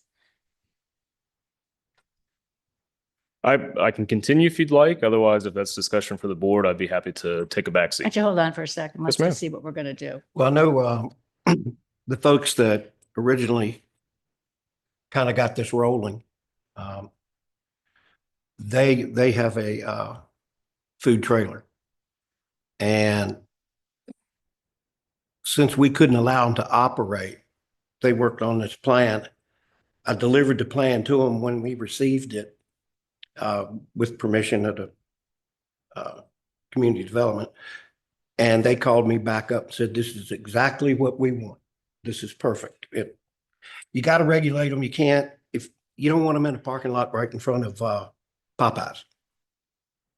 Well, what I would say is, people use regulations for different purposes. So one person, may be excited about the regulation because it eliminates all the competition. I just think we need to take a much closer look at it. I don't think we should be approving a countywide ordinance because some person comes to us and says, yeah, it's great for my business. I think we really need to give this some thought. And I would like to see the possible alternatives of a non-highly regulated permissible use ordinance. I really don't see where it's all that heavy on regulation. And we did get with other jurisdictions and take a look at their stuff and all that good stuff. Yes, sir. Okay, well, sort of I just feel like it's something that we should be encouraging. Now, I know people hate hearing about this, but I did come from somewhere else. And the food truck night was like an incredible night. Like each small town, each burb, they had like Wednesday food truck night or Thursday food truck night, and all the food trucks came out and people came out. There were also restaurants in the area, but people came out, they did some shopping, they ate at the restaurants, they ate at the food trucks. It was just something that worked. I mean, my husband is an economist, and one thing he always says is, if you want to promote your business, let's say you sell lawn chairs. If you want to maximally promote your business of selling lawn chairs, locate your business next to another lawn chair seller. So that's kind of an economic principle. We're kind of doing the opposite here. I just feel strongly that we need to take a deeper look at this and sort of acting on what one operator would like us to see. If I may, we're not operating on just a single user potentially for this. Your description of possibly a food truck night would be permissive underneath this ordinance. It would not require any sort of special approvals other than what the state would require. They would have to pay their taxes to Botetourt County if they operated here and sold food here. Nothing in this ordinance would prevent that situation from occurring. But they cannot operate in the A1 district without a special exception permit. Under this find that- proposed Yeah, do you not ordinance, find yes. that to be kind of a limiting factor in somebody's business in that most of the county is A1? No. I'm happy to explain if you'd like. Yeah, go ahead. Give it a shot. So what we attempted to do with this ordinance is to balance two competing interests. One is to permit food trucks, and one is to protect agricultural property and protect existing restaurants operating in Botetourt County. See, I think that's wrong right there. Okay. I do not think it is the function of government. That's what I'm trying to say. I do not think it's the function of government to pick winners and losers. I do not think it is the function of government to say, we need to protect our, stationary restaurants. I do not think that. I think that we should just be allowing competition. That's probably my biggest gripe about this thing, is that we're trying to favor one business over another. So by favoring one over another, we're disfavoring the other. It's not fair. It's just not fair, and it's not the proper function of government, in my opinion. Another perspective would be that brick and mortar stores have to invest a lot of money into being that brick and mortar. They have a lot of the other That's what you're regulations saying they is have. we need to protect them. I don't agree with that. Okay. I don't agree with that. If a brick and mortar store cannot, with a nice seating, good food, if they cannot, if they cannot compete with somebody that you go to the window and you get the food, there's something wrong with the brick and mortar store. I just don't think we should be weighing in on that at all. Understood. So what I would like to see is, let's send this back to the drawing board. Is there some immediate need for doing this? Let's send it back to the drawing board and let's see what they can come up with that does not try to put a thumb on the competitive advantage of any particular group. May I chime in? Absolutely, sir.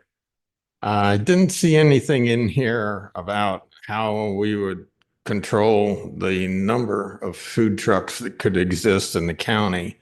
And my first thought is maybe we do like they do for taxi cabs, is have medallions so we can control how many of these can be in existence in the county.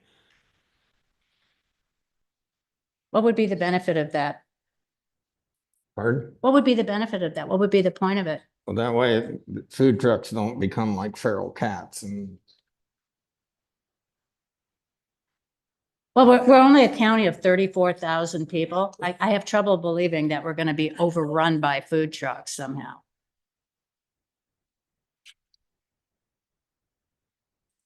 We would like to avoid feral cats, that's for sure. Can you hit on the highlights that where they are allowed without any permitting? I certainly can. So the only zoning district that they would require that special use or special exception permit would be A1. We do. Can I ask you a question? So for each separate place that they would like to operate within A1, do they have to get a separate permit? Yes. Okay. So, And other jurisdictions don't allow it in A1 straight up, right? At all. Correct. Right. well, I don't think we need to do what other jurisdictions do, like kind of in a copycat way. I think we need to be more thoughtful about the businesses. I mean, it's not like we're a great county for small business. I hear a lot of complaints from small business people about how difficult it is to do any business here. So my personal opinion is that we need to encourage small business. I don't know that we're going to be overrun. I mean, in competition, there's kind of an outside limit about how much, somebody is going to risk of their capital to go into an area where they're not going to have a return. So I think there's kind of in competition, kind of a natural ceiling. Somebody's not going to invest a lot of money. They're not going to buy 5 extra trucks to come to Botetourt County if they don't see that they're going to get a return on. So there is in competition, there is in capitalism, kind of this natural balance.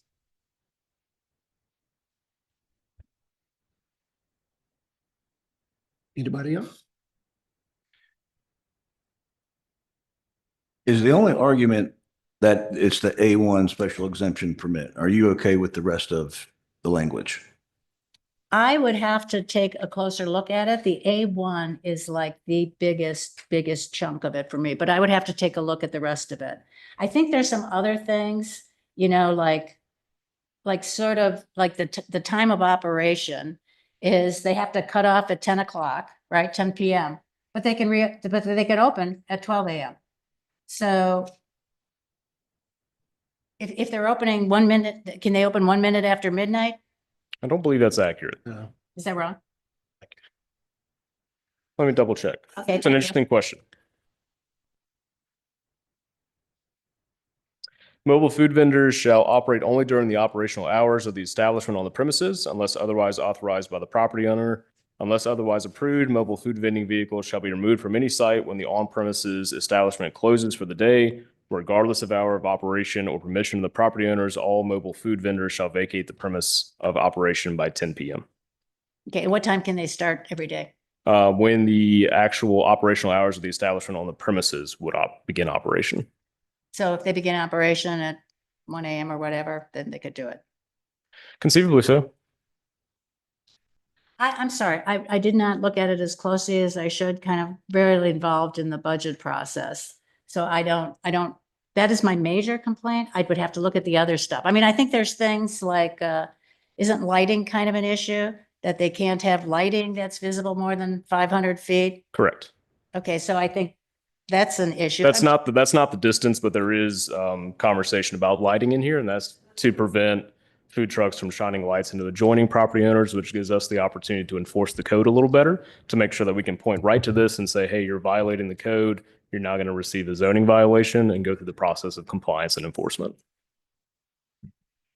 So so if they have just a light on, let's say somebody's operating. Mhm. They're closed down for the day, but they need some lights on to finish up so they can close down for the day. Is that a violation? It would be, wouldn't it? If it's shined into a adjoining property owners, like any other light that's currently covered under our lighting ordinance, you could conceivably have that as a zoning violation, and we would investigate if there is a complaint received. So but this is already in the ordinance. We don't need it extra in here, right?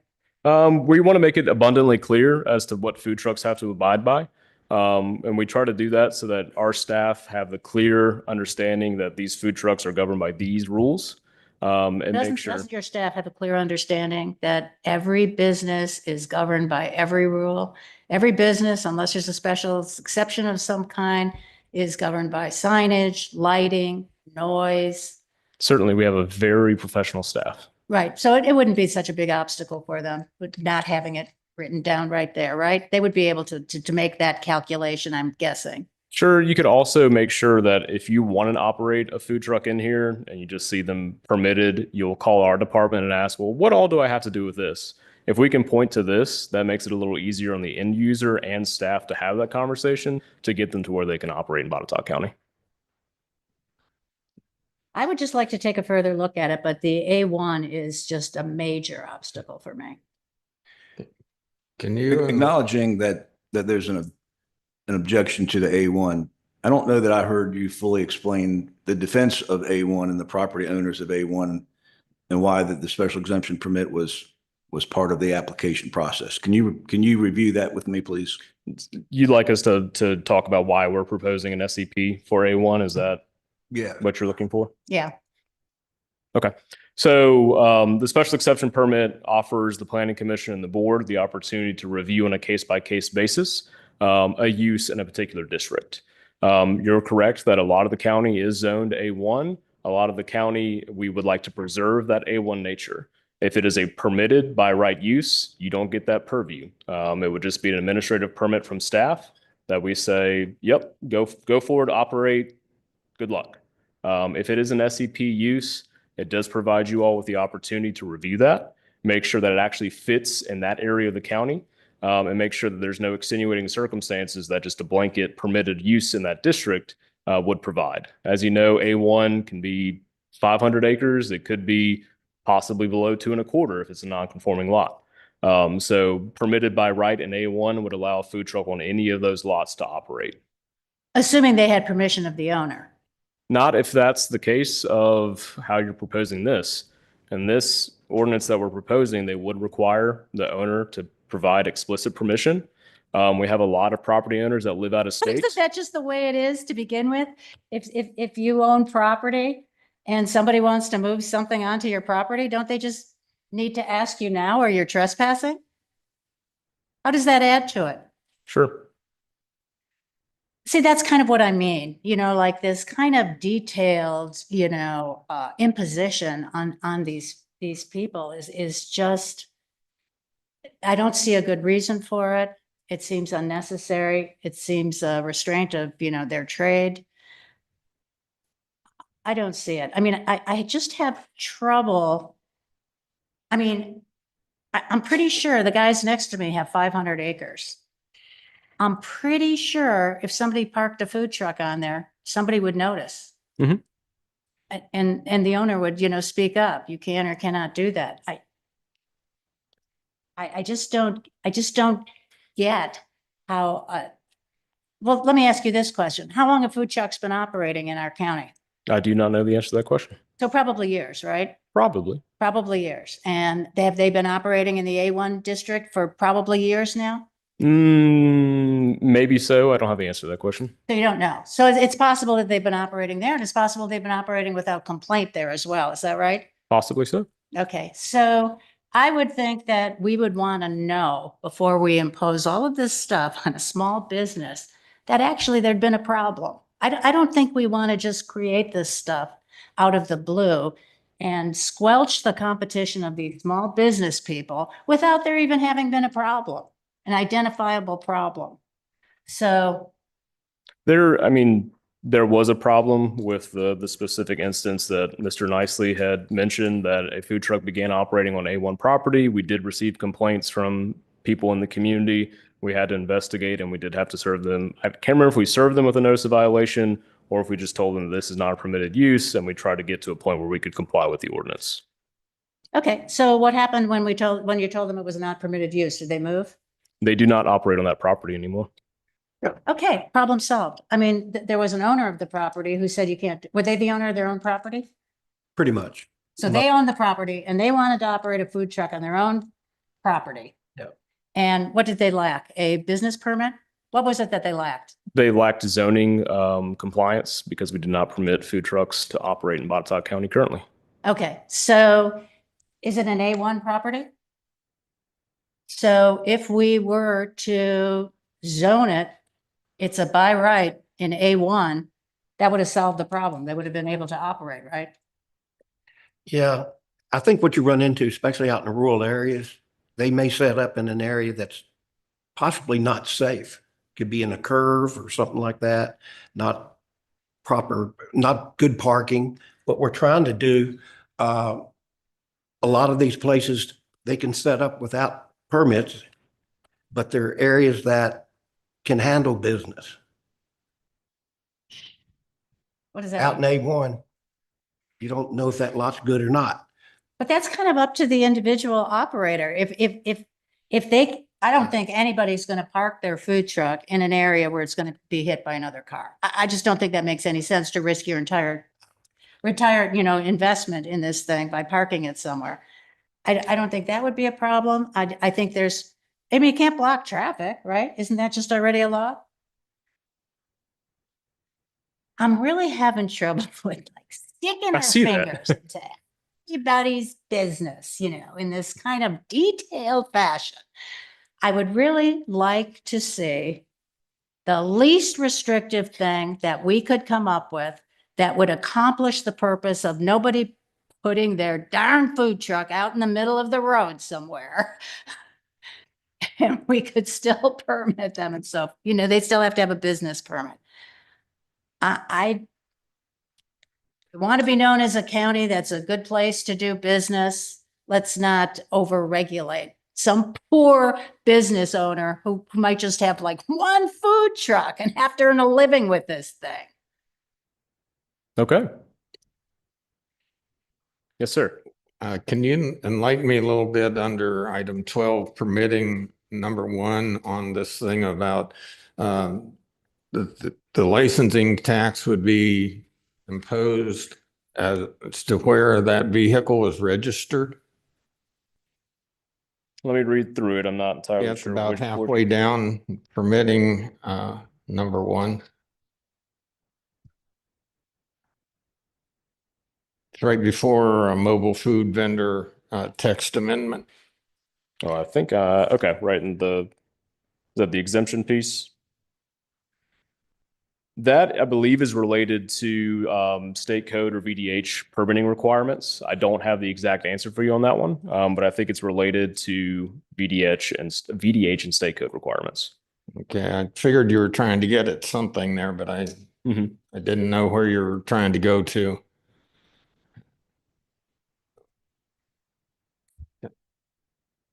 So that is related to the permitting. The next section there talks about taxes, which basically says that you're required to pay those taxes to Botetourt County if you operate in Botetourt County and sell food here. That piece on permitting refers to the requirement that you have to have that prominent location visible, that you've received a permit from us. You have your fire marshal's permit, which is required through the state, your VDH permit. The other piece is about the exemption of the licensing tax, I believe is related to state code, and I truly do not have the information in front of me to be able to describe that. I would hesitate to speak exactly to those matters, as I believe that's something that's required by the state. Okay. So I just didn't want something where people can register their vehicle in Bedford County and then come over here. So I believe that if a food truck receives a business license in Bedford County, they actually do not have to apply for a business license in Botetourt. They are responsible, I believe, for paying the taxes on the food they sell here to the commissioner or the treasurer, commissioner of revenue, one of those organizations, treasurer. But I'm not a tax attorney. We might have a more suited individual here to talk about that process, but it basically means that they don't have to get a business license in every locality they wish to operate. Okay, thank you. Absolutely. Now, if it's an event going on anywhere, A1 or else, if it's a private permitting is required, correct? Yes, sir. If it's a private special event, which we have defined for the purposes of this ordinance because we didn't want to conflict with, there's another section of county code that talks about special events. So for the purposes of this ordinance, if you're operating a food truck in conjunction with a special event, you would not have to go through this permit process. So if there is a wedding and you have your folks come for the wedding, you can have a food truck there. That's fantastic. I don't want to be involved in permitting that anyways. Good. Okay. So what if you have 5 food trucks that decide to get together on my land? I give them permission to do that. Are you serving to the public? Yeah, am I serving the public? The food trucks would be serving the public. Okay. But I invite 5 of them for my music night on my land. Mhm. It's my event. Do they have to get permits for that? If it's a private event where you're inviting folks to your property and there is a accessory to that event, that would not require a permit. Now, if you set up 5 food trucks on your property year round and you want to encourage folks from the community to come up and purchase food from that, that would require a permit through this process. Okay. We have to send this back. We have to have it make business sense. We have to. That's all I can say. Do I hear a motion? I move to send this back to the planning commission and have them reconfigure this in the least constrictive, least regulated way possible. There's a public hearing involved. I don't know if that needs to happen before or after the motion. That just Oh, you just have Thank to. you. as just a have reminder. to- Thank you. You just have to. You just I don't have- have anybody signed up to speak on it, but I'll open the public hearing. Anybody want to speak about that?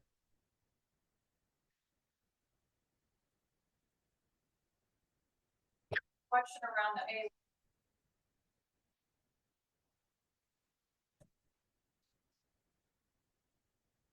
Well, you're talking about like this? Yeah, yeah. No permitting required. It's an event.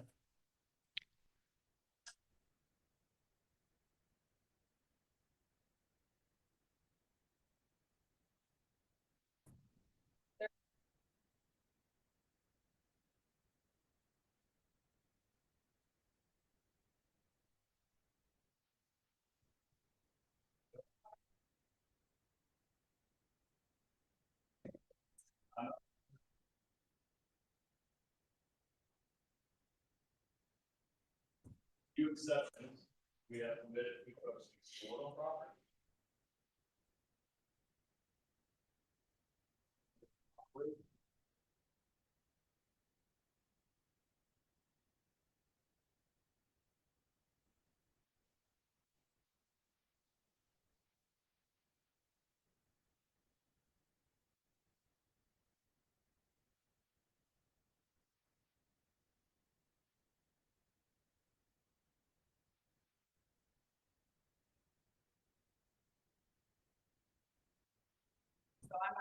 we're not the type of. That's not profit. I go where the people. Yes, you pay meals.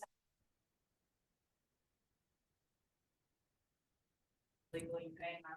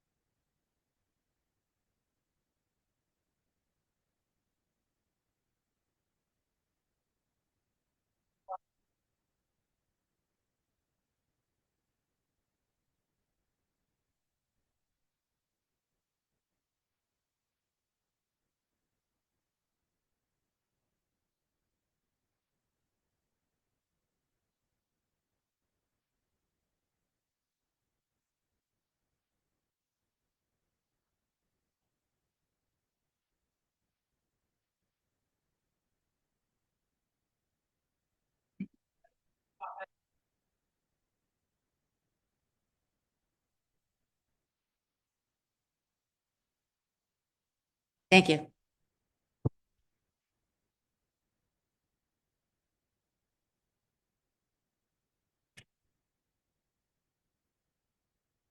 Board of Health permit, the fire inspection permit, and then your business license. How many permits are gonna be enough?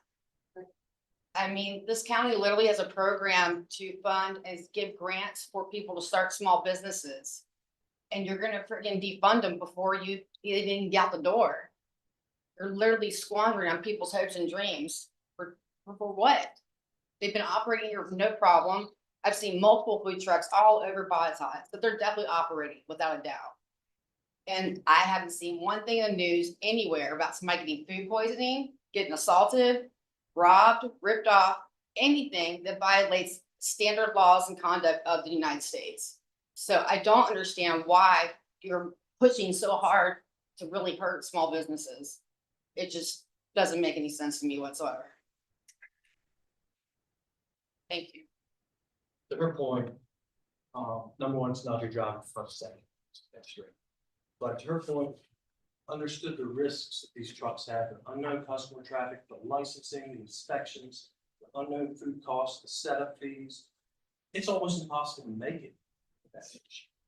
And, you need to open it up, unregulated, send it back.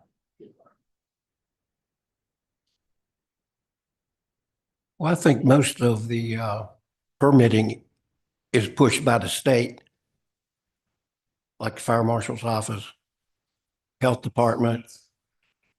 Yeah. Right. Yeah, we're just making sure they have those.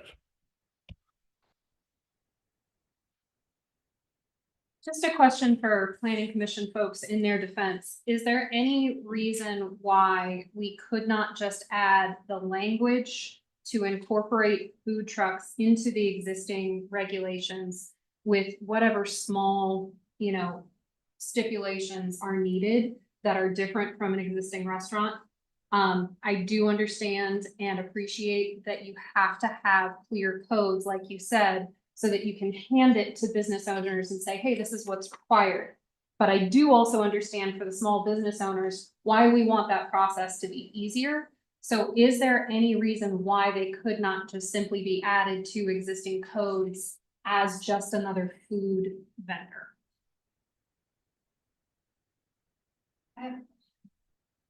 If I wanted to right now, I open up a brick and mortar restaurant in B1 zone.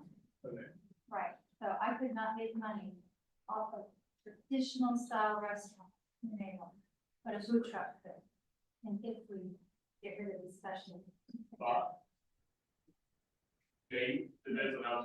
Right, I'm saying if they waive that, becomes a permitted area, then a food truck is needed, but a brick and mortar. Okay. I'm just curious.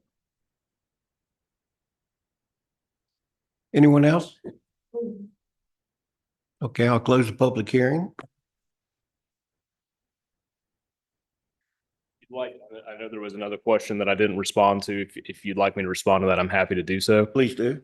So this is a world that a lot of people are not involved in, right? Zoning is not typically dinner time conversation. It's not typically something that makes everybody super happy. I understand that. For food trucks to operate, they need to be added to the zoning ordinance. If you want to have a little bit of purview over what those food trucks do, where they are, what they can have on the food truck or anything like that, you have to have what's called supplemental regulations. That is what these are supplemental regulations. There are several uses in the county. The first one that comes to mind is, I think we've got, I've just lost it. So there are many others that require supplemental organization or supplemental regulations to operate. Some of them have special exception permits. So that is something that would come before you all and would require a public hearing to approve. Otherwise, they might be permitted by right with those supplemental regulations. The way it's currently suggested here is that food trucks would operate under, by and large, permitted with supplemental regulations to do so. But in answer to this woman's question, you could drop the supplemental regulation and just have the use.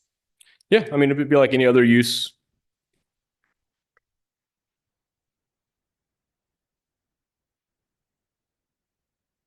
It's totally up to you all. What? It's totally up to you all. It's your zoning ordinance. Totally what? It said it's totally up to you all. It's Oh, your up to zoning you all. ordinance. Yes, I ma'am. thought you said fee off, free for all or No, something. ma'am. That- No, no, no. really- Totally up to you all. It is your zoning ordinance. Okay, thank you. Absolutely. All right. Do we have a motion? I move to send it back to streamline the supplemental regulation and allow use by right in A1. Is there a second? Just for clarification, sending it back to planning commission? Planning Commission, yeah. Or do you want to send it back to staff? Oh, who makes the changes? I don't know. Who actually makes Staff will present changes. this staff? That's what I meant. Make it his problem. All right. Give you job security. Yeah. I won't complain about that. Did you want to make it staff then? Yes. Okay. I'll second that. If that goes back to staff, does that need to go back to the planning commission then before it comes back to us? Yes, sir. I believe it would require another public hearing by the planning commission. We'll likely work with them during work sessions to get this to a place that is better suited for the board. Thank you. You're welcome. I have a motion and a second. All in favor, say aye. Aye. Get your pencil and paper out. I'll be working with you soon. Thank you, sir. Thank Thank you. you very much. Absolutely. That's all I have for you tonight. Thanks. Thank you all. Okay, we'll go back to the public comment. Ms. Zabisky? Oh, there she is.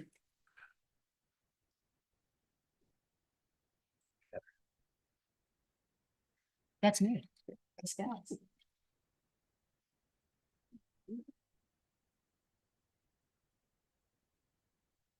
Hello, I'm Jackie Sobieski. I am a Fincastle resident, but I'm also the new executive director of the Botetourt Chamber. So I am here to speak to you about, we did a press release a few weeks back about the data center. And for the public record, I'm here to read that into the record. The Botetourt County Chamber of Commerce, in coordination with its board of directors, has completed a comprehensive review of the Google Data Center project as in strong support of its advancement. The position follows extensive engagement with Google representatives, Botetourt County and regional leadership, and participation in both the public forum hosted by Google and the business summit hosted by the county. Our support is informed, deliberate, and grounded in what we believe is a significant opportunity for the business community and the broader regional economy. From a business standpoint, this project represents a transformative investment in Botetourt County. The data center campus is expected to generate $30 million annually in local tax revenue upon completion, more than twice the contribution of the county's current top 3 companies combined. This level of investment strengthens the overall economic foundation of the county and creates an environment where businesses can grow, invest, and operate with greater long-term stability. In addition, the project will drive substantial economic activity during both construction and ongoing operations. With at least 1,000 construction jobs at peak and long-term high-quality positions upon completion, the project is expected to increase demand for local services, contractors, suppliers, and support industries across the region. For our members, this means real opportunity. From construction and trades to professional services, hospitality, and small business engagement. Projects of this scale create ripple effects that extend well beyond the initial investment and support a more dynamic and connected local economy. The project also reinforces Botetourt County's position as a competitive and forward-looking business environment. Attracting an investment of this magnitude signals to other companies and industries that our region is prepared to support innovation, infrastructure, and long-term growth. It is also important to note that the required infrastructure requirements and associated with this project will be funded as part of the development, strengthening capacity without placing additional burden on the existing business base. The Chamber firmly believes that strategic, responsible economic development is essential in the success of our members and the long-term viability of our region. This project aligns with that vision. We look forward to continuing to serve as a partner alongside Google, Botetourt County, and our regional stakeholders as this project advances, ensuring the business community remains engaged and positioned to benefit from this investment. I thank you for your time. Thank you.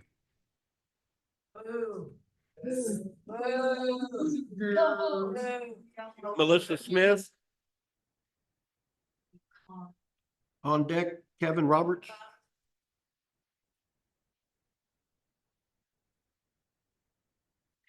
Supervisors and staff, thank you for your attention for 3 minutes to put in my 2 cents. My name is Melissa Smith and I'm a widow, thank you, Danny, who lives in Daleville, although my concerns today are also intended for other widespread communities that will also be impacted by the installation of the Google data center, which I vehemently oppose. I'm concerned about violations to what citizens expected from your representation because of many aspects of the signed contracts, including incentives, planned subsidies from Google, tax breaks, supposed consumption of resources, and most disheartening, the NDA aspects of these agreements. This violates our basic expectations and rights to be heard in advance of planning, in advance of plans that we would not have agreed to under any incentives. Yet you have signed an agreement that gives the development companies basic control of the media releases, basic information, ultimately what Google and the board wants us to believe about this plan so we all might be more agreeable to this deal. What is released when it has been released and the biased tone of the media that's all favorable to this data center being installed is atrocious. Also in the timeline was the hiring of a communications director who is widely known and respected. People who love him are more likely to believe what he produces, even if it isn't exactly accurate or does not turn out to be true after the fact. I doubt this will be met with the same feelings we have regarding the weather if it comes to be known that threats to our water and power resources that you're all trying to convince us the general public are no risk at all. Luring people to believe that the data center will be a good fit in our county by promising gifts to our EMF and public safety or libraries and schools is a tactic. Grooming the public to believe no harm will come to our water resources and that our power rates and costs will not increase is another tactic that is evident in the county's controlled media releases. To believe these things now can prove harmful later on, and once built, there are other harmful practices that Google will do. Luring and grooming are predatory tactics, yet they are commonplace these days in many behind closed door deals. I have grave concerns about the nature of the information that Google and other development agencies, whether it's true, is it accurate, or is it outdated? The numbers and time estimates for resources do not make sense. When the math breaks down, common sense needs to kick in, and I question the ability of the board to handle our county's problems effectively, as these issues regarding the data center are real problems that we face now due to your choices for our county. If we do end up paying more in taxes for water and our power as a result of this data center installation, then you have egregiously deprived us all of our money. Money represents food and water we need to live. When deprived of money under any ethical paradigm that exists, that is theft. And theft is equated to murder under all ethical paradigms. I am therefore respectfully requesting that the board refrain from doing any more business deals like this if you cannot be trusted to tell the truth. Perhaps there's no trust in the fiduciary roles that you are obligated to fill, and maybe you should just step down. Luring and grooming are human trafficking tactics. They are facets of human trafficking, and I'm tired of these tactics being used in our communities, whether it's the data center or any other deal. I'm very conservative in my opinions in the use of AI, and until we have laws of protection in place to protect both our rights and our health, I'm totally against these entities coming in to our town.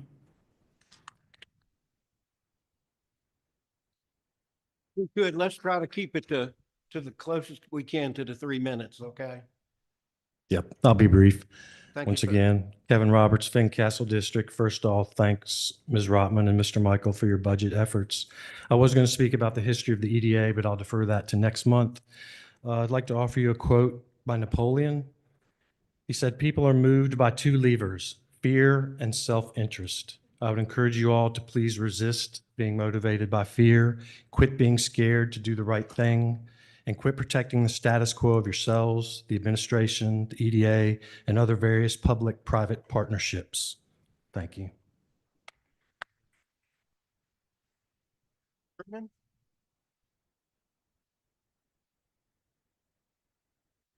on deck is Kathy Benefield.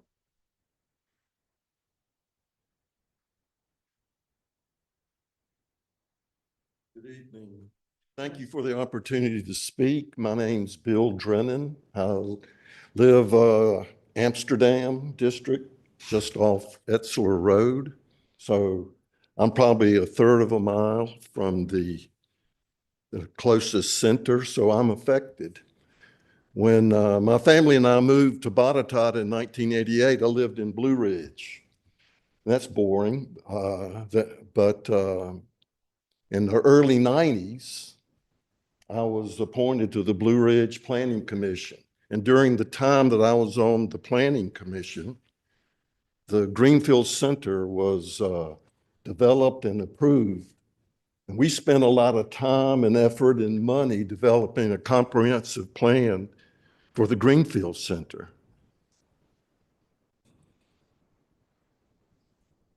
And the whole basis of Greenfield that was communicated to the county was to expand the industrial tax base for improving the finances for the county and to add jobs. And since things have changed, because we've changed the comprehensive plan for Greenfield, we've gone to giving tax breaks to Google. Google has plenty of money. Yep. They don't need our money, okay? Also, it's the jobs are trivial. We're not going to get full benefit there. So they're all I agree with the Chamber of Commerce that this is going to be a transformative change. And there's an opportunity for good change. But folks, there's a huge downturn. If this goes wrong, 10 years after I was on the Planning Commission, I worked at Corio. Does anybody know what Corio was? It's one of the plants down here. Corio came in, they had good plans. We're next to Alltech. Good plans, good intentions, said all the right things. Coyo's not there anymore. They sold, that property sat empty for a while, and Deschutes came. And boy, Deschutes had big plans and big promises, and that didn't work out. And now New Belgium's in there. Google's in business to make money. They don't care about Botetourt. Okay, and they'll make all kinds of plans, but if this goes wrong and we're $200 million in the hole because we put money to bring water in, is that going to be a transformative change?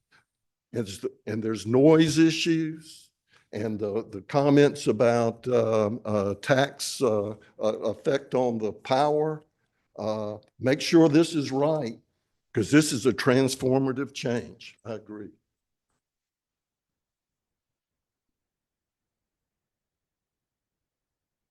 Good evening, Board of Supervisors. My name is Kathy Benefield. I live in the Amsterdam District. I appreciate the opportunity to address you tonight.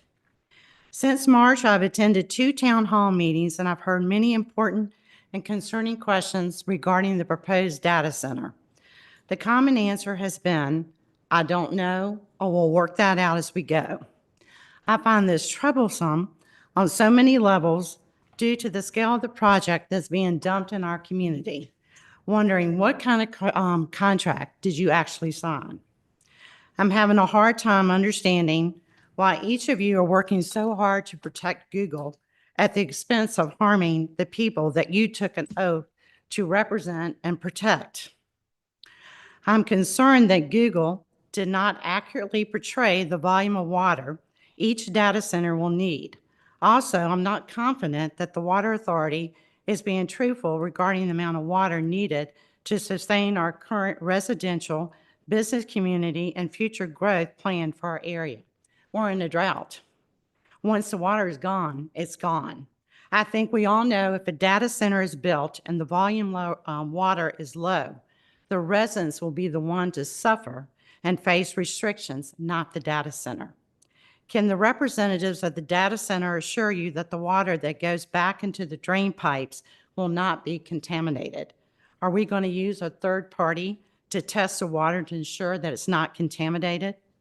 Where are the water studies to support the data centers are a good investment for our community? Why are existing communities with data centers running out of water? Why aren't we looking at water studies based on current hyperscale data centers? If we did, they would not be approved, would they? A hyperscale data center is not just another commercial building, but an industrial exposure that will have serious negative impact on human and animal life on a daily basis, 24/7, 365 days. You continue to throw out narratives and misleading information from executives from data centers that are false and deceptive. They're ignoring how their data centers will truly affect residential communities, because if they were being honest, based on the new data that exists, there would be no data centers built in rural communities. If a data center is built in Greenfield, it will forever change the soil it sits on and surrounding land permanently. We now have evidence that data centers have been built and now are negatively affecting lives. In areas where data centers have been built, wells are running dry, people are losing water pressure, drywall is cracking, windows are cracking, structural damage is occurring because of continuous vibration. I'll move quickly. I want to talk to you quickly about tonal noise, because there's been no studies, just humor me for one moment. There's been no tonal studies done on noise for 24/7, 365 days. Tonal noise has a long wavelength. It is not stopped by physical barriers. It goes around structures, foundations, and has a cumulative effect. Tonal noise will come from the data center, substation, and step-down substations. The footprint of the noise is wider than expected. Google's attempt to say they will put up sound barriers will not stop tonal noise and the destruction that noise causes.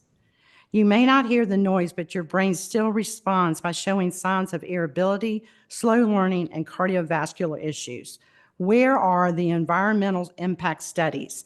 It should be easy to conduct a study from existing data centers, but I expect the data center representatives have a narrative to dance around the very, very bad data regarding negative impacts and damage caused by tonal noise to environment, people, animals, and wildlife. By the way, tonal noise is a form of military torture. I will leave you with this. I would ask that you wake up, that there is a sense of, why is there a sense of urgency for building this project? It's not responsible. I'd like to believe that you have been lied to and not given all the facts. We need to work together and find a way to halt this project and bring the true experts to the table that have the skills and expertise to work this through. I encourage you all to seek answers from outside sources, not the data center executives or publicists. Do your homework. If approved, this decision will cause irreversible damage in our community. Is this the legacy you want to leave? Thank you.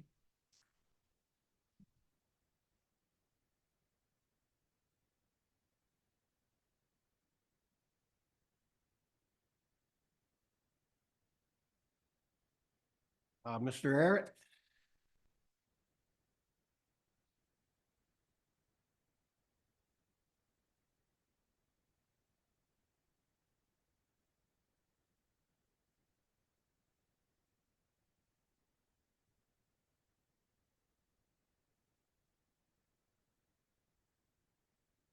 Good evening.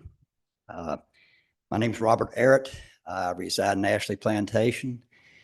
My son and I own property on Stoneleigh Drive. We own a beautiful home in 22 acres. It's directly adjacent to Google's proposed Project Raspberry. Directly adjacent. We'll be hundreds of feet away from it. The tonal noise and everything else. I moved here in 1984. I was a member of a senior management team of a company that's been here since 1995. Myself, the company, we have contributed to this community. We've donated to churches and charity and been here a long time. I'm paying 6 real estate tax tickets right now. Myself, like a lot of these other people here, are heavily, heavily invested in this county and loved it here, the scenic beauty and things we've enjoyed here. I've enjoyed it tremendously. But I say all these things because I recall, just like I think Brennan there was a minute ago, I recall when county acquired Greenfield. And one of the major reasons for acquisition was to create jobs for this community.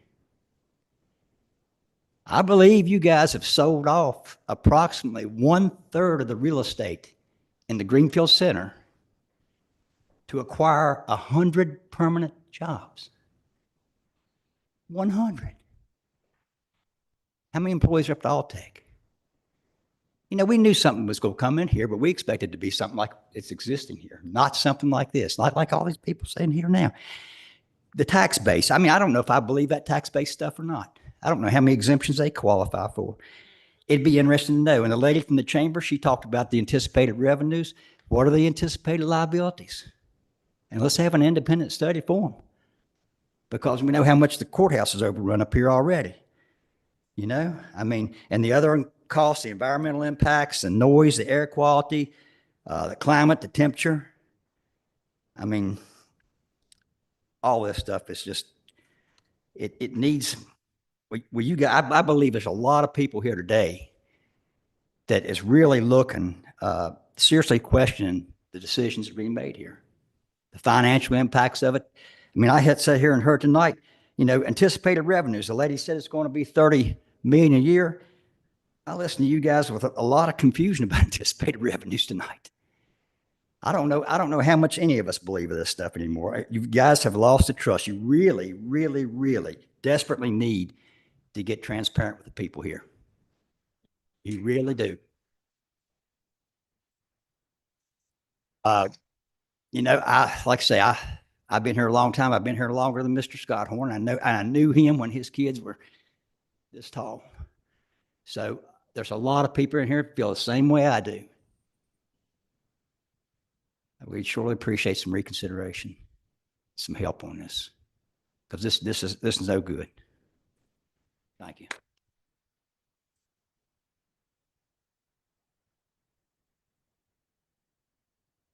Same. And on deck is Chloe Johnson. Did she leave? She left. Oh, okay.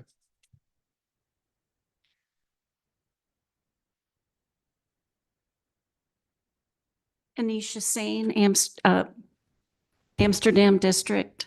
I'd like to speak briefly about Orchard Lake Dam, and then a little bit about Google Data Center. A few months ago, I think that 2 grants were applied for to DCR, but there has been no update on the county website regarding anything happening with Orchard Lake since January. And it would be great, I don't know who's responsible to keep that up, but it would be great to find out where that process is. Did they really get the grant submitted? When will DCR decide who are the grant nominees? I checked on the website today and there wasn't anything. Also, someone else meant. Do you mind if I just interrupt for 1 second? Yes, I think we talked about this at the last Board of Supervisor meeting. I don't know. that they were going to submit, yes. Well, that the engineers were in the process of preparing the proposals and we were expecting it to take, I don't know, another 5 or 6 months or 4 or 5 months or another, what? About 7 months altogether. So I think this is as I understand it. I don't mean to cut you short or anything. I'm just trying to provide the information. I think that we will then be looking at a new round of grants. I don't think we were in the position for it this go round. Is that right, David?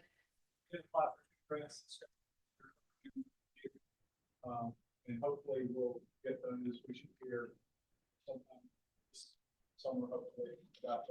Okay. Okay. So Okay, that's helpful to know. yeah, 2 possible grants, another 7 months, so, for the engineering study. So Okay, thank you. You're welcome. And regarding the way this is portrayed on the website is, I feel, inaccurate in that it states 3 times that people in Orchard Lake were offered to form a HOA about the dam and did not take action. How can anyone take action when they don't own the dam? They have no idea the cost that would be involved. And, typically an HOA that owns a dam, they own the dam and then they take care of it. They don't take care of county's property. So I feel that the way that it is written on the county website is a little bit misleading and inaccurate.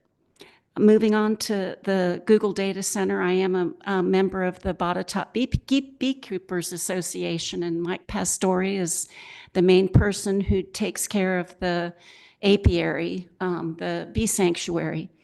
And there's no way bees are going to be able to stay there. If I can stand in the sanctuary and throw a rock at a data center, they'd make too much noise. The EMF fields that are emitted, the bees will not be able to find their way back into the hives. They can't communicate with each other in the hives. And the sanctuary very likely will need to be moved. And I'd like to have the board think about that. Also, one of the reasons the state does not have a budget right now is that the Democrats are looking with their jaws wide open that in 2025, they left $1.9 billion of unaccepted taxes based on not taxing data centers equipment. 1.9 billion. That's why our state does not have a budget, because they're rethinking that. Data centers got that taxation in 1990. And there have been quite a while for us to see what's happened to other communities that have data centers. PJM, people in that area, those data centers, their electric bill went up 20%. That's on the federal government's website. That is well known.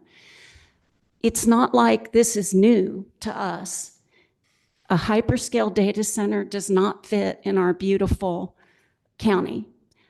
Due diligence was not done before these NDAs were signed.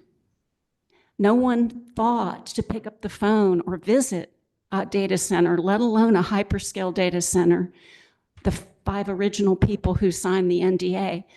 And I doubt if any of them picked up the phone and talked to a board of supervisor in Loudoun County or one of these other counties where they have multiplied like roaches. Hey, how do you like your data center? How do your constituents like the data centers? Due diligence wasn't done.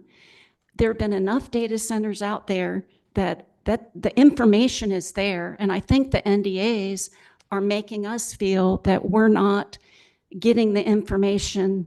Everything has to be filtered through Google. And even if you get 30 million, when you've got Roanoke City saying we own Carvin's Cove, we want 15% of what you're getting from Google.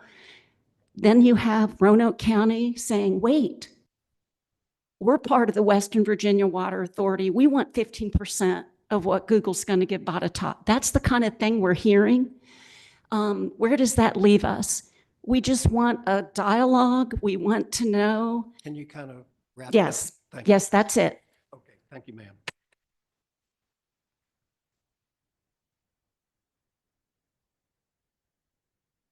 Ms. Beasley?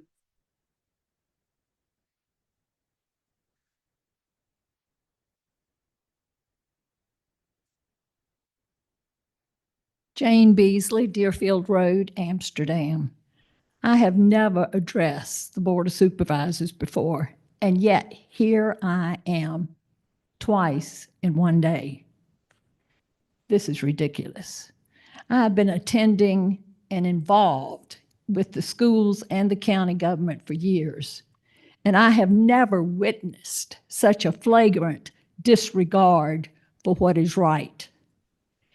Integrity is the quality of being honest, having strong moral principles, and consistently adhering to ethical standards, often defined as doing the right thing, even when no one is watching.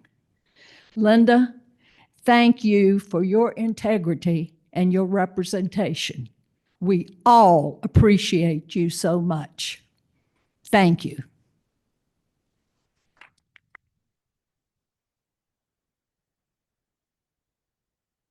See, I think Mr. Lovell left. Danny Goode?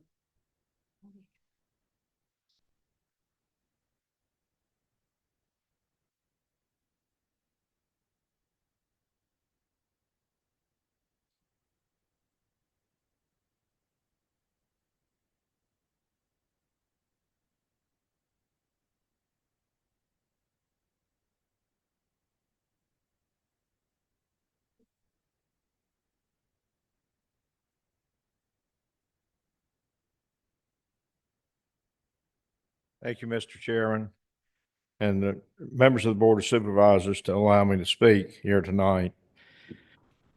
My name is Danny Goode, and I reside in the Valley District. First of all, I'd like to answer a question that was raised by Dr. Scotthorn regarding the budget information. He questioned why the revenues were down. I spoke about that earlier and gave you a handout that described why the revenues were down. With a doubling of real estate taxes not being collected, people unable to pay their taxes, 1.5% of $63 million is $945,000. There's your gap in income. And you can't overcome that because people can't pay it. On to what I was going to talk about. And I'm really, really ashamed that no one knew the answer to that. Do you look at the information that the county provides you? I look at the annual audit and I see all that. Why don't you see it? It's available to you. I'm not elected to do this. I do it because I love Botetourt County. On to the data center. I want to talk to you about a facts versus myths, or a facts for you, or myths versus facts. I'm going to give you some facts. It's been said that all this water will be runoff. Maybe it will be. But where do you live? You live right on the Eastern Continental Divide. The street in Blacksburg, the water comes this way. The edge of Floyd County and Roanoke County, the water comes this way. Botetourt County is the dividing line for the Chesapeake Bay watershed and the Roanoke River, with the Roanoke River only accounting for about a third of the watershed. You can't cross that boundary. There's something called the Chesapeake Bay Preservation Act. Now, I know in 1974, we were able to put a tunnel through the mountain and steal some of the water from Catawba Creek. Don't think that's happening again. The Chesapeake Bay Preservation Act did not exist then. I know recently, maybe in the last few weeks, some of you may have visited a data center for the first time. I'm going to ask you to do something a little bit closer and a little bit easier to do. I'm going to ask you to get online and look up what the Chesapeake Bay watershed looks like, and specifically look at the watershed for James River. And I want you to specifically look up the Roanoke River watershed. And what you're going to find is the Roanoke River watershed is much smaller. And it drains into Albemarle Sound. You've probably seen pictures of Carvin's Cove, and maybe even some of you have seen a picture of Smith Mountain Lake. It's not looking good. But when you look at the Roanoke River watershed, what you're going to see is a map showing the distance between here and the Outer Banks. And you're only going to see just a little tiny spot on the leftmost edge that provides our water. That's all the water, that's all the runoff we get. We're not in New York State. We're not in Northern Virginia, where they get a lot of water that flows into the Chesapeake Bay. We don't get that. I don't mean to say I don't think you've really taken a solid look at this or that you don't know what you're doing, but a lot of people in this room have looked at it. And a lot of people in this room know a lot more about it than you do. I hope that you will take a look at these things. We're not just making sound. It's real. And once it's gone, it's gone. Thank you.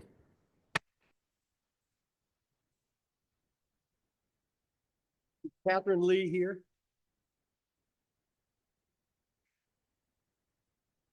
That's the last one I have. So we're down to board comments. Snyder? I have one thing to share. That is Saturday, May the 9th at 11 a.m. here on International Parkway. Colonel William Preston Historical Marker will be set. Be part of the Fort William Historical Marker. So if you are interested in history, you want to be part of that, check that out on Saturday, May the 9th, 11 a.m. here on International Parkway. Thank you. Thank you. Mr. Mike? We had talked with Mr. Lockerbie about what we can do to help out Tazewell County. And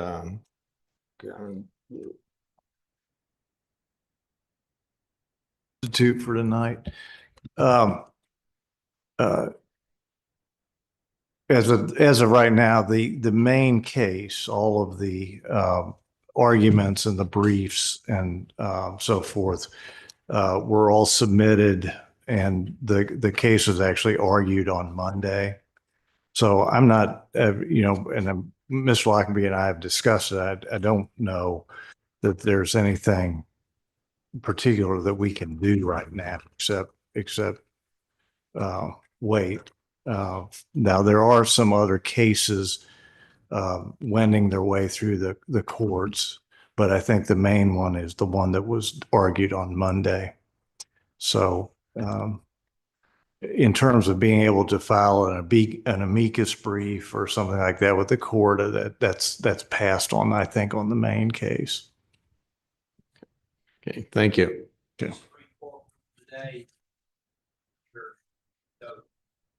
What happened? The, you know, On his website, so.